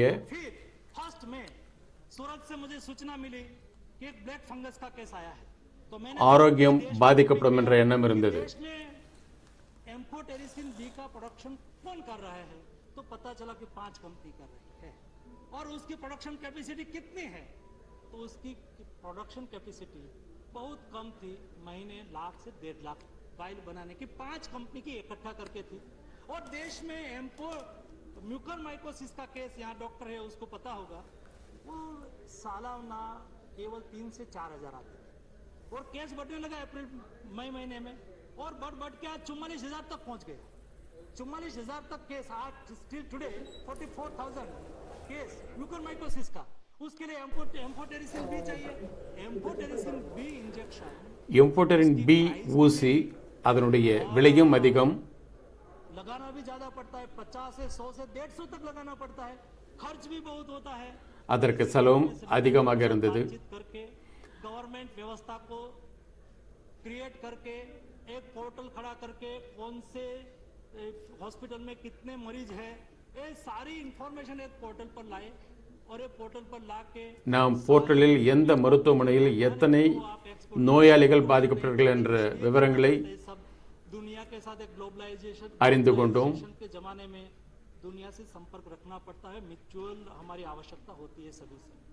हमारे पास एम्फोटेरिसिन नहीं थे और ऐसी स्थिति में दुनिया ने हमें मदद किया, कहा कि हिंदुस्तान हमारे साथ खड़ा रहा था और जहां जहां मेडिसिन पड़ी थी सब लोगों ने हिंदुस्तान को भेजी. உலகம் முழுவதும் அந்த மருந்து எங்கிருந்ததோ அவர்கள் அனைவரும் இந்தியாவிற்கு அளித்து உதவி செய்திருந்தார்கள். அவர்கள் இங்கு 10 உற்பத்தி கூடங்களை நிறுவினார்கள். நாட்டில் எம்போட்டரிஸ் ஊசியினுடைய தட்டுப்பாடு இருக்கக்கூடாது என்று முடிவு செய்திருந்தோம். அதற்குண்டான முயற்சிகள் மிக தீவிரமாக எடுக்கப்பட்டன. सर्वोच्च करने की कोशिश की, क्योंकि देश की 130 करोड़ की जनता के प्रति मोदी सरकार की रिस्पांसिबिलिटी हम कैसे व्यक्त करें. மோடி அரசாங்கத்தினுடைய பொறுப்பு நாட்டில் உள்ள 130 கோடி மக்களை காப்பாற்றுவது. ஆக்சிஜனை பற்றிய வாத விவாதம் இங்கு வந்தது. देश का प्रोडक्शन ही 4 से 5,000 மெட்ரிக் टन था. நாட்டினுடைய உற்பத்தி திறன் मेडिकल ऑक्सीजन तो केवल 1100 से 1200, 700 4000 5000 மெட்ரிக் டன். அதில் மருத்துவத்துறைக்கு தேவையான ஆக்சிஜனுடைய உற்பத்தி 500 மெட்ரிக் டன் வேதனை இருந்தது. நாம் அதை அதிகரிக்க வேண்டும் என்று முடிவு செய்தோம். நம்முடைய தேவையை பூர்த்தி செய்வதற்கான ஆக்சிஜனை நாம் உற்பத்தி செய்ய வேண்டும் என்று முடிவு செய்தோம். அதை நாம் எப்படி செய்ய வேண்டும், அதை எப்படி நிறைவேற்றுவது என்று ஆலோசனை செய்தோம். प्रोडक्शन भी बढ़ाना था, हमारे पास न था नहीं. चलो हमने इंडस्ट्रीज को कहा कि आप 2 गवर्नमेंट इंडस्ट्रीज थी, हमारी स्टील इंडस्ट्रीज थी, सभी के पास जो प्लांट था हमने उसको बोल दिया कि आप इंडस्ट्रीज के लिए यूज नहीं करो. देश के जनता की जी बचाना हमारी प्राथमिकता है. लाइफ इज अ நாம் பல தொழிற்சாலைகளை கேட்டுக்கொண்டோம். लेकिन उसके लिए लॉजिस्टिक चाहिए, उसको ट्रांसपोर्टेशन की व्यवस्था चाहिए, क्योंकि हमारे पास टैंकर भी की लिमिटेशन होती है. அவர்கள் ஓரிடத்திலிருந்து மற்றொரு இடத்தில் எடுத்துச் செல்வதற்கு ஆக்சிஜன் டேங்கர் தேவை ஏற்பட்டது. हम काम पे लगे, इंडिया में थे, बाहर ஆக்சிஜன் டேங்கரை அதிகரிப்பதற்கான முயற்சிகள் செய்தோம். यहाँ से टैंकर ரயில் மூலமாக அதை எடுத்துச் செல்வதற்கு ஏற்பாடுகள் செய்தோம். कोशिश की और एयरफोर्स के प्लेन लगाए, समय ज्यादा न लगे. बाहर से भी விமானத்தின் மூலமாக கூட அதை கொண்டு வருவதற்கு बाय नेवी के माध्यम से हम முயற்சி செய்தோம். கப்பல் மூலமாகவும் அதை கொண்டு வருவதற்கு முயற்சி செய்தோம். सरकार ने एफर्ट किया, दुनिया के साथ बातचीत की, कतार வெளிநாடுகளில் இருந்து கூட वहां से ஆக்சிஜனை நாம் இறக்குமதி செய்தோம். ऑक्सीजन लाए, जैसे हिंदुस्तान के लोगों की जीवन बचे. இந்தியாவில் உள்ள மக்களுடைய உயிரை காப்பாற்றுவதற்காக கப்பல் மூலமாகவும் சவுதி அரேபியா போன்ற நாடுகளிலிருந்து மருத்துவத்திற்கு தேவையான ஆக்சிஜனை இறக்குமதி செய்தோம். ஏறக்குறைய 10,000 மெட்ரிக் டன் இறக்குமதி செய்வதற்கு முடிவு செய்தோம். இறக்குமதி செய்வதற்கு முயற்சி செய்திருந்தோம். இது சாதாரண விஷயம் அல்ல. नजदीकी से देखा है कैसी अव्यवस्था हो चुकी थी, कैसे लास्ट में उसके नागरिक के अकाउंट में पैसा जमा करा दिया, एम्बुलेंस को कॉल करते थे, एम्बुलेंस नहीं आती थी. ऐसी कई कंट्री में हालत हो गई थी. हिंदुस्तान ने ऐसा नहीं होने दिया. लेकिन भी मैं मानता हूँ कि अभी बहुत कुछ करने की आवश्यकता थी और हमें बहुत कुछ करना है अगले दिनों. எந்த விதமான தட்டுப்பாடும் குறைபாடும் இந்தியாவில் இருக்கக்கூடாது என்று முடிவு செய்து அதற்குண்டான முயற்சிகள் எடுக்கப்பட்டன. நாம் அனைவரும் முழு மனதோடு முழு ஒத்துழைப்போடு இந்த வேலைகளை செய்தோம். அனில் சர்மா கூறினார், ऑक्सीजन प्लांट, आपने मुझे पूछा कि उसका विवरण आपको देना चाहिए. ஆக்சிஜன் பிளான்ட்டை பற்றி கேட்டிருந்தார். அதற்குண்டான விவரத்தை கூறுவது என்னுடைய கடமை. कैटेगरी बड़ी हॉस्पिटल, वहाँ पीएसए प्लांट प्रायोरिटी में लगना चाहिए. केवल सरकारी लगा रही है ऐसा मैं नहीं कहता, कई एनजीओ भी लगा रहे हैं, कई कंपनियां अपने सीएसआर फंड से भी लगा रहे हैं. मैं पोर्ट मिनिस्टर था तो मेरे कई पोर्ट के माध्यम से मैं सीएसआर से इस डिस्ट्रिक्ट में लगा रहा था. ऐसे ही ओएनजीसी நாட்டில் உள்ள சில கம்பெனிகள் மருத்துவமனையிலேயே ஆக்சிஜன் பிளான்ட்டை அமைப்பதற்கான முயற்சிகள் செய்து கொண்டிருக்கின்றன. 1573 प्लांट हम लोगों ने लगाने के लिए कार्यक्रम बनाया. ஏறக்குறைய 15,000 ஆக்சிஜன் பிளான்ட்டுகள் நிறுவுவதற்கான வழிவகை செய்யப்பட்டிருக்கிறது. और अगस्त एंड में हम सारे प्लांट लगा देंगे. ஆகஸ்ட் மாத முடிவில் நாம் அந்த அனைத்து ஆக்சிஜன் உற்பத்தி செய்யும் நிறுவனங்களை அமைத்து விடுவோம்.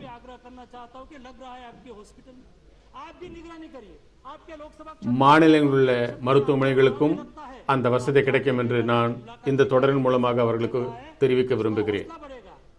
இதன் மூலம் அவர்களுடைய நம்பிக்கை அதிகரிக்கும்.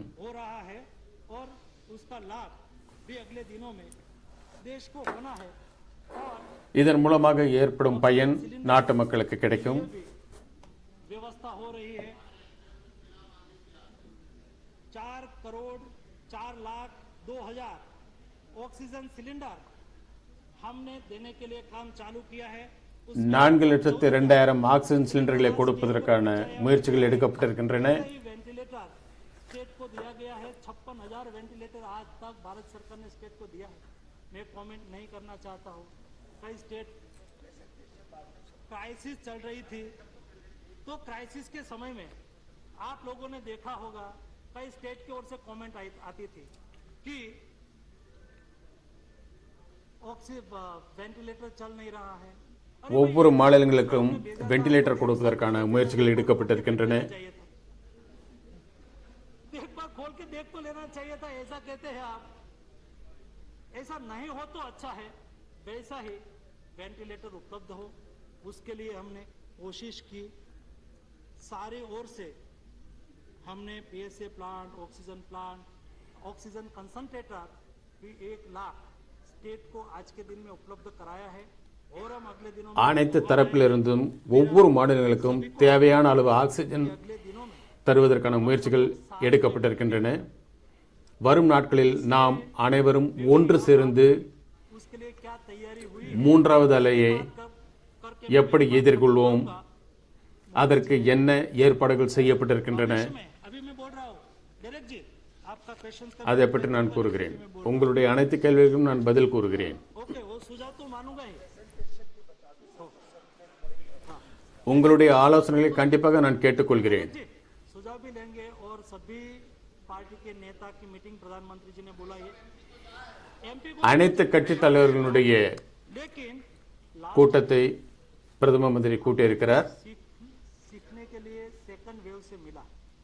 सेकंड वेव में हमें जो सीखा आपने कहा कि हमें कुछ सीखना भी चाहिए और अच्छा करना चाहिए. अच्छा करने के लिए जो उस सेकंड वेव से हमें सीख मिली भविष्य में हमें இரண்டாவது அலையில் நமக்கு என்னென்ன படிப்பினை கிடைத்ததோ அதை ஆதாரமாக கொண்டு மூன்றாவது அலையை எதிர்கொள்வோம்.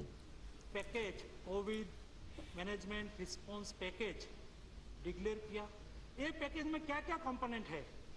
पेडियाट्रिक बेड बनाना है. अभी डिस्ट्रिक्ट हमारे हॉस्पिटल में पेडियाट्रिक के लिए अलग से वार्ड बनाना, उसके लिए आईसीयू वार्ड बनाना, उसके लिए वेंटिलेटर का प्रबंध करना. हर डिस्ट्रिक्ट पर कोई भी जगह पे मेडिसिन की क्राइसिस ना हो, दिक्कत ना रहे, इसलिए डिस्ट्रिक्ट लेवल पर वो बफर स्टॉक रखे, उसकी व्यवस्था उसमें की गई है. सभी डिस्ट्रिक्ट को उसके लिए पैसा दिया जाएगा. குழந்தைகளுக்கு ஏற்றாற்போல் மருத்துவமனைகளில் ஏற்பாடுகள் செய்யப்பட்டிருக்கின்றன. அவர்களுக்கு தேவையான ஐசி யூனிட் உருவாக்கப்பட்டிருக்கிறது. तैयार ही रहे, शायद आवश्यकता हो तो उसका उपयोग करे. ஆம்புலன்ஸுடைய வசதியும் ஒவ்வொரு பகுதியிலும் ஏற்படுத்தப்பட்டிருக்கிறது. स्टूडेंट है, पैरामेडिकल स्टूडेंट है, उसको अभी से ही हायर कर लो, उसको रिस्पेक्टेड सैलरी देके उसको भी उसमें वो काम में लगे और भविष्य में हमें जो மருத்துவத்துறை மாணவர்களை உங்கள் உதவிக்கு அழைத்துக் கொள்ளுங்கள் என்றும் அறிவுறுத்தப்பட்டிருக்கிறது. डिजिटल प्लेटफॉर्म का उपयोग होके कंसल्टेशन हो सके. தொலைபேசி மூலமாகவும் மருத்துவ வசதி அளிப்பதற்கு வழிவகை செய்யப்பட்டிருக்கிறது. हर स्टेट में एक बनाने के लिए भी उसमें ஒவ்வொரு மாநிலத்திலும் महामारी आगे बढ़ जाए और बच्चों में आ जाए तो ஒரு स्टेट लेवल से डिस्ट्रिक्ट हॉस्पिटल तक குழு அமைக்கப்பட வேண்டும். अच्छी तरह से उसकी ट्रीटमेंट प्रोटोकॉल उसके संदर्भ में उसको इंफॉर्मेशन மருத்துவ வசதி சரியாக அளிக்கப்படுகிறதா என்பதை பற்றிய दिखाया जाए, समझाया जाए, விவரங்கள் அவர்களுக்கு அளிக்கப்பட வேண்டும். उसमें व्यवस्था रखी गई है. कुल मिला के जो हमने भविष्य में ये आपदा आगे बढ़े तो उसको कैसे संभालना है उसके लिए வரும் காலத்தில் இந்த பெருந்தொற்று எப்படி வரும், அதை நாம் எப்படி எதிர்கொள்ள வேண்டும், और मुझे विश्वास है मैं कल ही उसका இதை பற்றிய பல முடிவுகள் எடுக்கப்பட்டிருக்கின்றன. அதற்குண்டான தேவையான வசதிகள் ஒவ்வொரு பகுதியிலும் ஒவ்வொரு மாநிலங்களிலும் செய்யப்பட்டிருக்கின்றன. आधार पर वो हमें प्लान भेज देंगे और हम तुरंत ही पैसा स्टेट के अकाउंट में जमा करवा देंगे जैसे कि अगले दिनों की अच्छी तरह से எந்தெந்த மாநிலங்கள் தங்களுடைய தேவையை தெரிவிக்கின்றனவோ அதற்கு ஏற்றாற்போல் அவர்களுக்கு நிதி உதவி அளிக்கப்படும். उसके आधार पर मैं लास्ट में इतना நீங்கள் என்ன ஆலோசனைகள் வழங்கினீர்களோ அதற்கு आपके सामने रख के मेरी बात खत्म करूंगा.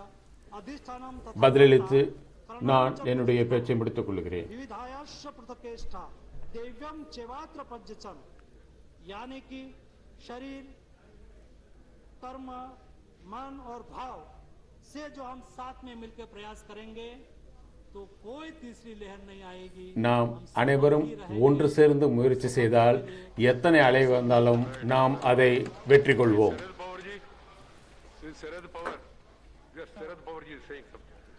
திரு சரத்பவார், நான் 2 கேள்விகள் கேட்க விரும்புகிறேன்.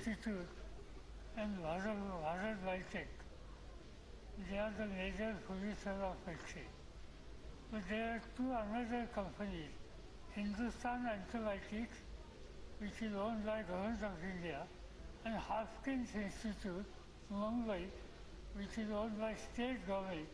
They are ready to take responsibility to produce vaccine provided Government of India financially support them. That is one question. And secondly, because of lockdown, schools are mostly closed. Only in urban area, online education facilities there. The number of students who are studying in Dina Thanthi school, rural area, they have got sufficient number of mobile. So it is possible to help them financially. கிராமப்புறங்களில் உள்ள பல மாணவர்களுக்கு போதுமான அளவு செல்பேசி வசதி இல்லை. You want to respond? Suggestions? किनको ऑलरेडी हमने मंजूरी दे दिया है और हमने सहयोग भी उसको किया है. Sri Siva, Tiruchi Siva. Trichy Siva About the making functional of the vaccine manufacturing unit which is at Chennai. 700 crores have been already spent. The state government has asked that for lease so that it would make functional to manufacture vaccines. சென்னையில் உள்ள செங்கல்பட்டில் உள்ள தடுப்பூசி நிறுவனத்தை செயல்படுத்துவதற்காக நான் கேட்டிருந்தேன். இதற்கு நீங்கள் பதிலளித்தால் நன்றாக இருக்கும். தயவுசெய்து 2 மாதங்களுக்கு முன்னே இதை பற்றி நாங்கள் வேண்டுகோள் விடுத்திருந்தோம்.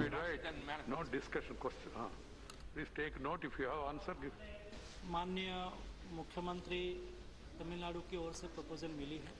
हम एग्जामिनेशन மாண்புமிகு தமிழக முதலமைச்சரிடமிருந்து அந்த வேண்டுகோள் வந்தது. Sir, I have one suggestion and one question. Because we did not disturb, we were listening 55 minutes. After anyone listened to this speech of 55 minutes, everyone thinks it was perfectly handled. Let the minister feel happy about it. My one simple suggestion. His predecessor was here for 2 years. He also tried his best. Whether he did well or didn't do well, that doesn't matter. We would like to place on record.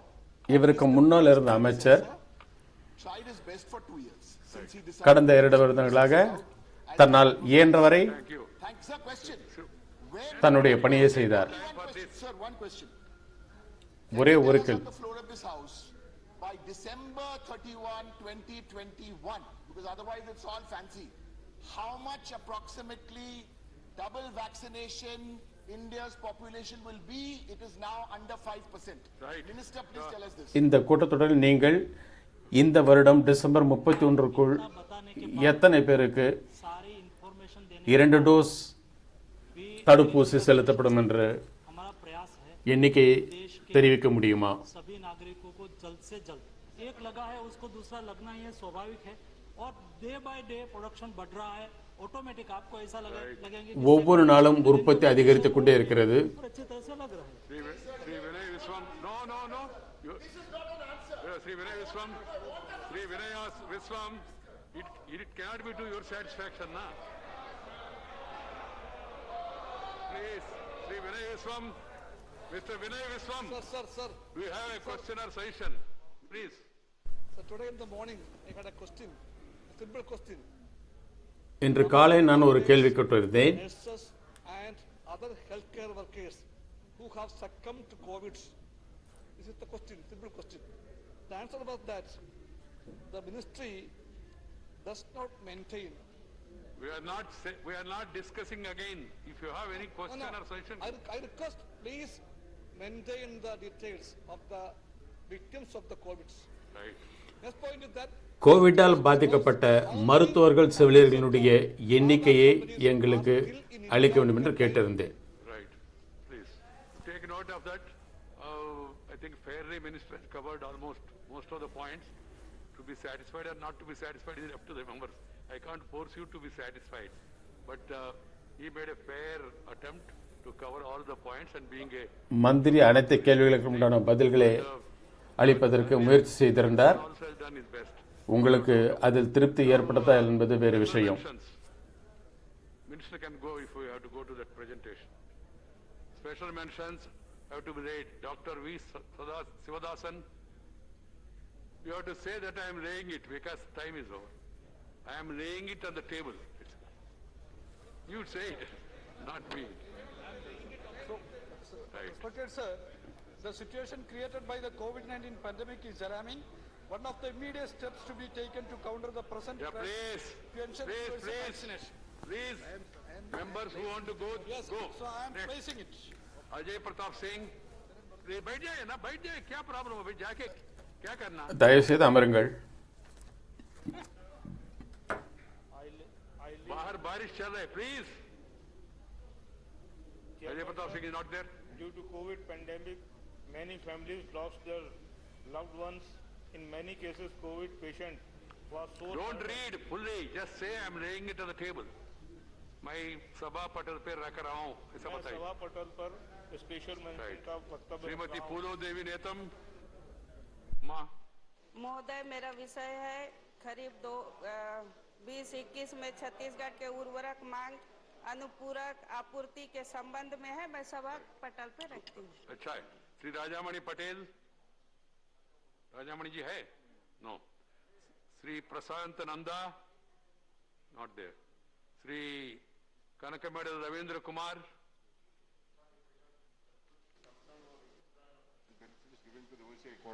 requesting to restore it, I laid on table. ठीक।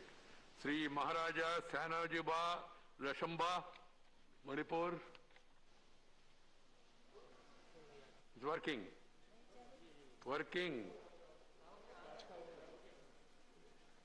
Thank you, sir.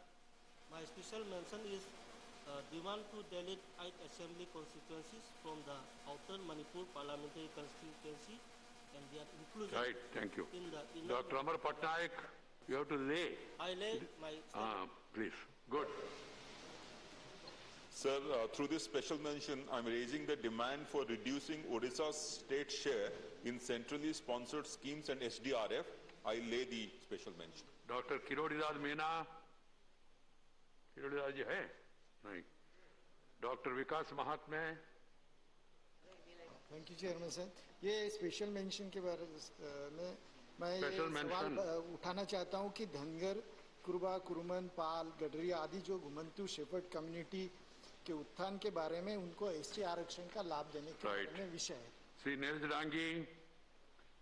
Dangi, Shri Sakaldeep Rajbhar ji. माननीय सभा जी धन्यवाद। भारत में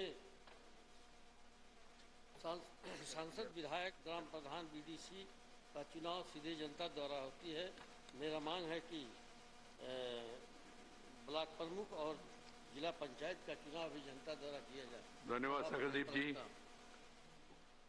The House stands adjourned to meet at 11 hours on Thursday, 22nd July, day after tomorrow. It is heavy rain outside. Please be careful and then. சபை நாளை மறுநாள் 11 மணி வரை ஒத்திவைக்கப்படுகிறது. வெளியில் மழை பெய்து கொண்டிருக்கிறது. கவனமுடன் செல்லுங்கள்.